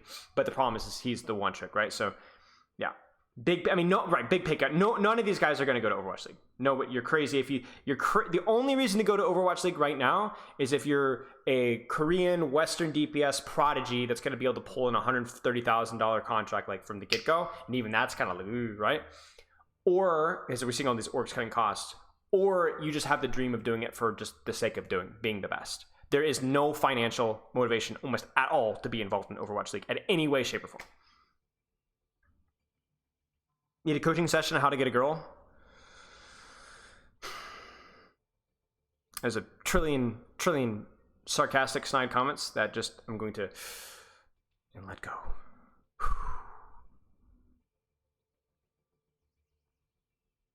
Yazin, yeah, Yazin's another one of those one tricks who's like really good. Although Yazin, I don't know, Yazin also benefits a lot from ping as well, so I'm sure he would transition well, but also it's far. It's like I don't know. Okay, you should try and see if you can do a coaching session with ML7 or Emon. That would be fun. That would be fun to bring them on and like have them coach another player. With a lot of players don't get paid enough. I mean, it's a job. I'm just saying, like, if you want to go full-time career mode, Overwatch League is like a ton of work, and doesn't pay very much. So if you're only doing it for the money, then you're killing yourself. Okay. Before we do this, I have to be respectful of Luno. Hi, I'm Mark Perry, the founder of Builtly, if you're watching for the first Oh, you're killing me. What is this? Redeem a special push-up? What is this? time. Today I'm going to teach you how to do a spider push-up. Spider push-up. Which challenges your entire body with an emphasis on your core, shoulders, chest, and Oh, this triceps. is easy. Start in the push-up position with your hands just wider than your shoulders. I pulled my lower arms back and I can straight, still do these. And shoulders locked down. As you lower into your push-up, Man. take 1 foot off You the guys ground must and have bring too the low of an same opinion of me. knee I'm towards not your that same side soft. elbow. I'm not that soft. All right, we'll do a couple spider push-ups. You see behind you, by the way? No, oh, look at Amari. That's her couch. That's our couch. All right, so here. Am I doing it right? I think so. I think so. I bet I can. I was gonna think. Do it for me. There you go. I should probably do a few more considering you spent 5,000 channel points on it. Ah! You do clapping ones. Clapping ones? Can you do a clapping one? I don't even know if that's possible. Ah! There you go. Kind of, sort of. Woo! Close enough. Disturbers. Okay. ML7. Kariko. I don't know how to pronounce him. Peak Overwatch content. Well, see, it's easy because I'm superhuman, so I am better. The Chad of educational Overwatch content. I think just the Chad, I think, is a good way to stop that sentence. Hey, if you're Not the Chad of Overwatch, not the Chad of Overwatch content, not the Chad of... He's just the Chad. The Chad. I think that's probably more accurate. Okay. superhuman, why did you pull your back? Why did I pull my back if I'm superhuman? Because you're a grandpa? I would have felt bad if you were inferior to me in every way. I'm also superior in terms of humility. Pepper is the Chad? Kiriko. Okay.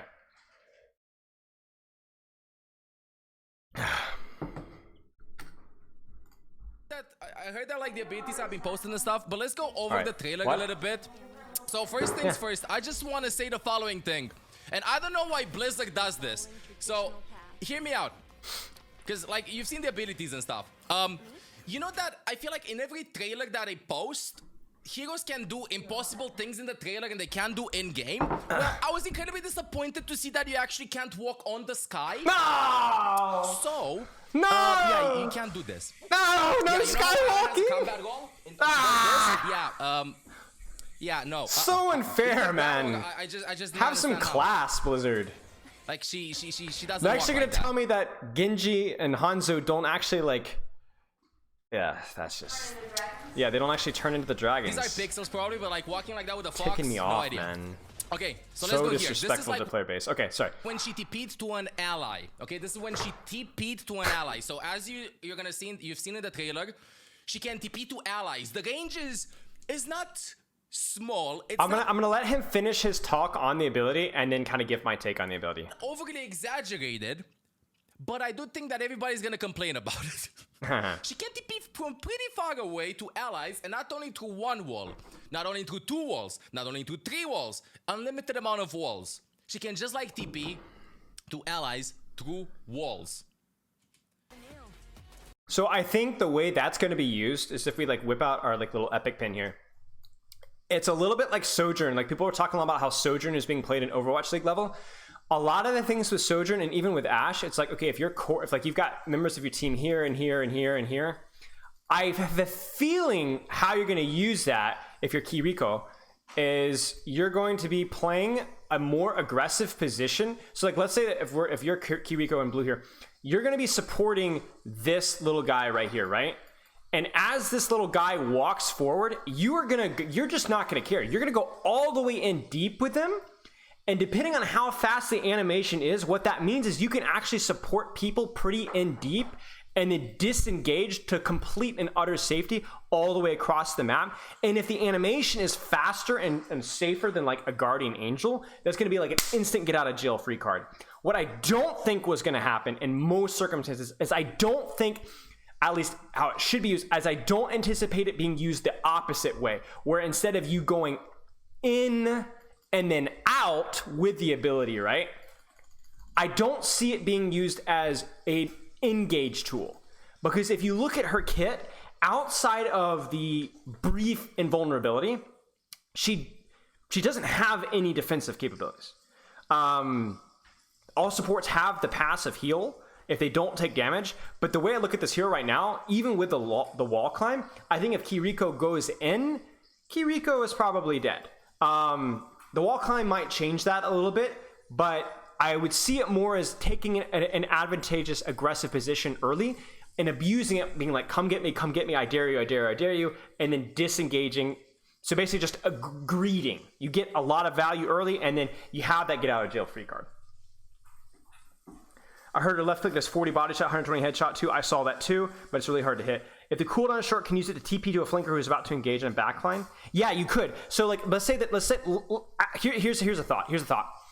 It could be like, if the cooldown is like 8 seconds or something like that, you could be like, Kiriko TP here, go in with your tracer on backline when you have like 4 seconds left, and then disengage right as they start to focus you. So you like TP in, wait 1, 2, 3. Nobody knows the cooldown right now, and then TP back out again when they turn and focus you. So you're able to assist your tracer. And what you could do is you could not only do damage with your tracer, you could be healing your tracer almost in the way that a Harmony Orb does. Maybe, I assume it probably does more healing than Harmony Orb. I would imagine like 45 HPS, 50 HPS, maybe. She doesn't seem like a heal heavy support, is my initial impression. And then damage that, and then disengage out again. The other thing too that the wall climb could do is it could buy you time when you do go in aggressive. So maybe you TP in aggressively, and then you wall climb up to a high ground, and then now you're inaccessible, and you shoot, you support, and then you TP out. So the wall climb might buy you time for you to TP aggressively, but I still don't anticipate, unless the cooldown's really low, this being I would imagine it to be like an 8 or 10 second cooldown, maybe longer. So I don't see it being abused as an engage tool a lot, and more as a get out of jail free card. People are comparing it to Guardian Angel, but it's a completely different ability, because I think Guardian Angel is like fluid and constant, right? Whereas this feels more like a burst of invulnerability, essentially, and then you have to wait. Not invulnerability, but the escape, right? Her heals are okay, so that's where I would guess like a 45 HBS, somewhere in that ballpark. So like weaker than Mercy Beam, weaker than Moira, weaker than an Ana Pocket, but stronger than a Harmony Orb or a Luciara. Okay? That's what she can do. Now, this is her left click. I'm out of water. This is her heal. View it as, I don't know, dude, like, kind of like Zenyatta combined with Moira, if that makes sense. Zenyatta with Moira heal. That's how it feels. Zenyatta with Moira. He says not how much it does, but how it feels. I imagine it's like you look at somebody like with Zenyatta Orb, but you throw the heal along with them, and the Harmony Orb has a travel time, but obviously this one's going to be a little slower. But it feels weird. It's like a new mechanic. Have some more water, like, do you mind? Thanks. The homing, you don't quite aim, but they go there. I don't know how to properly explain it, but it's... Yeah, I get that. I get that. NDA and all that. From a support, because this is not a healer, this is a support. It doesn't heal that much, though. And it is kind of weird. Okay, so he says it doesn't heal that much. I don't think that I can talk about numbers and stuff, but allegedly, she heals okay-ish. Yeah, like I said, 40, 50 HPS would be my guess. So it's going to be interesting to see, like, how this coincides with, like, I don't think it's an accident that this hero is coming out when they went 5v5, because a hero with this low healing would not have succeeded in 6v6, because yeah, you're like, oh well, what about Zenyatta? Yeah, but Zenyatta has like significantly immediate like higher damage. This hero's utility is okay, but it feels extremely cooldown reliant, and she doesn't have a lot of consistent damage like Zenyatta. Like I think if this hero had been played released in 6v6, I don't think it would have been played. I love how like I'm looking at I'm part of the problem, guys. I'm looking at a trailer and I'm telling you that this hero wasn't going to be playable in 6v6. Telling you, man. I'm becoming one with the talking heads, giving like 0 IQ takes with like 4 sentences. Okay, now hear me out. You've seen these. You see blue what cards. I mean, though, right? You've seen these blue cards. So you've seen the yellow cards and the blue cards. Yellow I'm ashamed of cards myself. mean that you actually like hit the allies that you're healing. Meanwhile, the blue cards mean that you missed the target. Okay. Because you see that it has like a travel time. So like once locked, it connects to them, but you can also like miss them and they turn into blue. So over here, she was aiming at Genji. They're yellow because they connect, and they're blue if they won't connect. So in theory, you can throw the healing and you can be like, bro, I know it's gonna connect because I see the yellow, so I'm just gonna do something else because it has like a travel So time. as soon as it's locked, you can just turn your attention elsewhere. So here's my question. If you don't lock with the blue, you guys see the blue here? Yeah.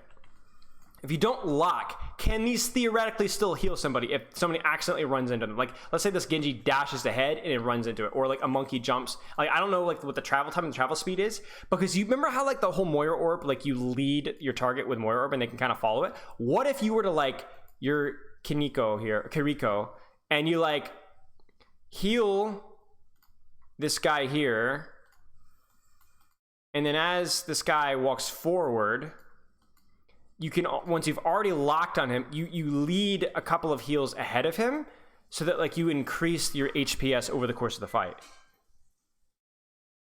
What if that's how it works? I mean, it has to work like that, right? Otherwise, like, it feels like such a waste. Like, oh, yellow or blue, like, I don't know, it just feels like a waste. It feels like that there's like the tech is in there, right? Like you lock, stop, and then lead it. You know? I don't know. I'm not sure. So this is like programming. Like, are those blue? Do the blue literally just die as soon as they don't lock? I don't know. Heal. You see how it goes with Genji there? Missing homing heals. Because what I'm thinking is like, what if you're like, my Genji Tracer are gonna dive this target, so I'm gonna lock, heal, and then throw healing at this target, because as we engage, this healing will hit the target. I mean, it really depends on travel time, but you guys kind of see what I'm saying, right? So this is like, they don't seem super fast. You guys see that looks slow. Like, you can dash ahead of that. You can jump ahead of that. programming a heal. You see how it goes with Genji there? Missing homing heals. Okay, she TP'd, and now let's talk about this. Let's talk about this, because this is where I gotta stop a lot of people, okay? Because I know that she seems a lot, she has a lot of things, and she's probably the most fun support to play. Ooh. But Okay. this is her only source of damage. Ooh, what if we can eat them with Matrix? That would be really annoying. This is her only source of damage, so hear me out for people in the back. This is her only source of damage. She has the knives, okay? She throws the knives. Pew, pew, pew, stuff like that. All the time. And I don't know if you can quite tell this, but Does it look like her animation is kind of going back and forth? It means that she's probably has a pretty fast fire rate, like boom, 2, 3, 4, 5. she does Maybe way not super more fast, but damage fast for in projectile. the head Like Genji than body level. shots. She has, I don't know, like it gets multiplied. I heard that she does triple damage to the head. 3 times modifier. That's what I heard. By a couple. She doesn't then body.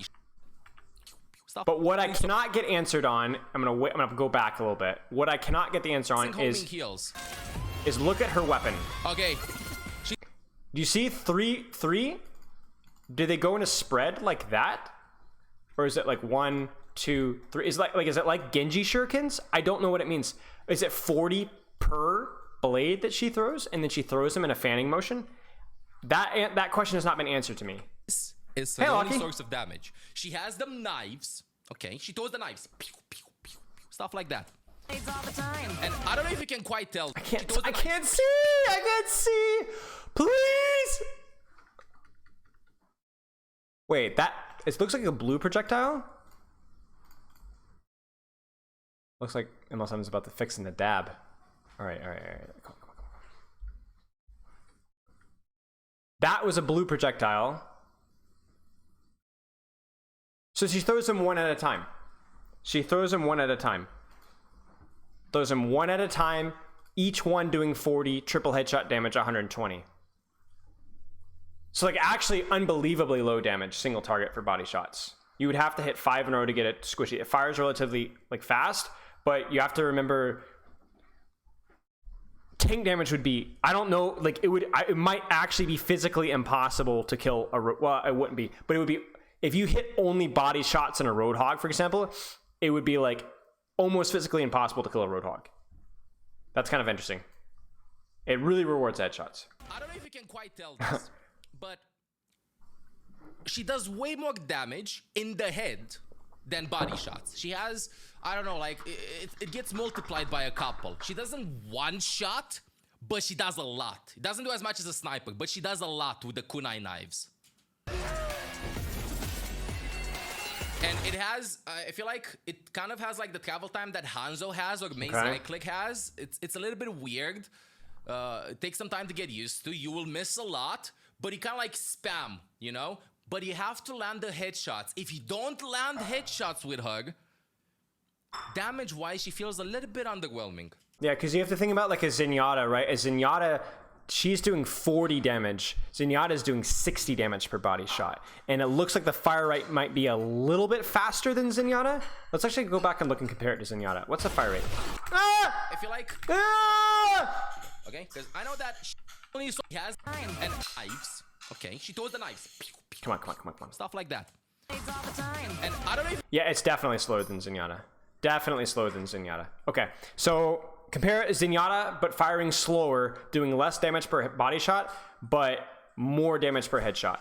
But the funny thing, well, actually, no, not more damage per headshot, because Zenyatta does 120 damage on a headshot too. So, yeah, interesting comparison. So less damage than Zenyatta, significantly less damage than Zenyatta. Yeah, I agree, Baggins.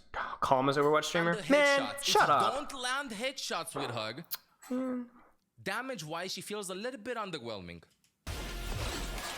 The TP is honestly, I would say, probably the best addition to a support skid that I've It's gonna be so cancer in deathmatch though. In the game because what you can do is you can't use in deathmatch because there's no allies.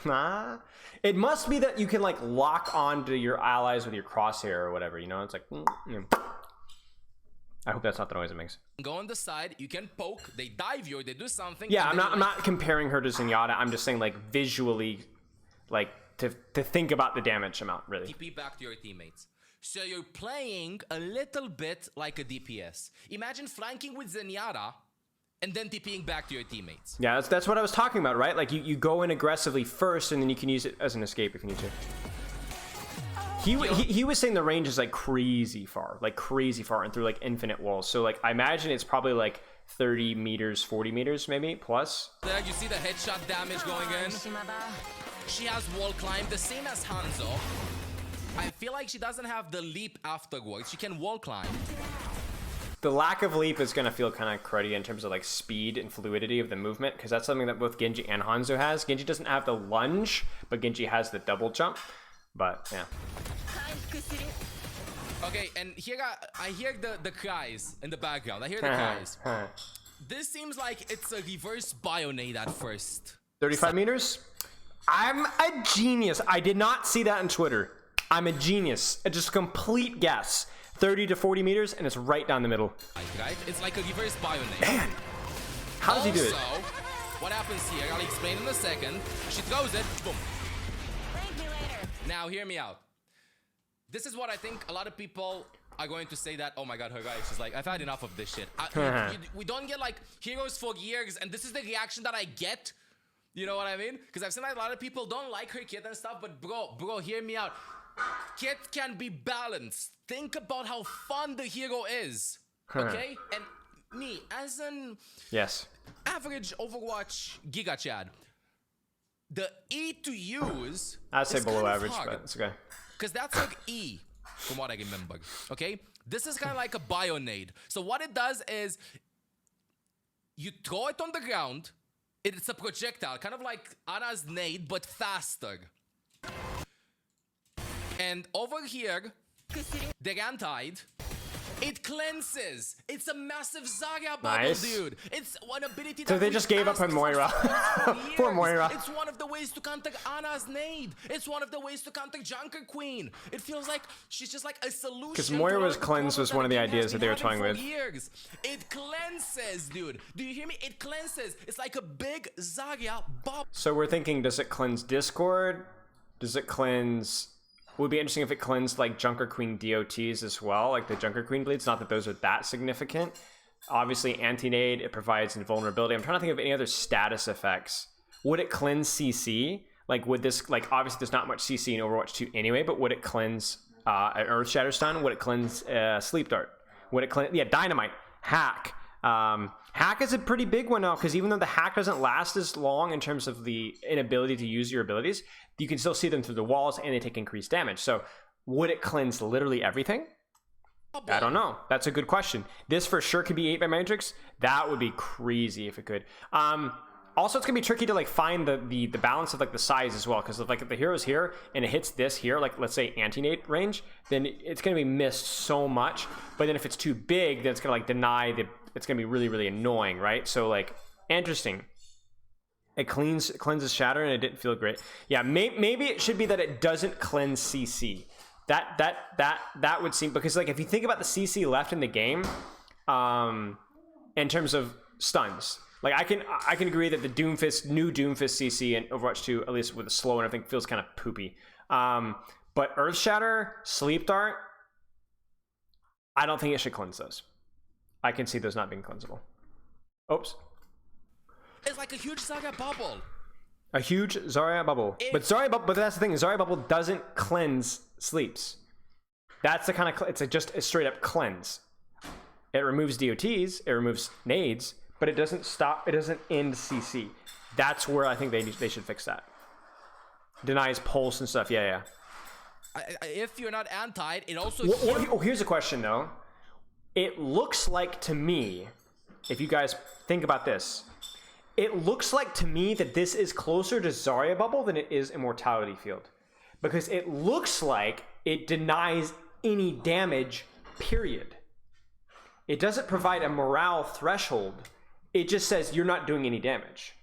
So actually, this could be interesting because you're thinking, okay, a Riptire hits you and you're all 1 HP. It just doesn't do damage. It really is like a Zarya Bubble. It's like a complete blocking of any instance of damage or status effects, anything for 3/4 of a second, and then that's it. And it, like I said, it lines up with the Zarya Bubble. Imagine if you had a 10,000 HP Zarya Bubble that lasted 0.8 seconds. That's kind of, I think, what we're having here. Kills you a little bit. It doesn't give you speed boost or anything. It just cleanses. And there's an additional effect to it. If timed, guy. Like, this seems like a shield. Do you see this? This looks like a shield. Everybody's gotten a shield, right? This looks like everybody has like this magical armor, you know? Mei ult freeze, that's probably another one that almost for sure cleanses. I hate Mei, but I can also see how that would be frustrating for Mei as well. Like a single ability denies the entirety of an ultimate for both Earthshatter and Mei ult. I don't love that, you know, because the thing is if you can compare it to like Riptire or Blade, yes, this can counter those, but also it takes like a serious amount of skill play, and you could just like wait it out. Like he talks about it here, I remember. And same thing with Blade. Like you have 1 second of invulnerability, if that, still not going to deny the value of the Blade.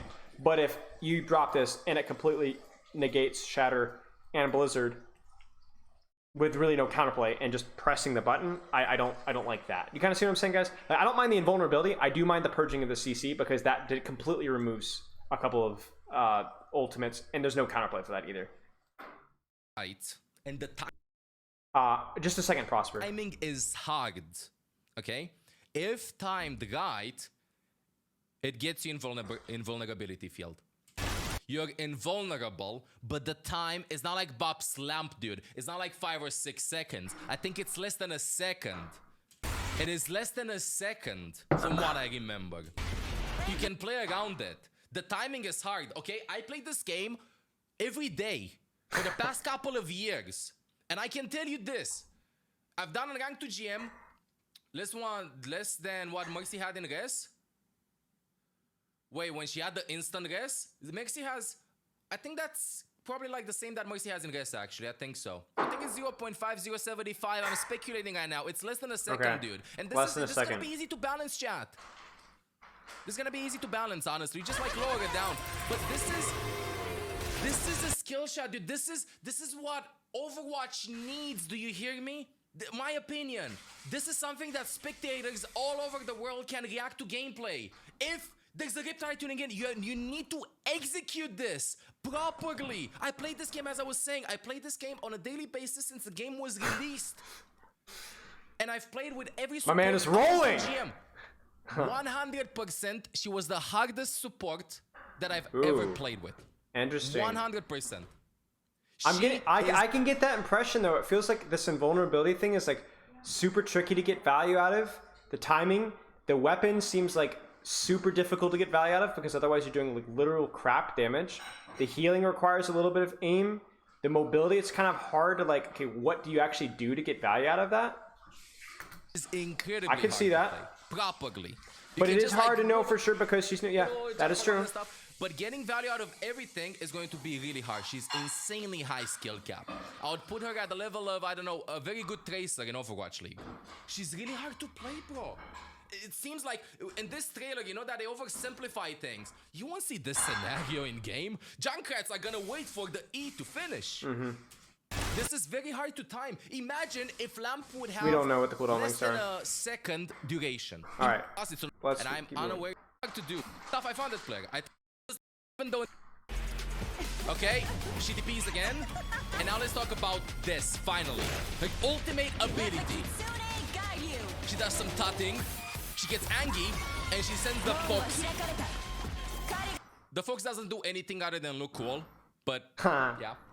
What this does is, imagine you've had 5 energy drinks, 3 coffees, and you're excited that you're finally gonna finish school or something. And you won the lottery at the same time. All Sick. 4 at the same time. That's Sounds what like a it good does. ultimate. It increases everything. You can reload faster. What is it? Is this a serious party stream? Yeah, it's a very serious part of stream. That's the. Okay, bye. Okay. See ya. Have fun. Okay, appreciate it. Let me know how class goes. Okay. Does. It increases everything. You can reload faster. You swing the hammer faster with Reinhardt. So attack speed, instead of Reinhardt doing animation this, speed. he does this. You shoot faster, from what I remember. Like you do everything faster. Run bro. faster, I guess. Everything is faster if you're on it. It's like a trail that you get buffed. It's like a nano boost that you put on the floor. So attack faster, another move boost. faster. Interesting. Interesting. Placed on the floor that also gives you speed boost and stuff.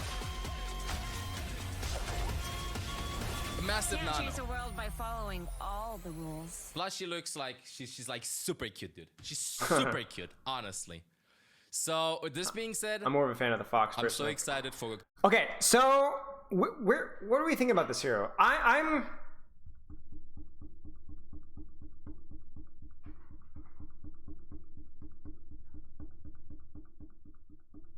there's some dynamic with her design where you look at something like Teleporter and you think that is valuable when people are split in angles. You look at something like her invulnerability shot, and that is more specific group oriented. You look at something with her ultimate, group oriented. You look at something like her wall climb, with the range or with her wall climb, and even maybe her mouse 1 or mouse 2 or whatever her damage is, depending on the range, that's more open source flexibility. Like if it has like Hanzo or Mei Icicle speed, that means more range, more angles, right? So it seems very hybrid in design, where you have a hero that can, like if we were to draw here, it's like spread versus group. Pardon the handwriting. Group, we have well, let's just do spread. Spread, we have the TP, right? TP for sure. Wall climb, like the additional mobility, like encourages her to be played with comps, so that they're going to utilize that. And then M1, we'll just say M1 in general is like the weapon is not like a Brig Flail or a Lucio slow moving projectile or a Moira right click, right? You have a very like something that's closer to like an Ana or a Zenyatta. And then if you go into the group side of things, you have her, let's just say invulnerability, okay, invul, right? Slash cleanse, right? And then her heal, well, I'll say the heal for less. The ult definitely rewards people being grouped up. And then also you have her heal. But I'm going to put a question mark with this one because this is going to depend on the locking mechanism that they put into it and the range of the heal. If it's hard to hit and it's very slow moving, then you're going to have issues. I'm expecting the heal to be somewhere here. I'm expecting kind of like what he was saying. I don't know if this is what he meant by what he was saying, but I'm expecting to be not quite Harmony Orb, not quite Heal Orb in Moira, but a fast traveling heal that is tricky at long ranges, but isn't impossible in mid ranges, right? So that being said, if we're talking like 40, 50 HPS numbers, I think that in general is going to be enough to probably make her playable with most compositions. So if we think about like tanks, 40 to 50 HPS is more than enough to support a Doomfist with any support. It's enough to support a Ball, a Sigma, a Zarya, Roadhog, what am I forgetting here? Reinhardt, I'm not so sure. Reinhardt and D.Va are the ones I'm not too or Winston, I'm not super sure about if 40, 50 HPS is enough. I could see her being played in dive comps, utilizing and basically playing like an aggressive support that can. It's going to be a question of like how much can she support her Genjis, her Tracers, her DPS. And then assisting with dives by taking aggressive angles, shooting, and then disengaging. I don't see her being... Maybe... I'm trying to think of, like, would this fit in, like, a Rein Lucio kind of a situation? You know? Is this going to be enough healing for a Reinhardt with Lucio? I'm not sure. I'm not sure. And I'm not sure that a Ryan comp, like a Ryan comp is well, maybe we'll utilize some of these things. Then like a spam comp, like I guess that's the other thing with this. I don't see her being played in a spam comp because I do think her damage is simply too low and her ranged utility is really bad. Like if you think about like if you're playing like with a Baptizan or a sniper comp, if you are playing a sniper comp, maybe TPing onto a sniper will be helpful. And you do have a little bit of spam. Like I'd rather play this hero than like a Lucio with a Widow Hanzo. But this is not as useful. This is not as useful. And then this is a question mark as well. You're going to have to use your TP to heal a Widow across the map. And her damage was too low compared to something like a Bap or a Zen. Or even an Ana. I think at range I anticipate... Well, maybe it's not too low. But Zen, Bap definitely are going to be doing more damage. And then Mercy's going to indirectly be able to provide more because she has basically TP on like a 2-second cooldown. Now, the less powerful version of TP, but it covers what we need her for. And then Mercy's ultimate, way more valuable than this ultimate for the type of spam comp that we're thinking about. So I'm thinking we will have to wait and see. But I'm not loving her for full on brawl or full on spam. I am uncertain on dive, and I think that she could be quite good in a lot of hybrid comps. But if you're thinking double sniper, if you're thinking Reaper May, Lucio, not loving her from what we know about her. What about Junker Queen as a Brig replacement? That's a good question. So Junker Queen comp, I mean, is gone. It's gonna be gone. I would be very surprised if it's not. But if, like, let's just for the sake of the argument, if it replaced it, 40, 50 HPS is more than enough for a Junker Queen. TP could be somewhat useful with the angles your DPS are taking. Wall climb could be useful.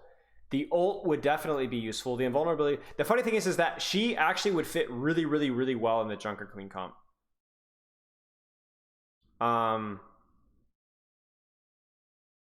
Like she counters it, but she also complements it really well. Like the ult The heal is more than enough.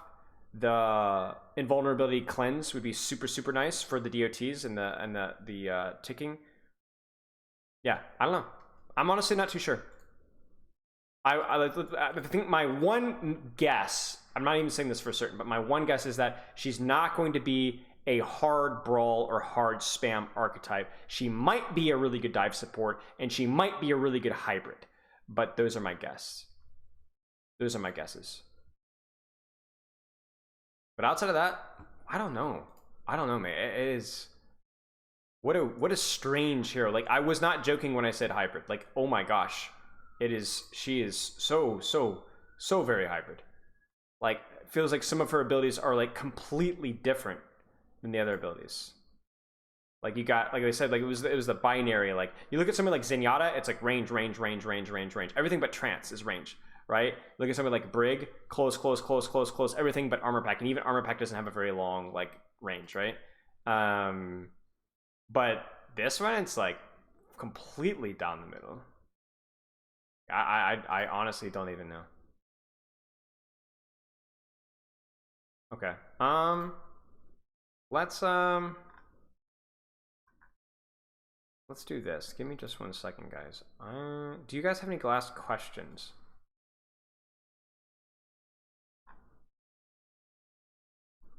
Before we finish up.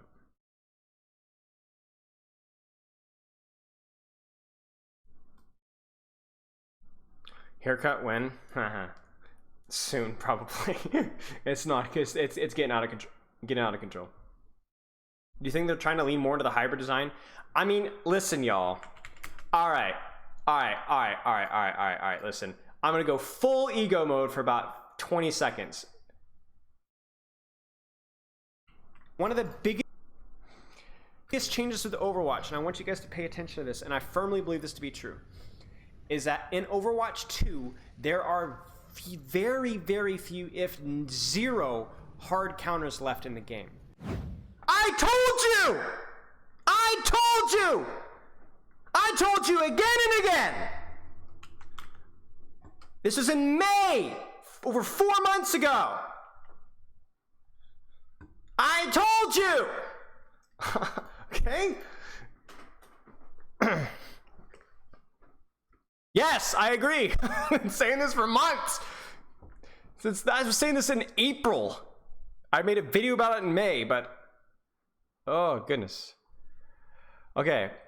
Yes, I think they are definitely leaning into the hybrid playstyle. They are leaning not just into the hybrid playstyle, but that there's more variety. Sleeping.